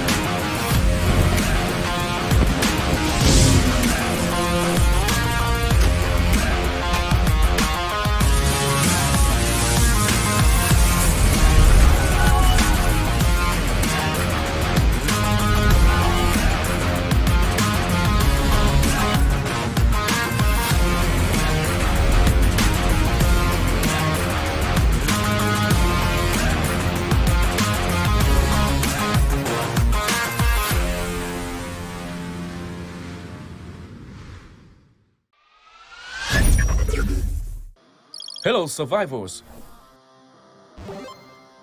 The 32nd SEA Games is back. The Southeast Asian Games, also known as the SEA Games, is a biennial multi-sport event. From May 5th to 17th, 2023, Phnom Penh, the capital of Cambodia, will play host to the 32nd edition of this special event. Esports event Pubg Mobile is honored to be part of the medal competition list for the second year. In this year's competition, we will welcome 19 teams from 10 different countries, including Vietnam, Brunei, the Philippines, Malaysia, Timor-Leste, Thailand, Myanmar, Laos, Indonesia, and the host country Cambodia. 19 teams will compete in 2 events, team and individual. Especially, a total of 2 sets of medals will be available for each Pubg Mobile event. Firstly, the team event will be divided into 2 phases. The qualifiers will take place only on May 11th. During a single day, the 19 teams compete in 6 matches without a group draw. The 16 teams with the highest scores will advance to the finals. The finals will be held over 3 days, from 12th to 14th May, in order to determine the best team for the gold medal. The point system is familiar. The top place receives 10 points, the second place receives 6 points, the third place receives 5 points, and the points decrease gradually for the lower ranked teams. In particular, each eliminating point counts for 1 point. Next up is the individual event. 6 athletes will be nominated by each participating country, except Brunei that only sent 5 athletes to the competition. As a result, 59 athletes from 10 countries will compete in 32nd SEA Games. This event will compete for only 1 day, 15th May, with 8 matches. About the point system. The first place will get 20 points, the second place will get 16 points, the third place will get 15 points and gradually decrease to the 48th place. There will be no ranking points in the 48th to 60th places. Each eliminating point counts for 1 point. Different from the team event, in the individual event, the athletes won't be saved by teammates, so watch out. At the upcoming 32nd SEA Games, may all the teams achieve the best results to bring glory to the country. Let's enjoy intense battles of Pubg Mobile Esports at the 32nd SEA Games from May 11th to 15th, 2023. See you there. This May, please welcome 19 teams from 10 countries. Compete at the 32nd SEA Games Pubg Mobile Esports. ជម្រាបសួរអ្នកទាំងអស់គ្នាខ្ញុំមកពីធីមជម្រើសជាតិកម្ពុជាមួយហើយ slogan របស់ពួកយើងគឺ Fight to the end ជំរាបសួរពួកយើងគឺជាក្រុមកម្ពុជា2ពួកយើងនឹងប្រយុទ្ធរហូតដល់ទីបញ្ចប់ដើម្បីទង់ជាតិរបស់យើង Hola, I'm el primer equipo de Timor-Leste. I'm pronto a competir. Hola, I'm el segundo equipo de Timor-Leste. Lutamos con espíritu. Hello, kami tim Brunei Darussalam. Brunei yakin. สบายดีพวกเขาทีมเราหนึ่งพวกเขาพร้อมที่จะได้ไปหับเรียน สวัสดีพวกเขาคือเราสองสโลแกนของพวกเขาคือลิ้นแบบบ่เสียใจ အားလုံးပဲမင်္ဂလာပါကျွန်တော်ကတင်ပါပါပါအဲ့ဒါနဲ့ညီမစီကင်းအတွက်ကျွန်တော်ရဲ့ဆောင်ပေါ်ကတော့ we play we rise ဖြစ်ပါတယ် အားလုံးပဲမင်္ဂလာပါကျွန်တော်ကတော့တင်းမြန်မာတို့ဖြစ်ပါတယ်လက်နေမြောင်စီကင်းမြောင်ပဲမှာကျွန်တော်ရဲ့ဆောင်ဖို့ကတော့ Together We ရဲ့ channel ဖြစ်ပါတယ် Halo semua, kami dari Malaysia 1, Malaysia boleh. Assalamualaikum, kami Malaysia 2. Demi Malaysia. Pilipinas, lakad matatag. Pilipinas, lakad matatag.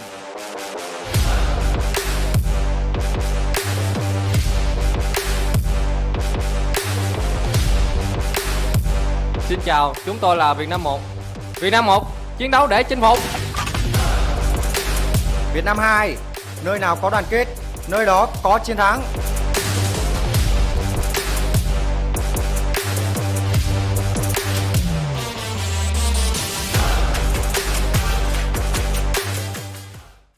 Let's enjoy intense battles of PUBG Mobile Esports at the 32nd SEA Games from May 11th to 15th, 2023.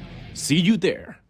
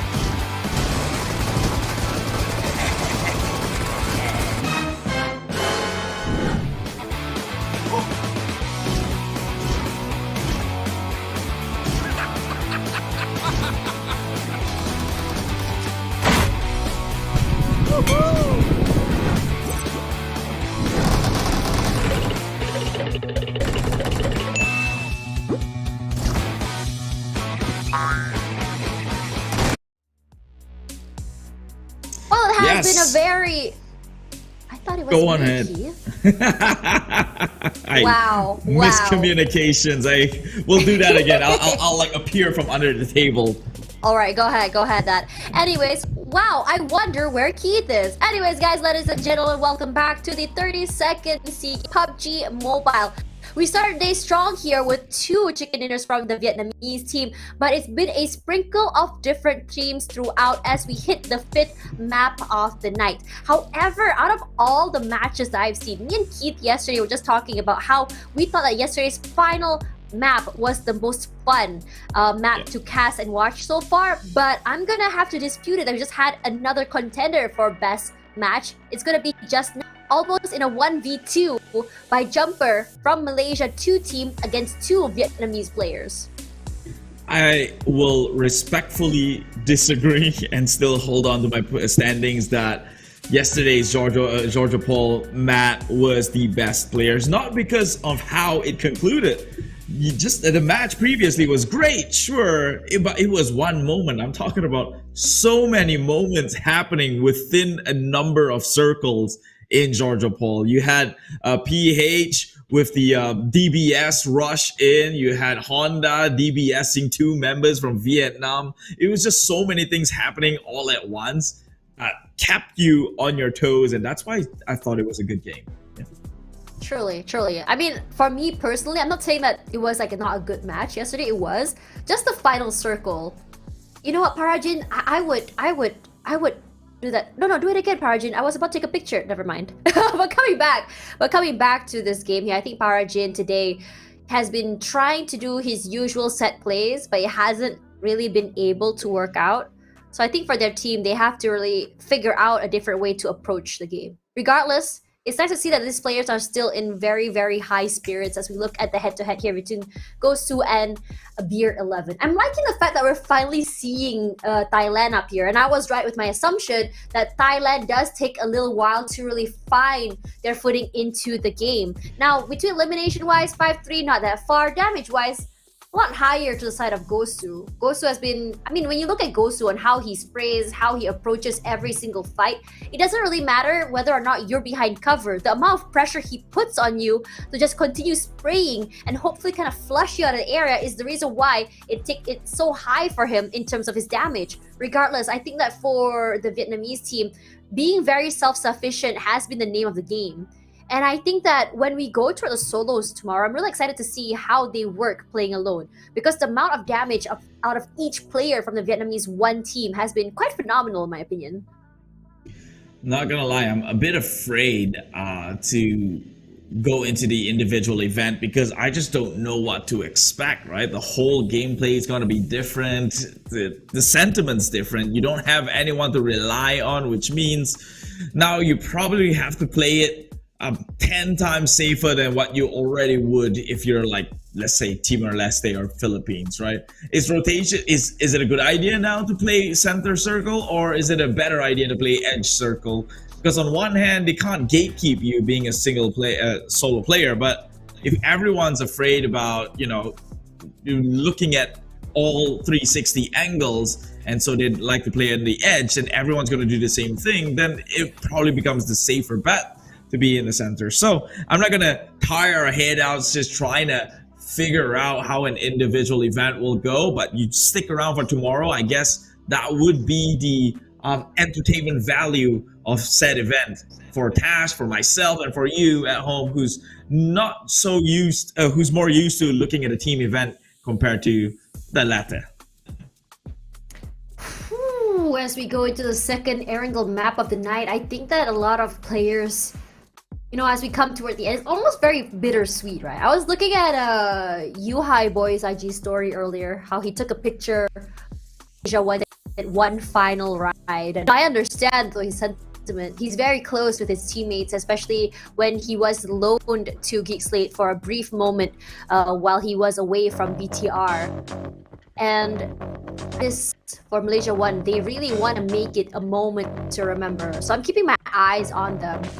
But for the rest of the teams here, especially Vietnam, and I think one more team that I really want to look at here is Indonesia 1. I want to see what they can do, what they can bring to the table as we hit the final two maps of Erangel. Flight path from the northern side of Severny all the way down to Softanovka military base. It's a nice little cut in between the cake. Everyone being able to go to where they want.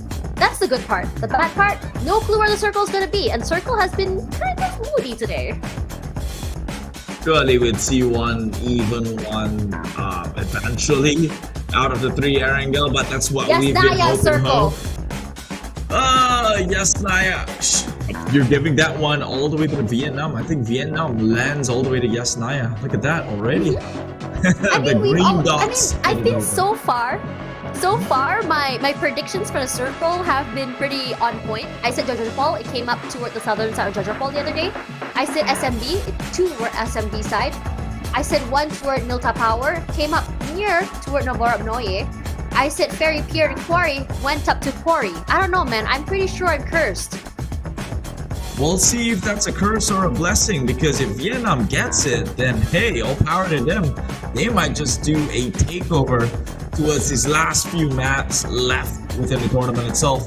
But don't want to jinx anything right now. Flight path to the circle in SMB. This is awful! You are lucky to get it right the previous round, but it seems like Erangel will continue with its trend to pretty much put players in tougher positions. And talking about tough positions, Vietnam already losing Quan Ji, a key member within the team. I mean, Paragon does have a weapon, but it's not the best weapon to work with. Now, Thinny is hopping on the top side of the car. Gonna be some road rage murder coming through here. Passing by, puts his car a little bit close. A nice little U-turn and a nice little spray out. I'm liking the fact that he's checking first where the other members of Vietnam is before he goes forward to run him over. Oh wait, he's still alive. Okay, now he's dead. Okay. Now moving on. You can see that Paragon was equipping and unequipping his weapon. You can see that he wants to help, but he's at the situation where he's powerless. He wasn't fast enough to loot. Wasn't able to. Now for Indonesia too, with Vietnam 2 losing one member already, technically this is good news for them because it's already one player with hefty firepower out of the way. We already saw how he performed, how he pushes out, how he's able to take up space and just put pressure on separated members of a team. And having one member out of the way means great news for the Indonesian team. Wow, great Yummy, great driving. Even greater news for Malaysia too, because Vietnam too could very well just surpass them if they have a good game. But I don't think it's fair to kind of count them out because Vietnam plays on a different ball game. They're not like Philippines in which they require all 4 members. But so is Malaysia, already taking out one member, Pubg, the key player for one of the Cambodian teams here. So trades going across the board here between some of these teams. Timor-Leste now finds themselves in a raw Zok already, so they're making an early rotations to try and secure their way within SMB, which, let's be real, by this time of the game, there's always bridge trolls already charging you fees by the entrance. I'm excited to see. I really like bridge fights. It doesn't have to be a circle being on the bridge itself. I just like to see the rotation and how teams come out of it. I haven't really seen any team who gets out of a bridge toll alive. Usually it's the team that comes out on top is usually the team who's already made their base there. Pick up base, back up from his base, finds triple one. Unfortunately has to reload, and by that time triple one is already biting the dust as Lao is looking to hit this area where Honda is holding all alone. A nade comes out here, maybe get lucky, a little bit of damage to come through. And there we go, one single nade to take this legend out of the way. And not gonna lie, I'm a bit disappointed because I was really hoping to see more DBS jump shots from this man. Yeah, this guy's pretty much the best player, I would say, coming out from Laos at this point. Just by judging on this tournament alone. He's 1v3 clutch so many times that I don't even remember what the other member highlights were. But now we will fix our eyes onto Teaser stand-in, if I'm not mistaken, to one of their members here. What do you think of that? Teaser's new. I think he was the young lad who kind of propped him away and did Spider-Man inside of the camera, but you know what? Hold that thought, because bigger fish to fries. Yeah, Yuhai takes Casito from Philippines. That's one member gone from the Seaball squad. This is a very interesting, I would say, set play coming in from the Malaysian team. They're very, very separated in a nice long line, but it does have access to the road, which means they can quickly rotate to each other. But you see how they move toward each other here is zigzagging to avoid any shots, and it's also in a way that zigzags to clear any of the trees, angles, and foliage. But no picks quite yet, but if we stay long enough later, we might be seeing a whole bloodbath coming through.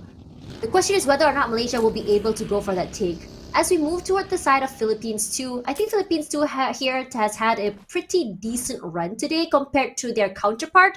It felt like Philippines 1 were knocked out twice already, I think, very, very early, barely getting any points. But Philippines 2, they do have pop-off moments, or even if they don't, they do try to survive for as long as they can. We haven't seen those back-to-back chicken dinners like we saw during the qualifiers, and it feels like they haven't been able to do that because of the sheer amount of aggression coming in from so many teams. Both teams suffer losses every time they pass by each other, every time they try to go in for a fight. It's rare that they come out of a fight with 4 players pretty intact. Oh, speaking of losses, West could have lost his direction here if the Filipinos decided to crash this compound and pretty much punish him for being out and about by himself. But of course, Zai immediately makes the rotation over, so West will not be alone at the very least. And he has a buggy too, courtesy of Zai himself. They will try and make their way across. I'm not sure if Myanmar is one of those teams who tries to book in early circles, usually later than not. But the zone is coming in, and a lot of these teams will be pressured to make the move fast. Last I checked, Vietnam was the first team, the best performing Vietnam team was the first team in Sosnovka. And the last time they did it, they won the chicken dinner there too. So with them having similar circles to as of yesterday and having the first way in, could be setting themselves up to finally overtake the likes of Indonesia. I think that for a lot of these teams, they're already pretty much making up their mind that they want to stay on SMB. But I'm kind of hoping that the Circles decide to change their mind and go to a carry here. Regardless, as Malaysia will be passing by a Thai player. It's a lot of damage. Knocks off the car. Echo crash forward and immediately taken out. Sorry, not a Thai player. It's a Filipino player. A good rotation, a nice little point into their pocket. And from Malaysia too, they've had a really good chicken dinner win earlier. And if things keep on going their way, they don't necessarily have to make the top 5, but if they can go for these pickoffs, maybe land 5 to 6 kills, it would be the best case scenario. Now the Circle not going to a ferry pier, so the players that's already on SMB, they're gonna be breathing a sigh of relief. I can already see Malaysia 1 just headed toward the final, I believe, where they were able to get 11 pickoffs just holding down the bridge. Right now, Laos found safe haven entries into SMB. I don't think it's a good idea for them to somewhat prop up camp to pick off teams that are coming through, because then they'll put themselves in dire situation, as they too would have to leave that bridge eventually, as it's not within the circles. But contrary to that, Malaysia can with this strategy, as they are first movers, and right now propping up, setting themselves up for the funnel of eliminations that would eventually come on through. But one of those teams that I saw from the outside is Vietnam. So Malaysia deciding to pick a fight, pretty much pick a war with Vietnam, could be an interesting turn of events. And who's coming out on top, depending on how they play this, we can only guess. Kabik finds his first victim to be Yen. Not out yet, but Atartas jumps on the car, but the spray is on the other side to the other two players. Let's take them out. Atartas now in trouble, will be shot by the other side. Canless, he wants to try and help out. He's all alone on this side of the map. I think the best way for him to run forward here is to try and just get to the circle. Jumper and Echo get one each at the very least. They have managed to go for this reset. But Malaysia too, I think they're going to be able to pick up at the very least. Rosemary though, he does see a player from a Filipino 1 team, Babusta, waiting. Not sure if he does have any. Yes, he does. Heals. Takes a while, but he does get it. Then suddenly, it's no movement quite yet. As everyone settling down, getting ready to hunker down. You can hear the roar of the engines for each vehicle coming through here. Parajin knocked out by back out. And Parajin out for the count. Philippines 2 eliminated already, last place. No eliminations. It's quite a heartbreak for this team to try to claw their way up here. Thai team takes up this one area, but Vikoy respects the space, moves back a little bit. Easier to play with his team. Rabis with the nade throws it out. Will it actually hit? I don't think so. A little bit too close. Tries one more time. Here we go. Does it go inside the building? No, it doesn't. Logan already out of the way. Mela does eat that nade, at least for the very least. But now looking at the bridge once again. Rabis does have the sniper's nest. He's been very aggressive with this. But his teammates not gonna move quite yet as they try and prep for that fight. Vietnam, they're holding this choke point. Thailand will have to eventually, it's not an option. Thailand must take this fight in order to make it through. But the advantage is going side of Vietnam as they're set up for all these flank sides already. Thailand only arriving towards this booby trap, but that also means Thailand and Vietnam is all spread too thin. If they can get a single member just by sheer numbers themselves storm in the front, this could be very good. The nades are already starting to bombard the sniper's nest itself. I wouldn't call it so much as a nest, as it's not safe haven at this point. Rabies falls down. On the back end here, you'll have members from Vietnam tossing the nades on forward. Logan taking the brunt of it. We'll have to pretty much heal it in place, but Teaser on the hunt, looking to possibly root out some sort of information. They'll drive straight into the hearts of danger here. Will they retaliate?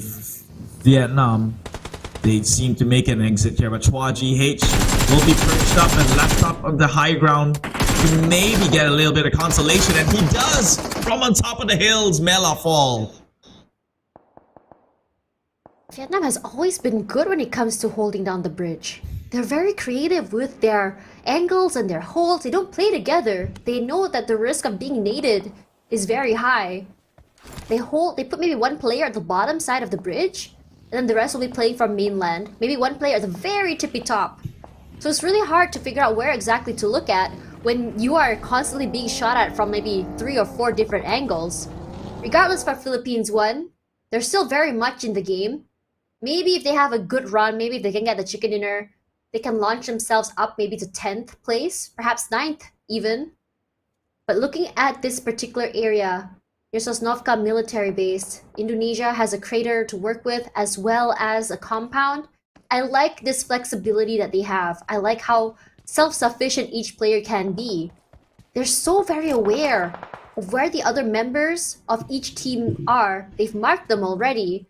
You can already see that Logan not able to make it into the zone, and I wouldn't be surprised if more were to come. Because getting into the zone, especially as it pulls down even lower to the southern side, means that if you want to swim, it's going to be hard. You're going to get fished out. If you want to cross the bridge, there are already players hunkering down there, camping. So what can you do? And I haven't seen a good ending for any team who decides to go on a motorboat. Perhaps they can change the perception or the stigma of taking a motorboat.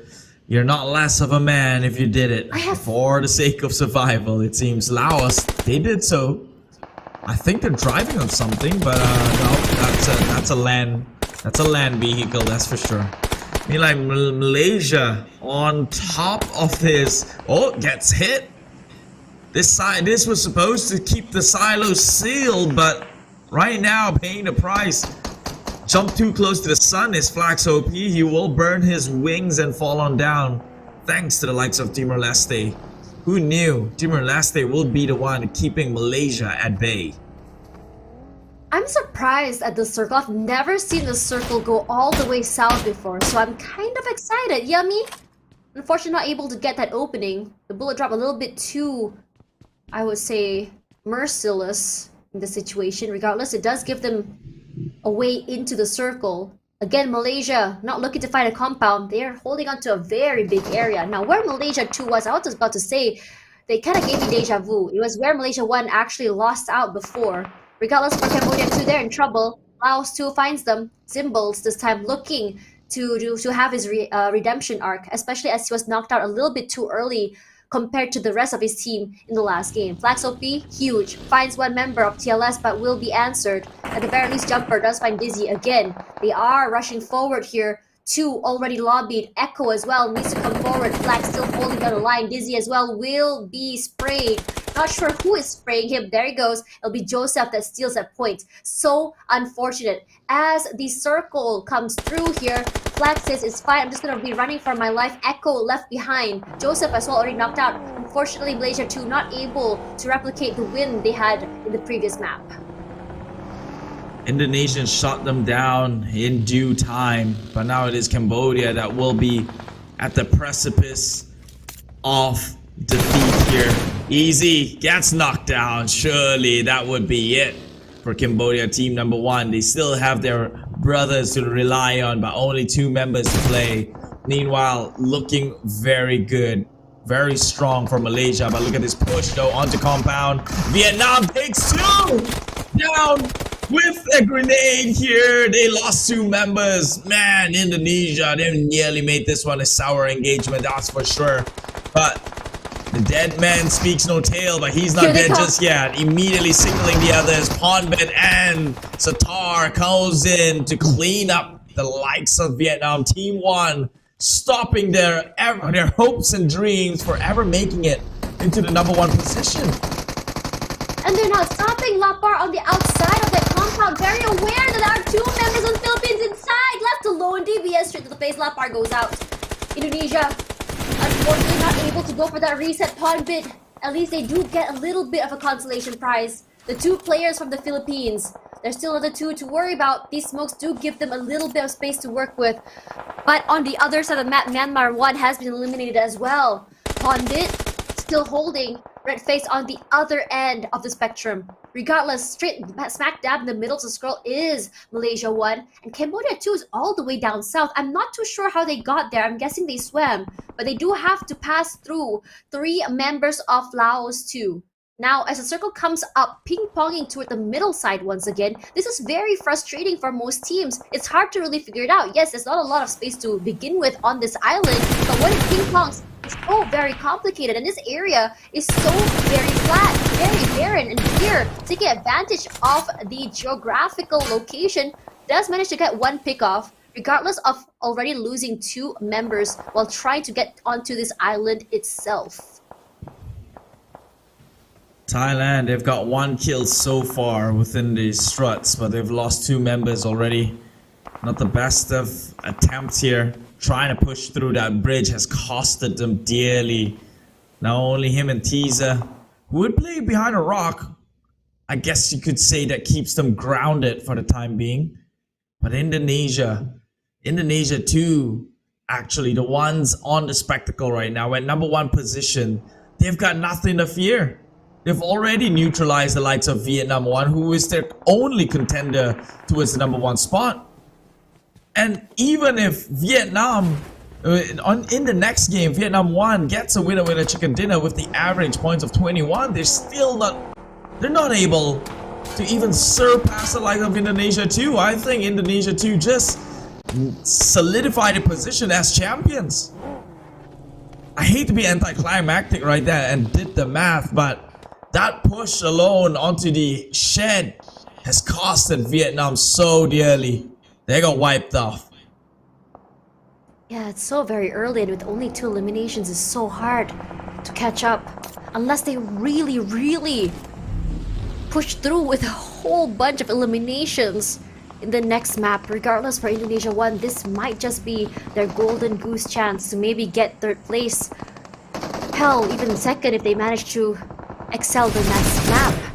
But the sprays are out from Damn Good, unfortunately not managing to flip onto any other member. You really gotta give it to the Malaysia team. They're all the way out here in the open. Not only are they out here in the open, they are inside of a lower terrain at the same time. They only have trees to aid them. And on top of that, they're actually spraying out toward everyone. A very, very ballsy play. Potato does find 1, which is gonna be Gosu at the very least. Gosu trades. For Thailand 2, heartbreak, 8th place. 1 elimination, but they can get away with 1 elimination point. Damn Good spots out Rosemary. Rosemary at least able to still remain alive by proning. Switching out the weapon, not able to get anything here through the smokes. He has a good idea where Rosemary might be, but it's really hard, especially from this terrain, this lower terrain, as well as those smokes. It's hard to really pinpoint. But Damn Good, nothing is actually demotivating him for putting in that pressure. Rosemary is actually forced to move backwards and give away that space. And Nate comes out here, hits Rosemary a little bit, but Rosemary, he tries to spot out a member. He spots out Mika, but before he could do anything, Mika's first contact is insane. This Malaysian team, man, they're always under pressure, it seems. Today, yesterday, it's all up and up for them. The consistency, they finally addressed it, but right now it's maintaining and it's looking for opportunities is what they're lacking. Surely there should be a better ending them in the middle of all the crossfires between teams here, losing one member, Mika of all people. You will have Damn Good, the brains of the operations, so we know that this machinery would still run. But much like a lamb to a slaughter, there is not much that they can do, seeing as though they're pinned down in the center of the circle with probably a limited amount of utilities left to be utilized here. Worth the airdrop. That's a lot of value out of that. But looking at the circle here, truly the real winners here are the two teams over the inside. Satar picks up 2 more picks. Mika is making so much value. Him and Damn Good. What on earth is happening? Lost 2, but still not turning down the dial in terms of aggression. Max West wants to make value, wants to take them out. But when you have a team who's so good at holding, and as soon as you show a micro angle they shoot, it's difficult. From Malaysia down to only 1 player left, it's gonna be Damn Good. Just hiding and holding down in that area for his life. 20 cooks up that nade. Nice trajectory to come through. Whether or not Damn Good is aware is gonna be a question here. He manages to heal. As it hit him, it does, but it doesn't take him out. And 20 is all out of nade, so he can at least breathe out a sigh of relief for a little while. Myanmar too, they're just doing so well right now. Look at the amount of players they have. But for Laos, circle control is what they're going for. They don't really have a lot of cover, but they do have a vehicle in their hands. But if you look at where Laos too is, he's a little have to be careful with those sprays. Damn Good still gets it! What on earth? How? Lao is doing pretty well for themselves. 7 kills already. Damn Good eventually will have to bow out, but he's already done so much as a solo individual, getting more pickoffs than he should have. I think it was about 2-3 kills by this man when he was left alone to play this entire map. But as it stands, the only significant chicken dinner could potentially go the side of Vietnam. Anyone else besides Vietnam who takes home the chicken dinner does not shift the table. And so it is a paramount for Vietnam to try and clutch things out. But it's looking worse than where here, as Myanmar has got all 4 members. Where did 8 come from? But they've got all full squads still across the field to play on and shoot under the banner of Myanmar. Regardless, Myanmar too, we've seen them get chicken dinners before. I think this is their most dominating lead. Vietnam 2 with only 1 player left and Laos 2 with only 2. Now, if Vietnam 2 and Laos 2 decide to attack Myanmar 2, maybe there would be a chance for the other 2 teams to come up forward. But look at that, the first pick onto Vietnam, he's in trouble already. Those vehicles that Ichi have gives them so much advantage. Now it's a 2-on-4. 1, which is Neng's, inside of a compound. 20 all the way out on the outside. I'm not sure if they marked him. Yes, they did. 1 player only moving out to him. If they could go for the isolate, it would work so much in their favor. Ichi going for that drive-by. Decide, okay, how should we approach this? Should we go for Neng's first? Should we go for 20? And I think it's gonna be 20. A little bit easier to approach, especially since he's behind the rock. He's already spotted him out. And he's able to cook up that nade. Slowly but surely makes his way up, making sure to make the nade that can actually get the trajectory right. And 20 eats a little bit of damage. Sprays out. Smile. Undeterred at all. Just rushing forward. Playing with his food. 20 blows to smithereens. A molly to really just cook him up. Nengs, he's trying to set up at least a situation where he can at least come up with a kill or 2.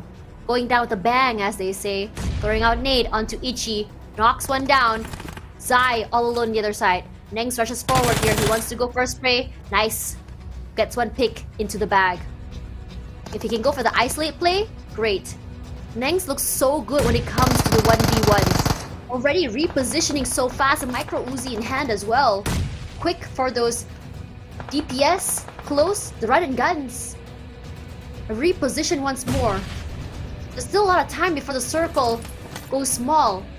But West on the outside area already loading up his inventory with items set to kill. And Nate cooked out. I think he already knows where exactly Nengs is. He's denying Nate himself. out. Yep, gotta put himself, go inside. But what can you do? You're running out of time. The circle is pushing forward here. Nengs, one more. Let's see if you can do this. Not happening. DBS too much. As winner, chicken dinner. Gonna go for Myanmar. I think Myanmar, this is the outcome that they've wanted. They wanted to see themselves go up high and show the world that they are also a region to be feared. I think this was the second chicken dinner going to the side of Myanmar. We had one yesterday to celebrate and today as well. A fitting victory. However, it won't change within the table itself. But nevertheless, good efforts are to be recognized here within the SEA Games. They're still fighting despite their situation, doing most than what people would, going above and beyond. Myanmar, ladies and gentlemen, let's hear them roar.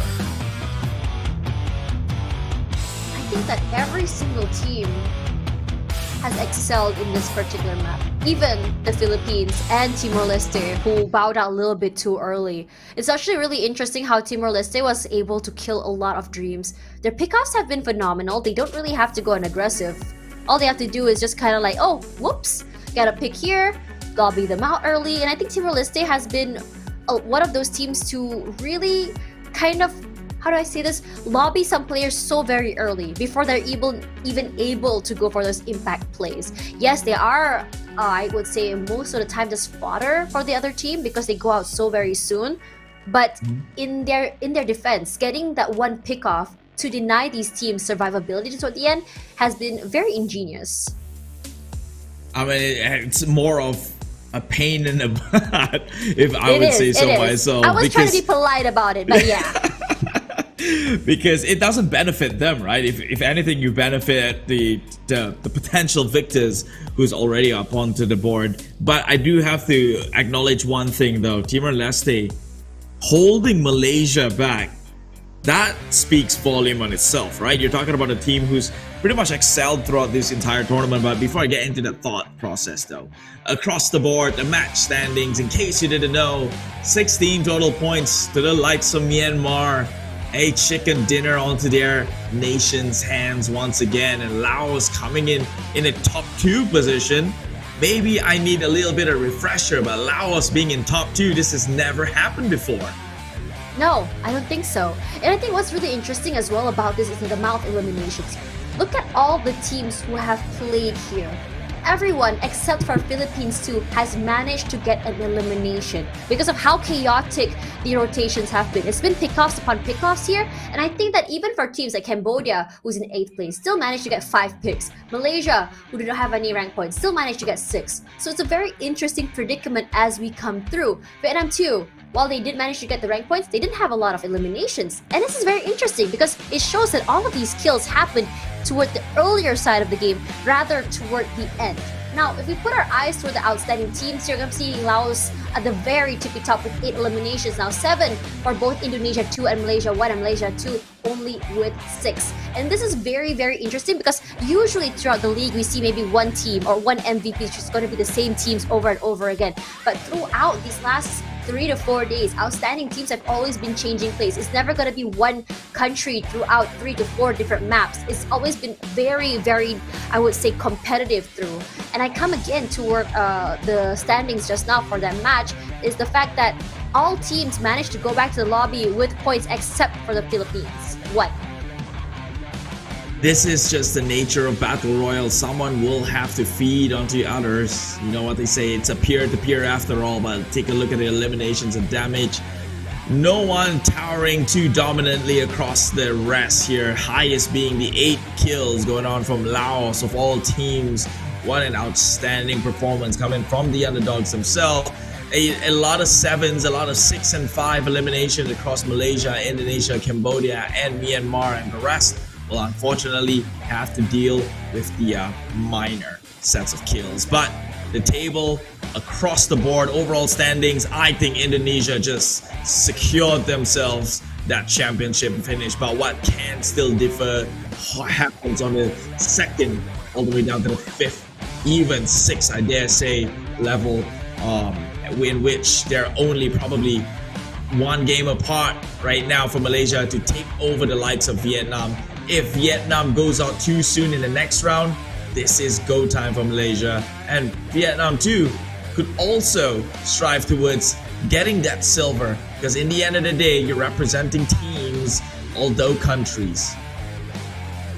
Interesting situation here. It's only 7-point differential between Vietnam 1 and Malaysia 1. Now, I think for the past two matches, Vietnam 1 has been very unlucky. And it's been early picks that have been really crippling them, because Vietnam 1 tends to do better in a numbers advantage with 4 at the very end. Now we saw Quang go a little bit early before that, and after that, before that was Frankie. So if Vietnam 1 is able to make sure that they can survive the first circle by getting the vehicles early and surviving as 4, that would be their win condition. That has always been the condition for them to make up to the top 5.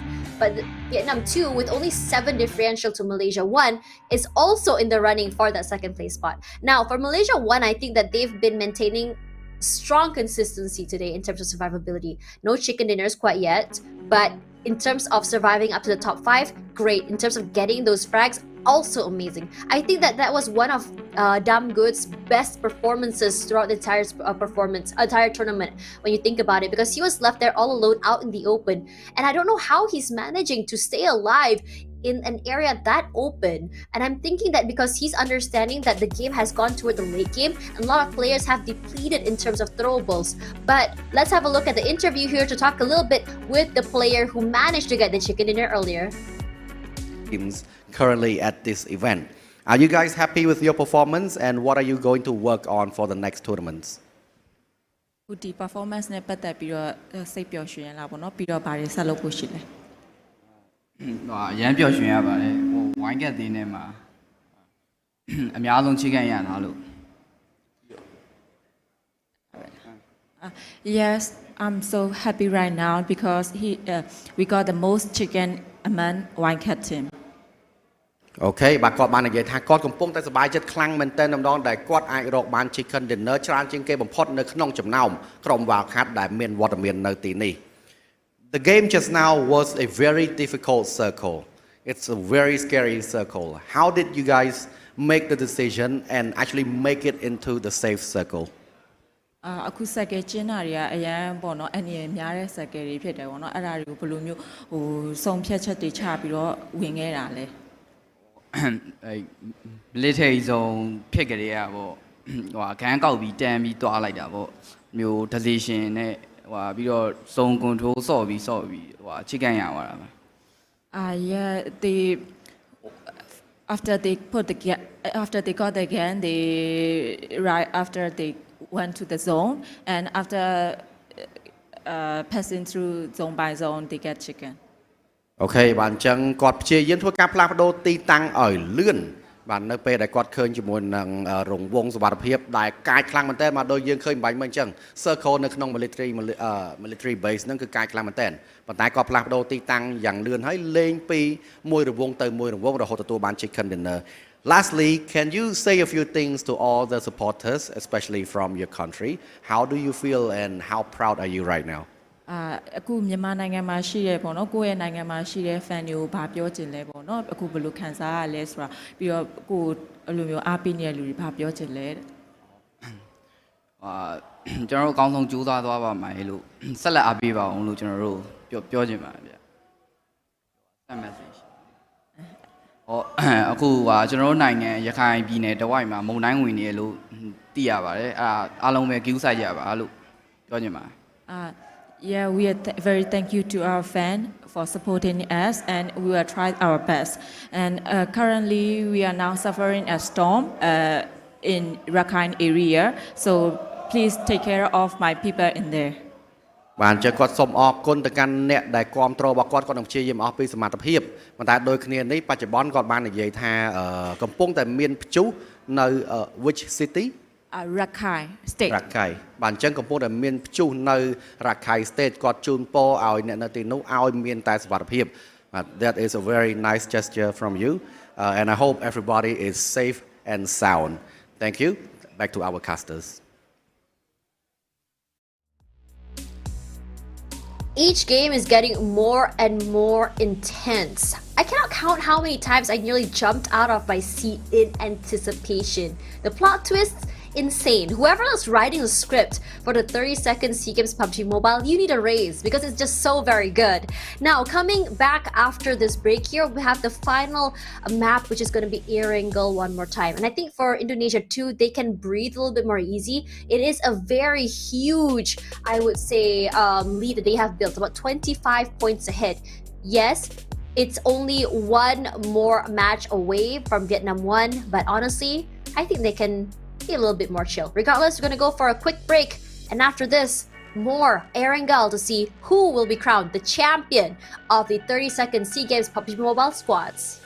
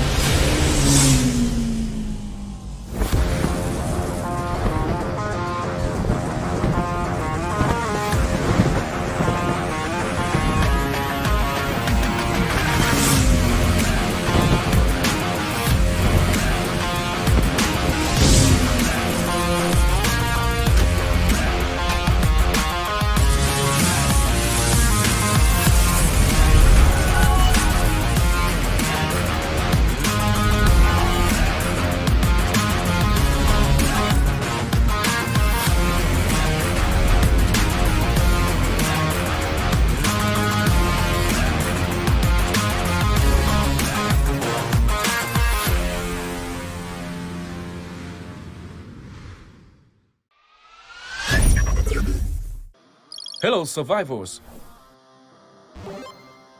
The 32nd SEA Games is back. The Southeast Asian Games, also known as the SEA Games, is a biennial multi-sport event. From May 5th to 17th, 2023, Phnom Penh, the capital of Cambodia, will play host to the 32nd edition of this special event. Esports event PUBG Mobile is honored to be part of the medal competition list for the second year. In this year's competition, we will welcome 19 teams from 10 different countries, including Vietnam, Brunei, the Philippines, Malaysia, Timor-Leste, Thailand, Myanmar, Laos, Indonesia, and the host country, Cambodia. 19 teams will compete in 2 events, team and individual. Especially, a total of 2 sets of medals will be available for each PUBG Mobile event. Firstly, the team event will be divided into 2 phases. The qualifiers will take place only on May 11th. During a single day, the 19 teams compete in 6 matches without a group draw. The 16 teams with the highest scores will advance to the finals. The finals will be held over 3 days, from 12th to 14th May, in order to determine the best team for the gold medal. The point system is familiar. The top place receives 10 points, The second place receives 6 points, the third place receives 5 points, and the points decrease gradually for the lower ranked teams. In particular, each eliminating point counts for 1 point. Next up is the individual event. 6 athletes will be nominated by each participating country, except Brunei that only sent 5 athletes to the competition. As a result, 59 athletes from 10 countries will compete in 32nd SEA Games. This event will compete for only one day, 15th May, with 8 matches. About the point system. The first place will get 20 points, the second place will get 16 points, the third place will get 15 points and gradually decrease to the 48th place. There will be no ranking points in the 48th to 60th places. Each eliminating point counts for 1 point. Different from the team event, in the individual event, the athletes won't be saved by teammates, so watch out. At the upcoming 32nd SEA Games, may all the teams achieve the best results to bring glory to the country. Let's enjoy intense battles of PUBG Mobile Esports at the 32nd SEA Games from May 11th to 15th, 2023. See you there. This May, please welcome 19 teams from 10 countries. Compete at the 32nd SEA Games PUBG Mobile Esports. ជម្រាបសួរអ្នកទាំងអស់គ្នាខ្ញុំមកពីធីមជម្រើសជាតិកម្ពុជាមួយហើយ slogan របស់ពួកយើងគឺ Fight to the end ជំរាបសួរពួកយើងគឺជាក្រុមកម្ពុជា2ពួកយើងនឹងប្រយុទ្ធរហូតដល់ទីបញ្ចប់ដើម្បីទង់ជាតិរបស់យើង Olá, I'm a primeira equipa Timor-Leste. I'm pronto a competir. Olá, I'm a segunda equipa Timor-Leste. Luta macam spirit. Hello, kami tim Brunei Darussalam. Brunei yakin. สบายดีพวกเขาทีมเราหนึ่งพวกเขาพร้อมที่จะได้ไปหับเรียน สวัสดีพวกเขาคือเราสองสโลแกนของเราคือลิ้นแบบบ่เสียใจ အားလုံးပဲမင်္ဂလာပါကျွန်တော်ကတင်းမှာပါအဲ့ဒါလည်းညီမစီးကင်းအတွက်ကျွန်တော်ရဲ့ဆောင်ပေါ်ကတော့ we play we rise ဖြစ်ပါတယ် အားလုံးပဲမင်္ဂလာပါကျွန်တော်ကတော့တင်းမြန်မာတို့ဖြစ်ပါတယ်လက်နေမြောင်စီးကင်းမြောင်ဘက်မှာကျွန်တော်ရဲ့ဆောင်ပေါ်ကတော့ together we ရဲ့ channel ဖြစ်ပါတယ် Halo semua, kami dari Malaysia 1, Malaysia boleh. Assalamualaikum, kami Malaysia 2. Demi Malaysia. Pilipinas, lakad matatag. Pilipinas, lakad matatag.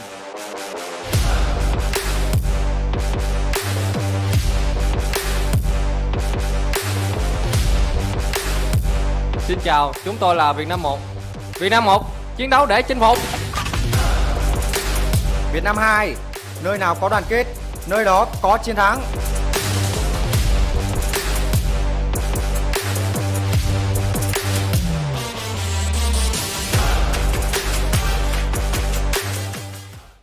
Let's enjoy intense battles of PUBG Mobile Esports at the 32nd SEA Games from May 11th to 15th, 2023. See you there.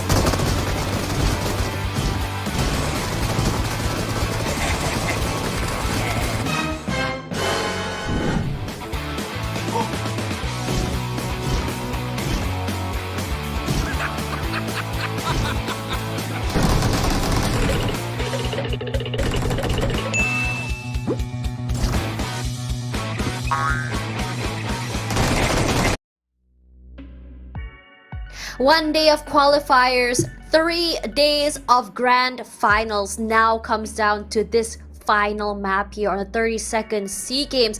PUBG Mobile, Tash Bunny here alongside Keith, your casters for tonight, where Indonesia currently has set up a huge lead, and this is going to be a tall mountain for all the teams to climb up.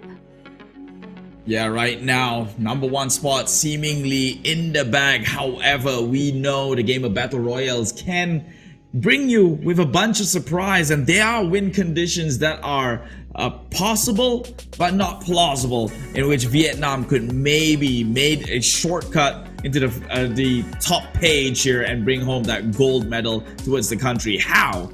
Well, a 20 bomber and a chicken dinner. That would be enough points. That would be 30 points to maybe surpass the likes of Indonesia, assuming Indonesia goes out too soon in this last game here in Erangel. Meanwhile, for Malaysia, still less than 20 points towards getting that silver medal. It's a difference between getting a bronze or a silver. Will history remain as per, in which Indonesia defends their gold, Vietnam with silver, and Malaysia in bronze? Or will that switch it up? Will Malaysia this time around bring home the silver medal? So many things at stake here. I'm excited for this one game.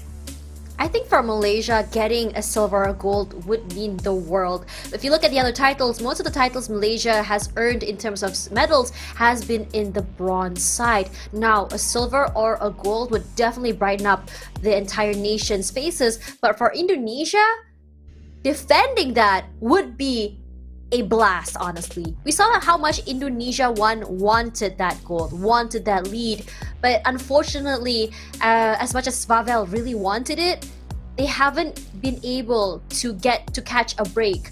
They haven't been able to maintain consistency, going out a little bit too soon and just getting picked off one by one. So Indonesia too is their last hope to at least make it out alive with at least a single medal. But they're not too far off if they want to compete for the bronze. Regardless, now for teams who are not going to be making it at this point, I think Timor-Leste as well as the Philippines might not be able to get the top 4, but they can still compete for a higher ranking just for bragging rights as they move on toward the next SEA Games, which is going to be happening next year.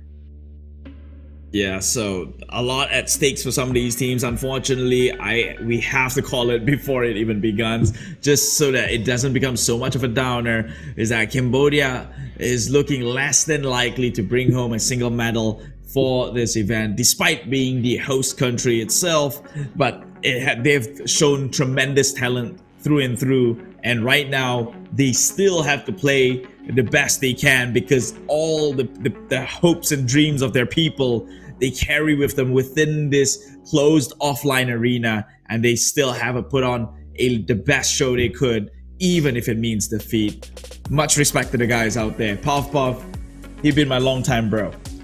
I mean, when you talk about Cambodia, I think both Cambodian teams have showed tenacity as well as firepower when it comes to playing the game. They've had really good fights, especially 4-on-4. They've come out with frags as well as chicken dinners. I would say that their performance has actually been quite phenomenal, despite the fact that they are coming out of a wildcard region. Now, coming into this game here, I think there's a lot of, I would say, attention onto Rosemary. And I think that when I was talking to a lot of viewers, they don't really know who Rosemary is. I mean, probably overshadowed by bigger names in Indonesia. Again, Indonesia is such a powerhouse country with so many players. For Rosemary to make it up here is a way to show that, hey, I'm with Indonesia 1 right now in terms of firepower, in terms of legacy. You guys should definitely notice me and remember my name, because I did bring Indonesia this far forward in this tournament. Definitely hats off to this guy. Cannot snooze on him. He's done, tremendous things. I think he is starting to imprint on me as one of the more aggressive Indonesian players out there. The amount of push that he takes by himself while his friends or his teammates makes the rotation over is, well, I would say, in lack of a better word, ballsier than most. And he's got them cojones. But let's take a look at a head-to-head here. Flax OP, also a very gifted young talent within Malaysia. I think it was only recently within the Pro League where he was discovered, and already right here standing as a national athlete representing Malaysia, the Tigers within the Southeast Asia division here, right next to Thinny from Laos, similar stats across the board. I think that for a lot of these players, if you guys don't know, these players are all above 16 years old. That is the legal age to be allowed to play. And the fact that they're only around 16, 17 years old, not done with school yet, and to be able to nuggle their pro is very years as well, have made quite a bit of earnings through winning big name tournaments. So if you guys are thinking about quitting school and becoming a pro player, think again, because a lot of these players excel in school as well as pro play. I'm glad you ended it with that. I was about to go in with a whoa. No. Don't ever quit school. Nah. I would say that because pro play is so competitive, it's always good to have a backup plan in life. And I think for these players, the fact that they're excelling in both shows that they have a very bright future ahead. Bright future in esports, specifically Pubg Mobile, as a player, as a coach, as an analyst, or they can go into something else as well when they decide that maybe Pubg Mobile is not for me anymore. End of the day, this is definitely a very challenging route they choose to take, but the fact that they're still able to, to do their due diligence, because I did interview some of the Malaysian players and I asked them, what makes you want to still excel in school? And they said, because my parents want it.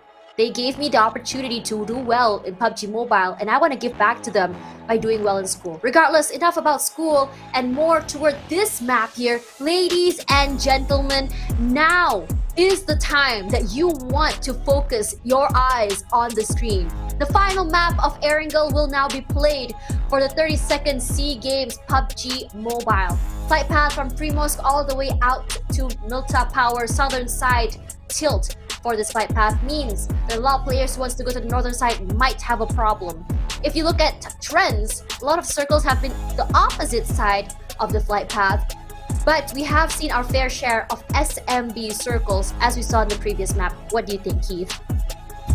I love it. I like how you're hyping this up. It's the final match and then comes the flight path. It's just an odd one to be expected, at least. Nobody gets their favorite drop spots if you're a northern team here. You're not gonna get your Zarki as Philippines. You're not gonna get Yasnaya Poliana as a Vietnamese teams. And so right now, Vietnam finds refuge down in SMB. Even in the final day, we have concluded that every Erangel match now is tweaked in a code level on such an algorithmic level to not give you boring circles any longer. Every single Erangel is a curveball. Wow, okay. Left side again.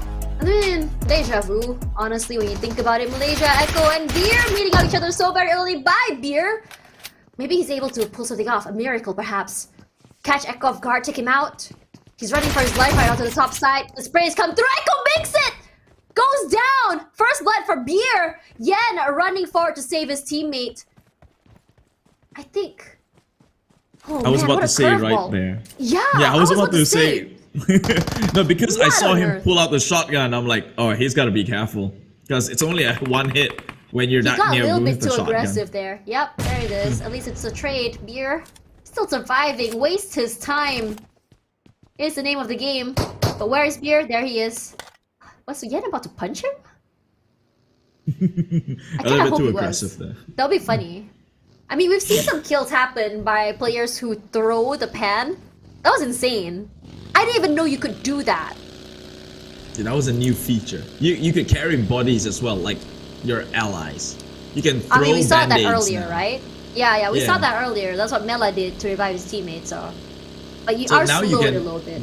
You can throw band-aids across the field too. So if your allies is in disadvantaged position and needs a heal, that's an option. This Yeah, but patch really killing makes someone things by throwing a pan is more funny, though. Imagine dying to a pan. I would uninstall. rarely happens, but it does. Right, right. Talking about you, bringing back old memories, huh? Oh, I have to see that. Oh, jumper. Eating that nade. High damage there, but at least Yen is close by for the assist. Flax OP is as well, but you don't want to be in a situation where you are picked off one by one, and it feels like if Malaysia 2 doesn't do something, that is exactly what's going to be happening to them. Jumper, despite eating all that damage, he's still not moving. He's so undeterred. I mean, given his personality, it doesn't seem like he's the type of person to easily get shocked or surprised or even tilted. Let's be real here. That's odd. I would have assumed if you get clipped by a nade, you would want to move position, as the hit counter it serves as a giveaway that you're there. It's a confirmation that you're in that position. But Yen tries to go in with the spray, a flex OP ready on the outside here. We'll trade it with it. The jumper now takes a bunch of the damage with the jump shot coming in from Logan. 7-7. Oh, he trades it. He gets the hit. And it is Malaysia that bows out so soon at 16 plays. Only one kill. It seems that one skirmish in an even trade, there were not enough. Malaysia pushed and poked the bear and got mauled in the process. Such a heartbreak for Malaysia too, honestly. Given the fact that they could have ended at a higher place, but that skirmish just took way too long. There are some moments where I said, have you ever heard of the term overstayed your welcome? That must have exactly been it. I know they are hungry for those eliminations. Honestly, perhaps a reposition would have been better for them. Or perhaps their timing in terms of their pushes could have been better. The fact that they were peeking in one by one was the issue. The overzealousness as they were chasing up Beer as he was moving up to a top side was a little bit too much. Regardless, let bygones be bygones. Malaysia 2 ending at 10th place for this particular map. But for the rest of the teams, it's been a fairly quiet start for them. When you talk about Cambodia, I think that Cambodia, I mean, we talk about home turf buff. And when we talk about home turf, their country has been very, very excited, very, very supportive. You saw how they even had cheerleaders to really hype up the crowd. Had clappers coming forward, and whenever you see a team at the top side come down, or at least get picked off, they're so very excited. They're praying for the Cambodian team to at least have a top 4 spot here in this tournament as the host country. Yeah, I mean, as citizens of Cambodia, obviously you'd like to cheer on you can only cheer on for your own team. This is a question of nationality, and at this rate, you want to cheer on for your own team and hope they do well, especially when it's being held within your home ground. Nobody likes to be eating dirt, especially when you invited them over. But of course, we try to keep the competition healthy on a healthy level. I just exaggerate things a little bit. Meanwhile, Indonesia now spring down onto Timor-Leste here, has got the scopes, and it's Rosemary of all people will find his way already by the entrance towards the northern side of this peninsula. Coming from SMB, I could only assume he'll find himself within these maps. Laos will find themselves in the heart here. Nobody nearby, so they've gotten up to better starts. Usually, traditionally speaking, Laos always finds neighbors in which they will have to sort out an argument with. But this time around, a peaceful start could be a road to victory for these people over at the hills of Gatka. Things. So Laos really tried to make something happen earlier. Very close map for them. It's Laos 9th and 12th place in the bag. They can vie for at least a top 5 finish, top 6. But it's a pretty tall order. Svavel with that opening to TLS at the very least. At least we're starting to see teams start to get really, really wary of the TLS team. Evox, all the way on the outside, all alone. It's going to be 1 extra point for the Indonesian team. We're seeing that Indonesia, 1, trying to rack up as many points as possible. A 3rd place finish, 2nd place finish might be a little hard. But a 4th place though? Seems alright. Regardless, Evox gone down. They do get the information where they're going to be. A spray on the top side will be happening, but none of them are going to be clipped. Dizzy does get spotted out. For 1, eats up that nade. Dizzy as well. This is a very aggressive Indonesia one. Svavel does go down. Shot out by 111. But eventually does get picked off 1 by 1. So TLS 1. So TLS 2 with only 1 member left. They have to be very wary as the other members of Vietnam will be crossing the bridge. Gosu swimming across Philippines inside of the smokes. Looks like for these two teams, the fights have been going on very long drawn here as the blue zone eating up their HP. Mascardo getting out of the way, hoping to find a little bit of breathing room to go for those resets. Look at Indonesia, they're dropping members one after another. And we're talking about the top team, Indonesia. If they go down without a single elimination, that sets the standards that needs to be beaten. And Vietnam, perhaps when they go on, I don't know, steroids to say, for lack of a better word, much like what Indonesia 1 is doing right now, go out there and hunt for the kills. Maybe they can bring back the 20 eliminations if Indonesia 2 is out. Wow, fast and furious. Yummy. Coming up forward, going very aggressive here to the other area. Spots out Myanmar already. Myanmar 1 hasn't had the best of situations, but they do still want to become the dream killers rather. Yummy on the prone. I don't think he's been spotted out quite yet. Marnat has to be careful how he has to play this. They peek out. The damage comes through. Yummy goes down. And Yummy has been the powerhouse for Indonesia too. This is a very unfortunate situation. At least they do get a pickup. Still 2 members left alive. We've seen Indonesia 2 survive with only 2 players. So long as Satar is still around, it might be a good omen for them. But they need to play this very safe. It is really turning into that sort of match. Meanwhile, Indonesia 1 starts raking in more points onto the mids. Potato needs a little bit of a pickup here though. Cassido still within range to pretty much punish the Indonesian team for the over-aggression. Should he be able to locate the vicinity of in which all these players are shooting from, Clavel will secure some of them as well. Sofa hasn't lost a single member. PH, they have to start confirming some of these kills. Barod will get the pickup at the very least. 2 members can still fight on the mids for Philippines, but the nade though says no can do, and Cassido, sliver of HP, will go down with the last explosive deployed right on his rear. Indonesia 2 just ramping up their aggression to the max. 7 already in the bag.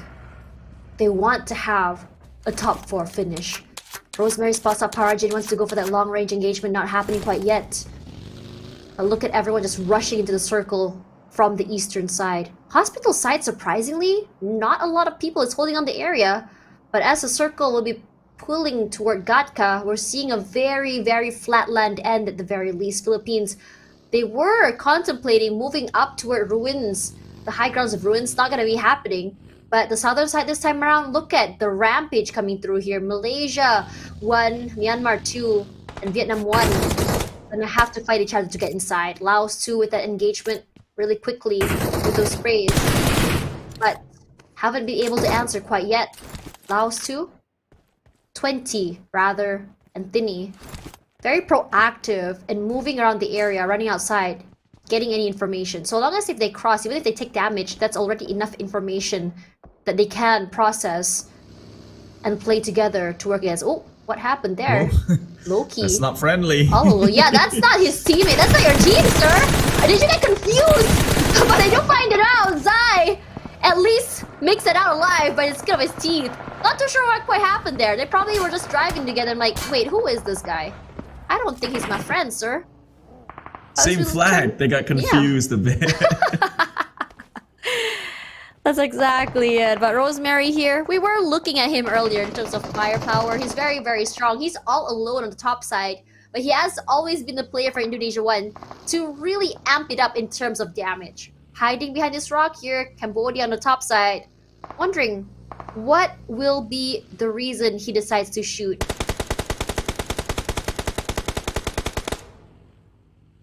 Reason to shoot here. Oh, wow. What was that? Zai taking out Smile. That's a friendly fire. probably not the best that could happen. The only thing you mistaken friendly was within that car ride. Chill out. Smile is on your side, Zai. You're getting a little bit more paranoid now on who joins them within this travel.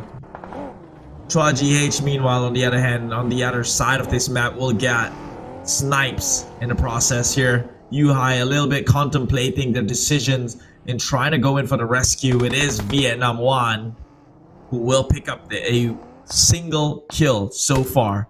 But Malaysia probably acting smart, booking their way out of that situation here, because if Vietnam were to overpower them in that match alone, their hopes and dreams for a silver is as good as gone, and Vietnam gets closer towards the gold. Haven't moved quite yet from Zagatka. Southern side is where they want to hold. Things has already been marked. You can see some shots coming toward him, but not hitting quite yet. Symbols as well. This is a very narrow POV that he can work with here, and it is safe enough to keep him alive. Cambodia 1 has this huge compound, and this ping pong toward the northern side. Cambodia 2 will be rejoicing. Smack dab in the very middle of the circle with 2 different compounds in their hands.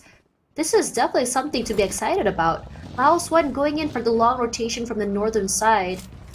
For the southern side, still, again, they're gonna have to fight each other to get inside. Cambodia in the middle. This is how they get, traditionally, how they get their chicken dinners. And right now, they're finding themselves in that position again. Let's try and see if it ends that way. But meanwhile, Myanmar, Thailand, close quarter combat, trying to jiggle things off. But Logan pulling off the impossible. I'm pretty sure Zai outnumbers him in terms of the hit points available. But Logan clutched this one out, saving the rest of Thailand. Meanwhile, I talked about Cambodia. Right now, it's civil war between them. From the back end, they have 2 members within the flanks. So Cambodia 1 has to be careful here. All it takes is one wrong move for Cambodia 1. A pickoff could just initiate the push from the back end and put them in a rough position. They can't overextend itself. So much utilities deployed just for this compound pusher. They're pushed through. Nam X through the door already, but the jump shot there not connecting just yet, but not lethal. Actually, they did. They got onto Devon. Skynin says it's go time.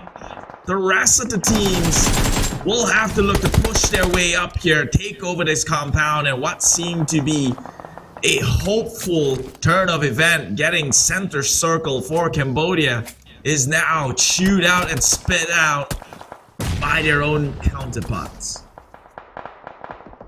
Despite the fact that Cambodia was sandwiched in fighting, Malaysia 1 has been very, very tenacious in getting the timings right in terms of taking up space. Easy on the outside, still holding and playing inside of the smokes. But Malaysia hasn't moved quite yet, but being very, very careful on how exactly they want to approach this. Mika goes down to Skynin. He did spot him in the smoke. Immediately lobbied. Still able to be picked up though. Yuhai playing a little bit too aggressively forward inside. He's playing all alone against 3 members. I don't know why Yuhai's inside alone. He does get Mount X at the very least. Joseph on the other side provides some cover fire toward another team. Yuhai spots out from the other side. Easy K finds him. Unfortunate, but flanked. Damn Good all alone, and now Malaysia 1 out of the game. No, wait, there is still one more. They get a revive and the other one goes down. Damn Good all alone. Gets at least 1 pick, which is going to be easy. Blown up to smithereens. They're trying to find him. We've seen him play miracles. We've seen him able to get some picks before going down. But Mika is slowly making his way toward him. Some smokes, a nice little wormhole for him to just move his way into cover.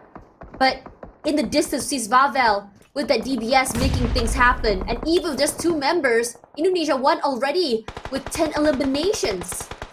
They're right making now, dreams happen. Sorry. Right now, Vietnam crashed onto that same compound. Look, it's turned into a 3-way battle again. Rotate out Cambodia 2, bring in Vietnam, and the fight against Malaysia is not even over. This is just absolute massacre within this compound here. They're not taking it easy on everyone. But the hopes and dreams for Malaysia to make it into 2nd place lies on the back of Malaysia team number 1. They do still have 2 members, and thank God Vietnam at at second place. Vietnam 1 is now down for the count. So which means it's all for Malaysia to lose here. Vietnam makes the push onto Cambodia. Joseph tries to go in for the heel. Quan Ji takes it a little bit. Has to be wary with the whole DBS scenario. They will try and smoke them out with nades and utilities galore. Toss it inside the house and they will eliminate Cambodia. Malaysia's next on the menu. Oh, this is not good, but Mika does try and make something happen. Cooks up that nade. Vietnam, they want to go for that second place finish. The nade comes out here from Mika. Hits Gosu. Scoped very well. A spray out nearly takes out Gosu. And Mika, this boy fears nothing. He rushes out forward. Damn good. Will be the one fighting that covered fire. Through the smokes he sprays. Doesn't quite hit quite yet. Mika eats up a lot of damage. Goes this down to Cambodia 2's Puff. From far away, Damn good gets the loot. And not check the corner. And he still gets it, but goes down to Parajit. This DPS just nasty, honestly. And Malaysia 1 out for the count. Indonesia 2 just solidifying their lead at this point. Vietnam 2, Indonesia 1 now just cheering at this point, trying their best to get the last 2 medals available. Look at Thailand, 14 eliminations. This was the kind of team that I've been hyping them up for. Only now they show up. Come on, boys. It's a little bit too late, but 14 eliminations, still very impressive. I only wish they came online much sooner. Imagine if they averaged this much every single time. Look, there's so many teams left remaining, and already they have 14 kills. No one in the middle of the circle. Everyone's just fighting toward the south, and do you blame them? The rotations for teams who are coming from the south has been bloody. The circle is still very, very big, and with only 8 teams very much alive. Vietnam 2 is the only team with 4 members still very much intact. Satar blowing us all a kiss. He's feeling happy. He's feeling very good. Probably seeing Vietnam 1 and Malaysia 1 out of the way means that they can just take it easy now. It's a huge solidified lead, but you know what? For Indonesia 2, if they still get a chicken dinner, if they still manage to end on a high note, there'll be extra style points for them. Red face goes down. A little bit too aggressive here for Indonesia 1. And they're down to the last member left alive. Svavel gonna try to keep their hopes and dreams alive. But Trong-Zin trying to deny that from them. Yes, he does. Takes him out. 5 eliminations for them for Vietnam 2. That means already on 141 points. Malaysia, I can already feel their 3rd place spot slipping out of their fingers. Cambodia 2 on a rampage. 5 eliminations already. Laos out for the count. And I can technically feel, while I am in Malaysia, I can technically feel how exactly the crowd is for Cambodia right now. It's almost electric. Look at Indonesia too. They're just doing the squats. You know how many eliminations they've gotten? 1. They don't even care at this point. It's just buying time for them. They're that phase within football where the players just kicks the ball outside of the line, just so they can waste more time for the opponents and wait for the final whistle 15? To get blown. Look at that. 15 for Thailand. Are you kidding me? With only 2 members. I really hope Thailand can at least just get those 2 more picks onto Indonesia. Just because I really want to see how strong in terms of firepower they can be. But it's gonna be hard. Blue zone pushing up to the Indonesian players. They've created a massive smoke wormhole to move forward here. And with their vehicle, they do get a little bit of space. Lapar goes down. And Cambodia 2 aggressively moves forward. Puff, final member of Cambodia 2. Can he pick up the top is the question. We're now down to our last 4 teams. Now, Vietnam 2, they're going to be very happy. But look at the unlikely contender here in the top 4. Philippines 2. Still very healthy and happy. They got this compound. It's given them a lot of value in terms of survivability. They're perched up on a roof too. Unfortunately for Philippines, they haven't been raking in the kills. So they can only get so much within these battlefields here. 2, 4, 6, 8 kills in total maximum if they get every single one of them. So it's a tough and steep hill to climb in terms of trying to shift things within the leaderboards itself. But I do hope to see Thailand potentially come out on top. Like, I know it seems impossible. They're in the center right now with probably no covers. But they have to try and make things happen here. This is their best run so far, 15 eliminations, and they're playing with only 2 members, Mela and Teaser. If they get this chicken dinner, there's a huge chance Teaser, we might see more of him in the Pro Series. Cambodia 2, the top managed to get access to the airdrop. But the damage toward Vietnam though, look at how much pressure has been placed onto them by both the Cambodian team and the Thai team. They haven't moved quite yet. Nades come out. Fortunately, it's not the smoke he's in. The top spots out Mela, sprays out, doesn't hit him. Pov decides to go an aggressive move. Gonna drive forward. Quang shoots out. Fortunately, none gonna be flipped. Top spotted out by Quang. All he has to do is just prone, move out of the way. The circle slowly gonna be inching forward as the other members of Vietnamese team gonna just inch forward into the area. Mascardo does find one more. This is a great run for the Philippines 2 team. Regardless, for Thailand, they want to keep the dream alive. They want to get a chicken dinner at the very least as we end the night. They can end the hopes and dreams for Vietnam 2. Mela just proning. It's the damage from the exploded vehicle. Hasn't moved away quite yet. Now, as the other members of Philippines just prone into the circle, one nade to rule it all. Does it actually hit the Teaser? Yes, it does. Just a little bit though. Doesn't take him out. Oh, Teaser takes a little bit too much there. PH Sison caught him from the far side. Up on the rooftops, they will topple down Teaser himself. A little bit of hint towards his demise. Teaser will go off with a grandstand of standing ovations digitally, or at least from the fans back in Thailand. 15 kills with 2 players. They are cranking up the heat here as PH finally leaves their comfort stronghold, makes the push forward into barren lands under cover of smokes. Maybe Mela can come in and look to punish. Sison gets knocked down. Mascardo will be there to maybe go in with the revive, but not if Mela has got anything to say about it. He sees more smokes being deployed. Surely a rough idea can be made, but Artates is not having it. Hopping his way through into the flank lines. In case of a flank attack, he will be there to respond. But it is Thailand in between Philippines right now, and Vietnam 2 has just been playing the patient game. They take one out. That's Thailand gone. 4th place, 15 eliminations. And it's Vietnam, Cambodia, and Philippines as the potential winner chicken dinner. Whew, Pov. There's a lot on his shoulders right now. Home, land, pride. The roar of the crowd. Final member left alive, Sison. Great opening on Gosu. Another point for the Philippines. Now, for Pov, he switches out his weapon. He can be very sneaky if he wants to. That nade is already out. I want to see if he can actually just get 1 before he goes down.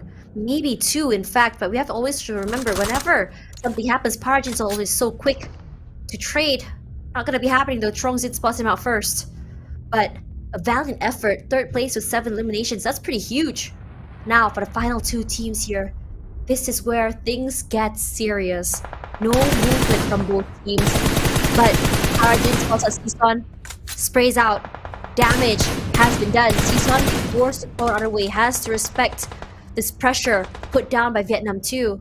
Artates is a little bit out of the way from his team, but this allows him the ability to crossfire, allows him the ability to reposition, or even go for those flanks.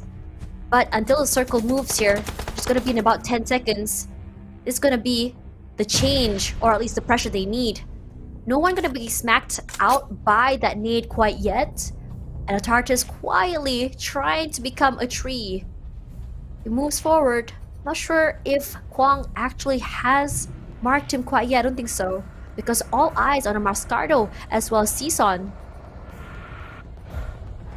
Right now, Vietnam, they're taking desperate measures here, sending a squad, Parajin, into the bushwhack perhaps he could try and close the distance this way, spot out some of the positions of this PH.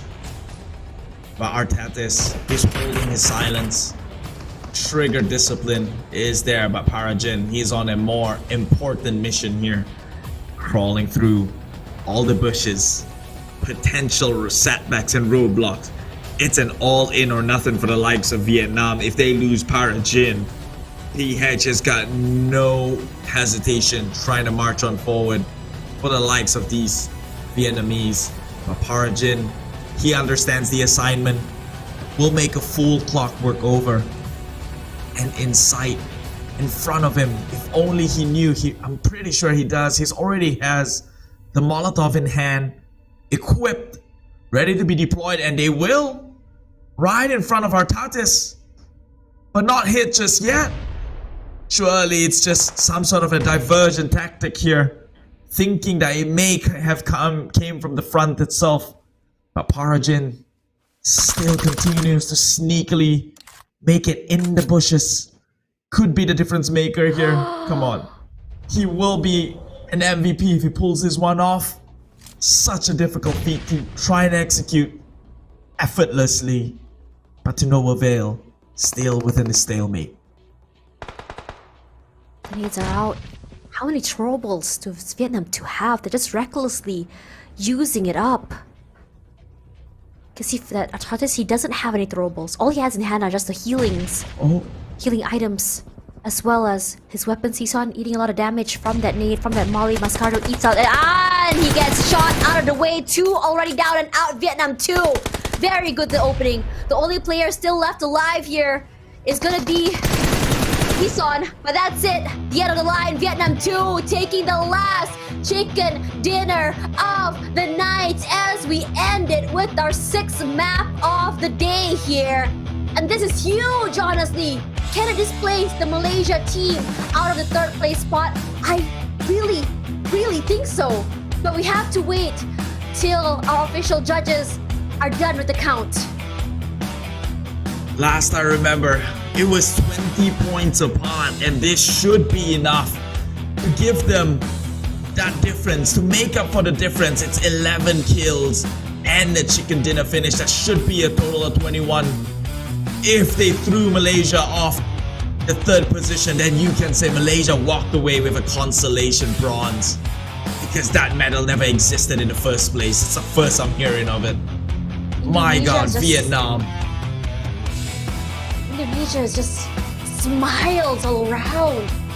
Possibly a little bit of an upset by Indonesia 1, but overall for Indonesia, regardless of which team made it to the top, they're very happy with this outcome. Very happy to make it up there to get the gold. But for Indonesia 1, this is a heartbreak. You can see how much they wanted it. But for the team of Indonesia, 2 tears of happiness coming out here as they had make it up there. A great lead coming in from day 2 all the way down to day 3. A test of tenacity, a test of power. And you know what's very important? The fact that they're able to overcome Indonesia 1 for that gold. Yes, they're countrymen, but at the same time a statement showing that this is the beginning of a new era here for Indonesia in the realm of PUBG Mobile. It's good to have them back. That's all I can say. Indonesia, they have been a beast in hibernation for the longest of time. They've given their reign all the way to Thailand, but right now it seems like they are back in action. They found their groove. We're gonna have another era of Bigatron Red Aliens similarly, maybe not within under that specific organization, but Indonesia, you get the point. They're monsters and they're out to show it loud and proud. If you don't know, one of the members of the team, the high impact player Yummy, is from Boom Esports Indonesia, and he was actually playing recently in PMSL, most likely against the same players. So you can definitely tell that the Indonesia team has learned a lot from the recent Southeast Asia tournament. Regardless, for Indonesia, this finisher is exactly what they needed. You can see that it wasn't just smiles, it was tears. It was the ability for them to take the lead and take it away so far away from the first team. Regardless, Vietnam 2 ending very strong here, 21 points, and Thailand with 19. This is the Thailand that we know and love, but unfortunately for Thailand, they are the type of team that needs marination. The longer they play, the better they are, and day 3 is the day, unfortunately, that they are ripe for the count. Indonesia 1 coming so very close with 13, and Cambodia 2 with 12. A very good finish, honestly, in my opinion, for the team of the host country. Philippines 2 as well wasn't exactly expected to be here, but still played their hearts out with a 9-point finish. Indonesia 2 with 3, matching up here with Laos 1, Cambodia 1, and Myanmar. Bit of a heartbreak here for Vietnam 1 and Malaysia, ending the game with only 2 points each, and the MVP, as you had predicted, Keith, will be Mela. Mela takes the cake. I mean, truth be told, the entire Thai team would almost always rob you of that MVP title. And unfortunately for us, as viewers, we only got to see what they're truly made of towards the end of the day. Meanwhile, let's not overshadow the head-to-head feature here from Cambodia. Pubg, again, so much experience. He knew how to play himself in such a disadvantageous position, made his way here, but it's the overall standings that we want to see. Indonesia maintains themselves as a gold medal finisher, with Vietnam coming in next as the silver medal finisher, and Vietnam 2 with the bronze. Malaysia got pushed down just by the very end by a spectacular performance. A worthy bronze medal earned onto the side of Vietnam. Malaysia gets a consolation bronze that never existed. Wow, 4th place for Malaysia displaced, and Vietnam 1 knew exactly what to do, the benchmark they had to hit as they come toward the final moment here of the PUBG Mobile squads. It's all just smiles and happiness here for Indonesia.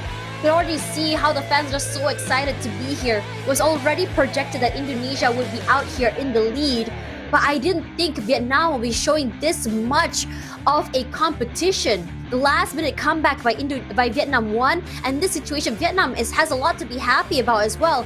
Getting 2nd place as well as 3rd place, honestly.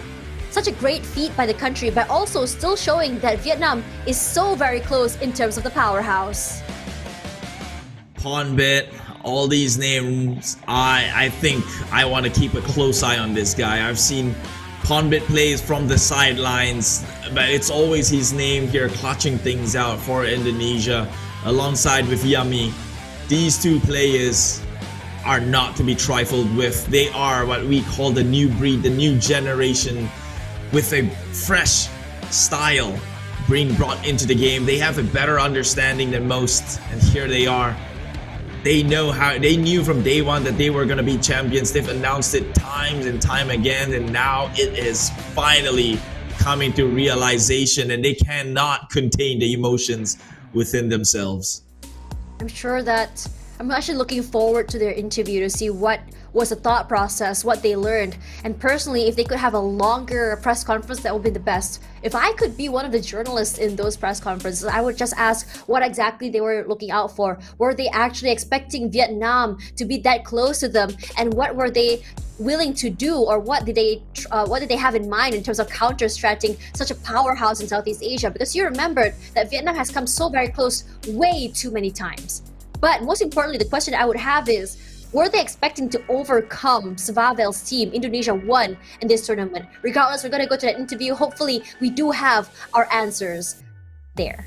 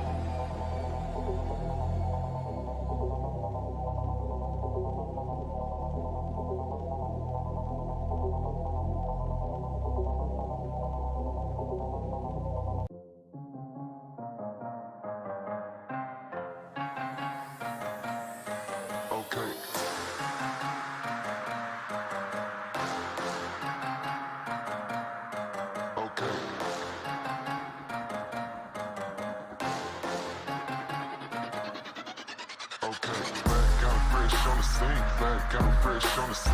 Back out fresh on the scene. Back out fresh on the scene. Back out fresh on the scene. Back out fresh on the scene. Back out fresh on the scene. Back out fresh on the scene. Franchise best on the team.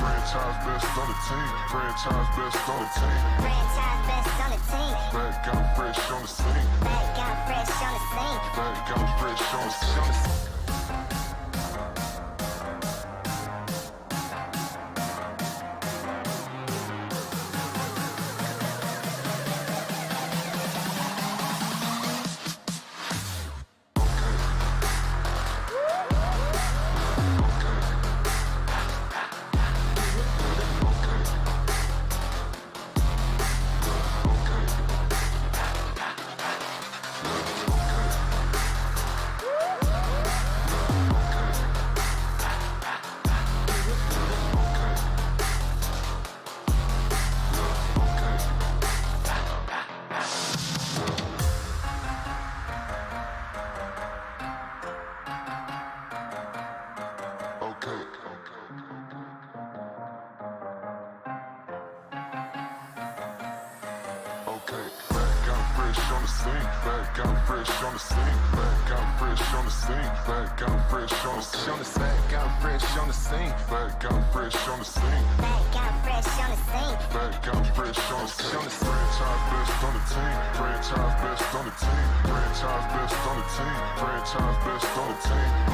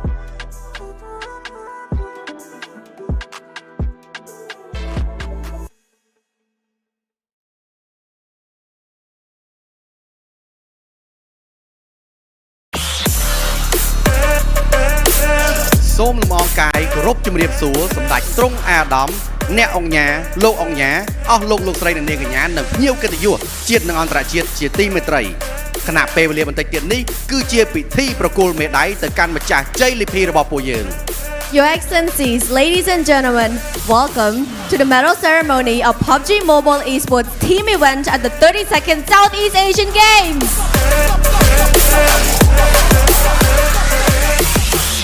មុននឹងចាប់ផ្ដើមសូមគោរពស្វាគមន៍គណៈប្រធានបតីរបស់ពួកយើងដែលរួមមាន Before coming to the event, we would like to introduce the esteemed guests who will be a part of this ceremony. លោក Jeff Lam. It is my honor to introduce Mr. Jeff Lam, the technical delegate from the Asian Electronic Sports Federation. លោក Shahono Prasetyanto. Please welcome Mr. Shahono Prasetyanto, the head of the Indonesia national team. លោក Mahatma Afala Toho. Please welcome Mr. Mahatma Afala Tohis, the Indonesian team manager. លោក Cheng Wang Meng. Please welcome Mr. Jan Wan Meng, the General Secretary of Vietnam Olympic Committee. លោក Lun Samdi.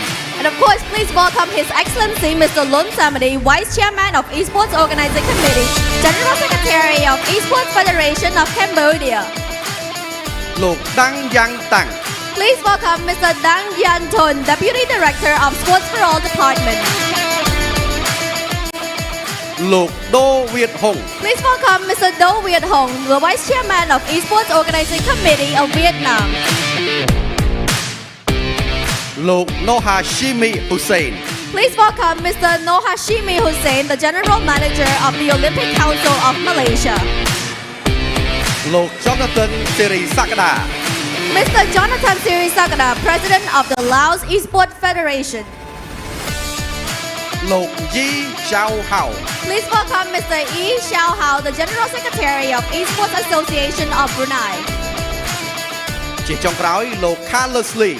Lastly, please welcome Mr. Carlos Lee, Tencent Pubg Mobile Southeast Asia Esports Manager. ភ្ញៀវកិត្តិយសជាតិនិងអន្តរជាតិពិធីប្រគល់មេដាយ SEA Games លើកទី32ក្នុងវិញ្ញាសា Pubg Mobile Esports នឹងត្រូវចាប់ផ្ដើមសូមអញ្ជើញក្រុមជម្រើសជាតិដែលទទួលបានជ័យជំនះទាំង4ឡើងមកលើឆាកដើម្បីទទួលមេដាយនិងរង្វាន់ The organizing committee will now conduct the medal ceremony of the Pubg Mobile Esports competition team event at the 32nd Southeast Asian Games. We would like to invite all winning athletes to come up to the stage to receive their awards.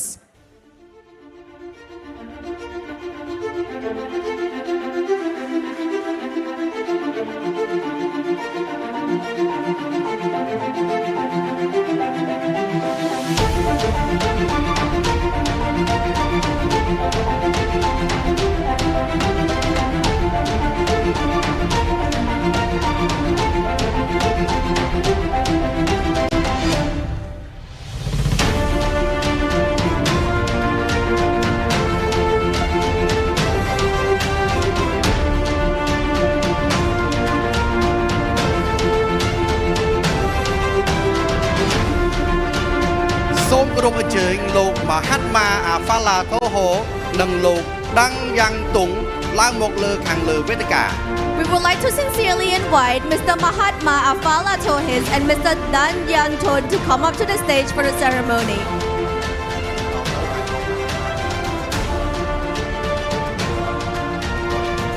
សូមអបអរសាទរជ័យជំនះមេដាយសម្រាប់របស់យើងក្រុមជម្រើសជាតិម៉ាឡេស៊ី1សូមឡើងមកលើវេទិកាដើម្បីទទួលមេដាយវត្ថុអនុស្សាវរីយ៍ Congratulations to our first bronze medalist, Malaysia 1 team. Please take a step up to the podium to receive your medal and mascots.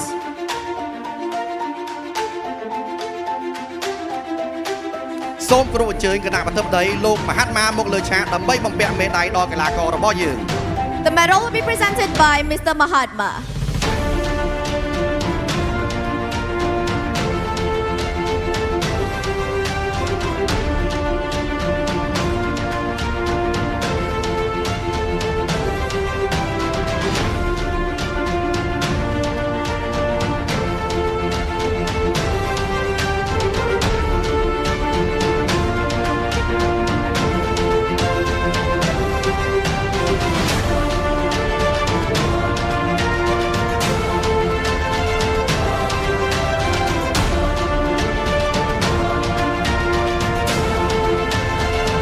คุณ Thank you, Mr. Mahatma. សូមគោរពអញ្ជើញគណៈប្រធានបតីលោកតាំងយ៉ាងទុងមកលើឆាកដើម្បីប្រគល់តុក្កតាតំណាងដល់កីឡាកររបស់យើង Now we would like to invite Mr. Dan Yanton to move on to the stage to present the mascot.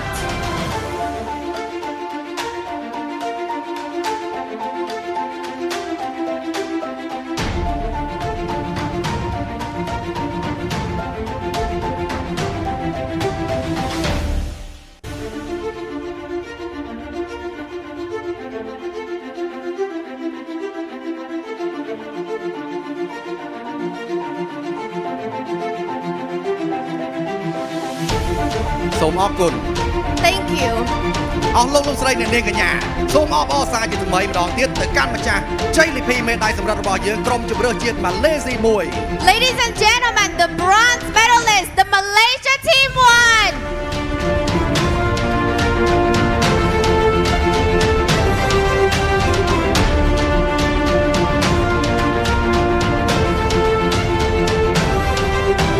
សូមអបអរសាទរជ័យជំនះមេដាយសម្រាប់ទី2របស់យើងក្រុមវៀតណាម2សូមឡើងមកលើឆាកដើម្បីទទួលមេដាយនិងវត្ថុអនុស្សាវរីយ៍ Congratulations to our second bronze medalist, Vietnam 2. Please take a step up to the podium to receive your medal and mascot.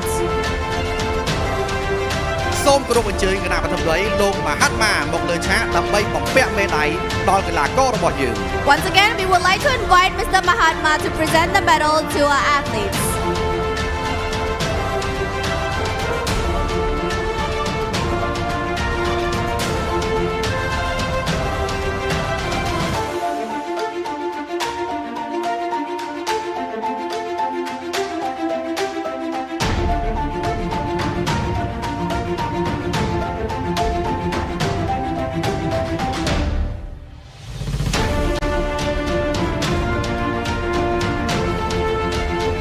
សូមអរគុណ Thank you, Mr. Mahatma.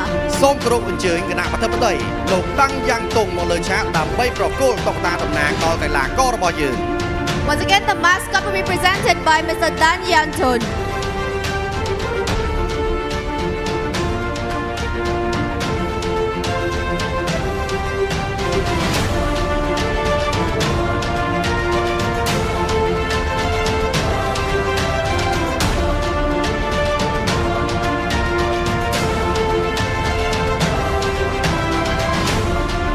សូមអរគុណ Thank you so much, Mr. Dan Yanton. អស់លោកលោកស្រីអ្នកនាងកញ្ញាសូមអបអរសាទរសារជាថ្មីទៅកាន់ម្ចាស់មេដាយសម្រិទ្ធរបស់យើងក្រុមជម្រើសជាតិវៀតណាម2 Ladies and gentlemen, the bronze medalist, Vietnam 2.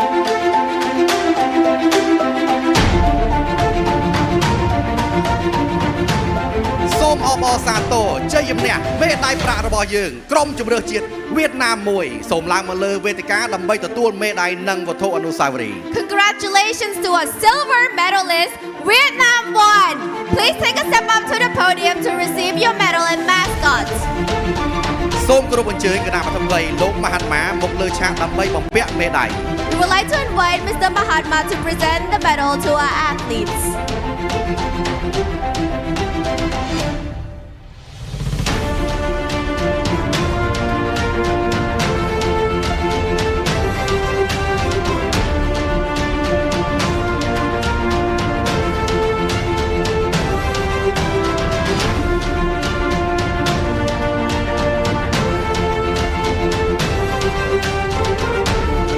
សូមអរគុណ Thank you, Mr. Mahatma. សូមគោរពអញ្ជើញគណៈប្រធានបតីលោកតាំងយ៉ាងទុងមកលើឆាកដើម្បីប្រគល់តុក្កតាតំណាង Now we would like to invite Mr. Dan Yanton to move on to the stage to present the mascot.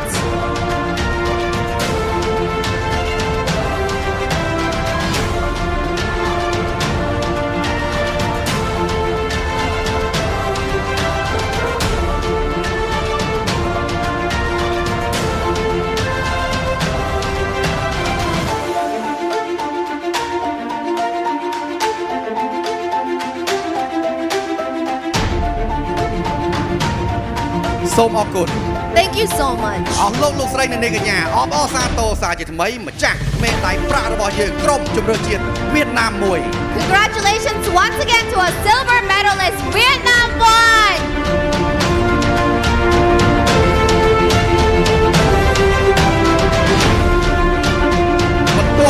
សូមអបអរសាទរជ័យជំនះមេដាយមាសក្រុមជម្រើសជាតិឥណ្ឌូនេស៊ី2 Congratulations to the gold medalist Team Indonesia 2. Please take a step up to the podium to receive your medal and mascots.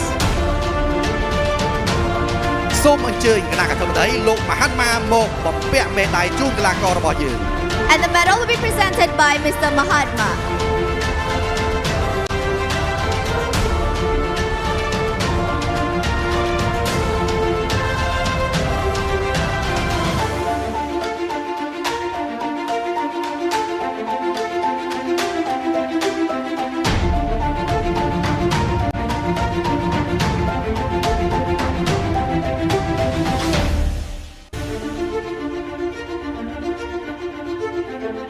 Thank you so much. សូមគោរពអញ្ជើញគណៈប្រធានលោកដាំងយ៉ាងតុងមកលើឆាកដើម្បីប្រគល់តុក្កតាតំណាង Once again, we would like to invite Mr. Dan Yantun to present the mascots.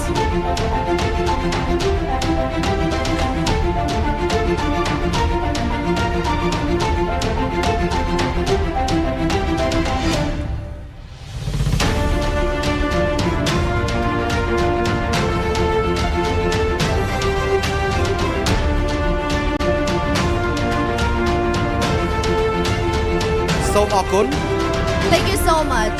អស់លោកស្រីអ្នកនាងកញ្ញាសូមអបអរសាទរសាជាថ្មីម្ចាស់មេដាយមាសក្រុមជម្រើសជាតិឥណ្ឌូនេស៊ី2 Ladies and gentlemen, the gold medalist of the Pubg Mobile Esports competition at the 32nd Southeast Asian Games, Team Indonesia 2.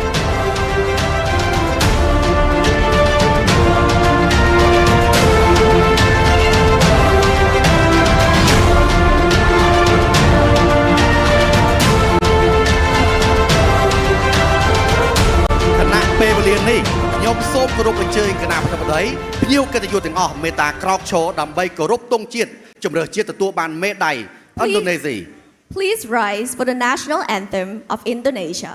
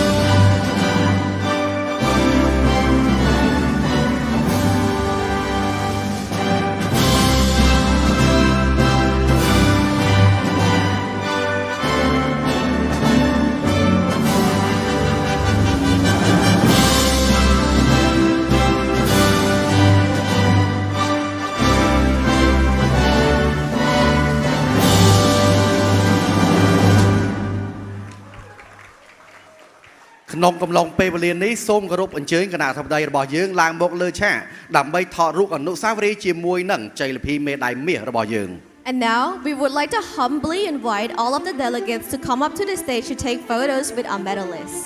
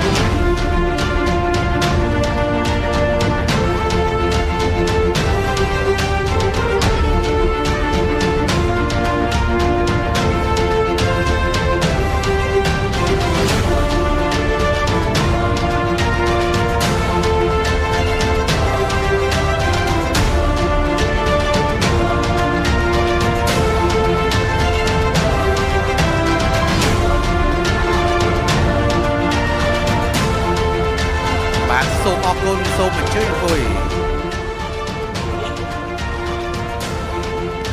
បន្ទាប់សូមអញ្ជើញលោក Carlos Lee ពី Tencent Pubg Mobile ដើម្បីចែករង្វាន់ពិសេសទៅកាន់ក្រុមជ័យលាភីរបស់យើង Thank you to the photography team, and now we would like to invite Mr. Carlos Lee, Tencent Pubg Mobile Southeast Asia Esports Manager, to move on to the stage to present the rewards from Tencent for the winning teams.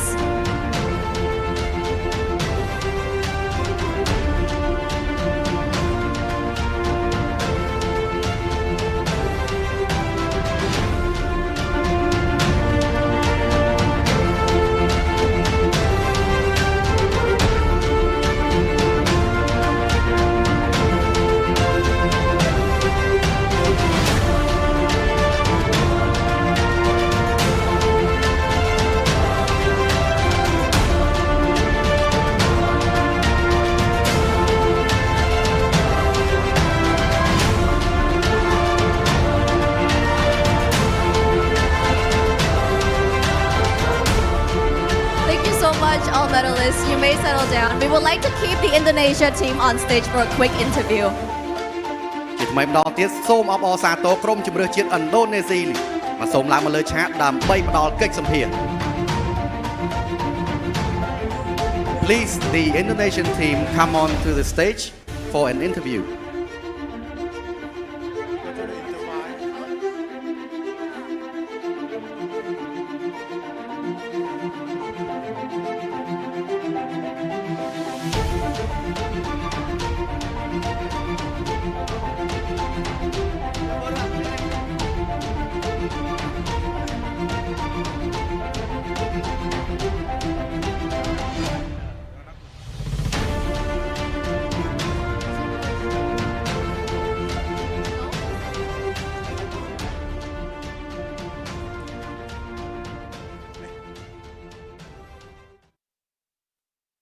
បាទជាមួយនឹងសំណួរពួកយើងចង់សួរថាតើអ្នកមានទស្សនៈយ៉ាងណាដែរទៅលើក្រុមក្នុងការបន្តឥឡូវនេះនៅពេលដែលគាត់បានក្លាយទៅជាជើងឯកនៅក្នុងការប្រកួត SEA Games So basically we want to know their vision going forward given that they're now a champion at SEA Games, which is a very prestigious regional event.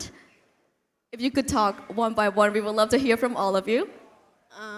Mereka mau dengar pendapat dari kalian bagaimana perasaannya seperti apa satu persatu karena sekarang kalian adalah juara dari SEA Games PUBG M.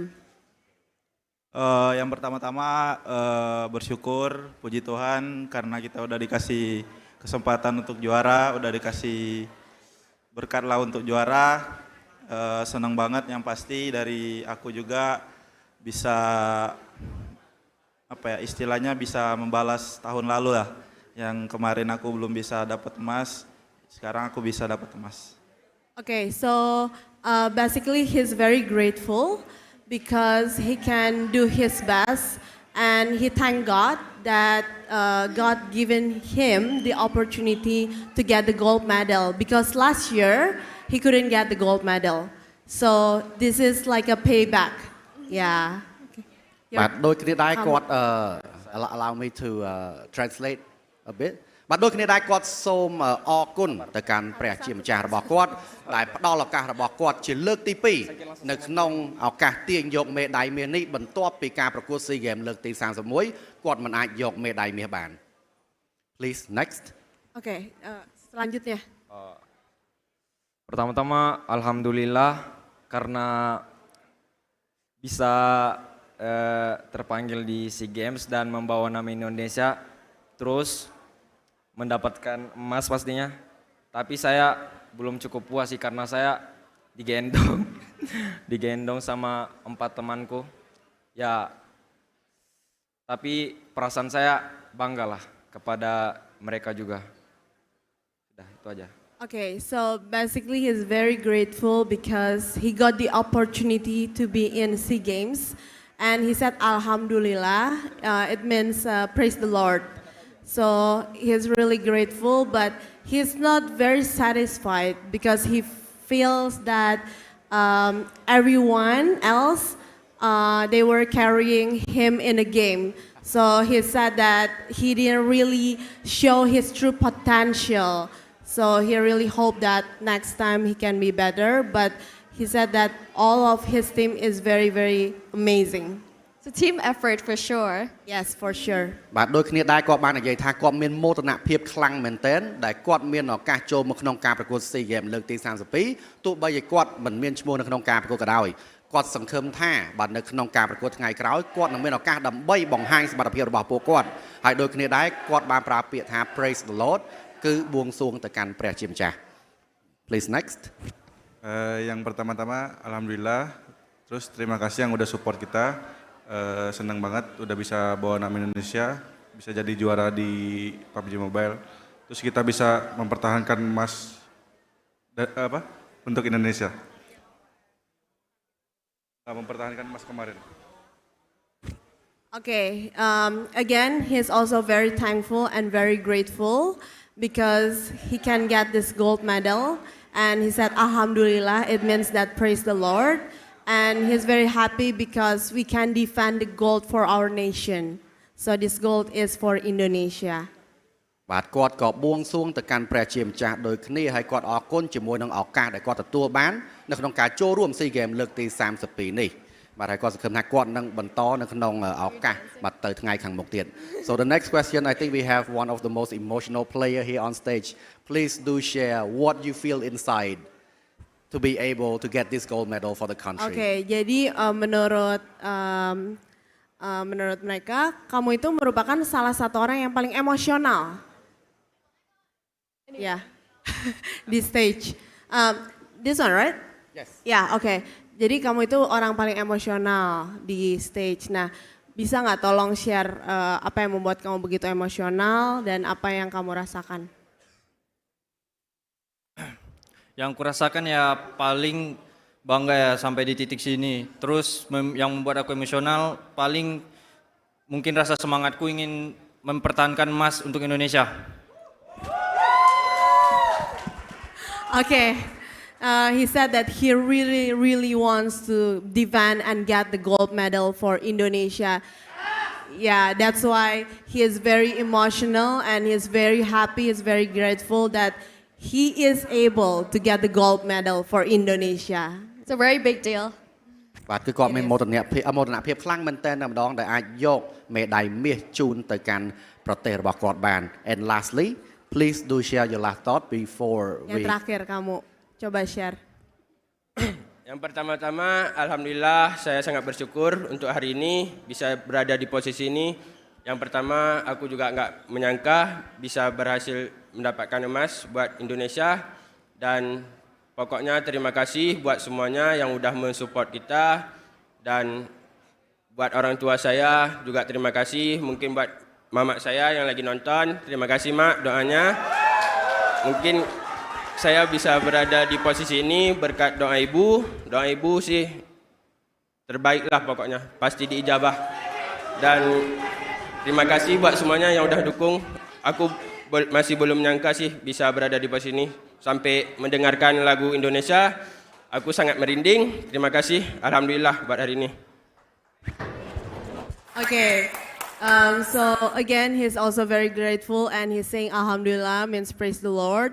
And he said that it is very amazing because he didn't expect it, that he will get the gold medal.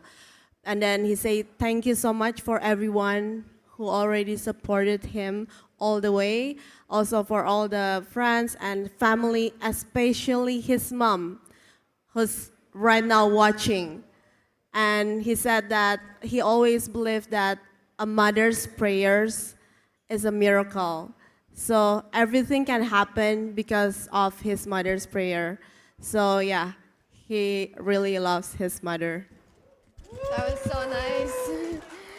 បាទគាត់បានសូមធ្វើការអរគុណជាពិសេសទៅកាន់អ្នកបណ្ដាញរបស់គាត់ដែលកំពុងតែមើលកម្មវិធីរបស់យើងនេះហើយគាត់បានប្រើពាក្យសម្ដីមួយថាការបួងសួងរបស់ព្រះមេដាគឺជាអ្វីមួយដែលអាចធ្វើឲ្យរឿងអីក៏អាចទៅជាការពិតបានដែរ Congratulations all you guys for the gold medalists. You guys really deserve it. I just want to ask some personal questions to Sata later. You've held a lot of champions already. I just want to know what's next that you have to share to me later. បាទសម្រាប់គណៈពេលវេលានេះដែរសូមអរគុណសម្រាប់ការគាំទ្រក្រុមជម្រើសជាតិកម្ពុជាក៏ដូចជាគ្រប់ក្រុមទាំងអស់ដែលមានសមាជិកចូលរួមមកពី10ប្រទេសបាទសារជាថ្មីជួបជាមួយនឹងពួកយើងម្ដងទៀតនៅក្នុងថ្ងៃស្អែកជាមួយនឹងការប្រកួត Pubg Mobile បែបបុគ្គលសូមអរគុណនិងសូមជម្រាបលា We wish you all the best in your future endeavors. Thank you once again and congratulations. សូមអរគុណ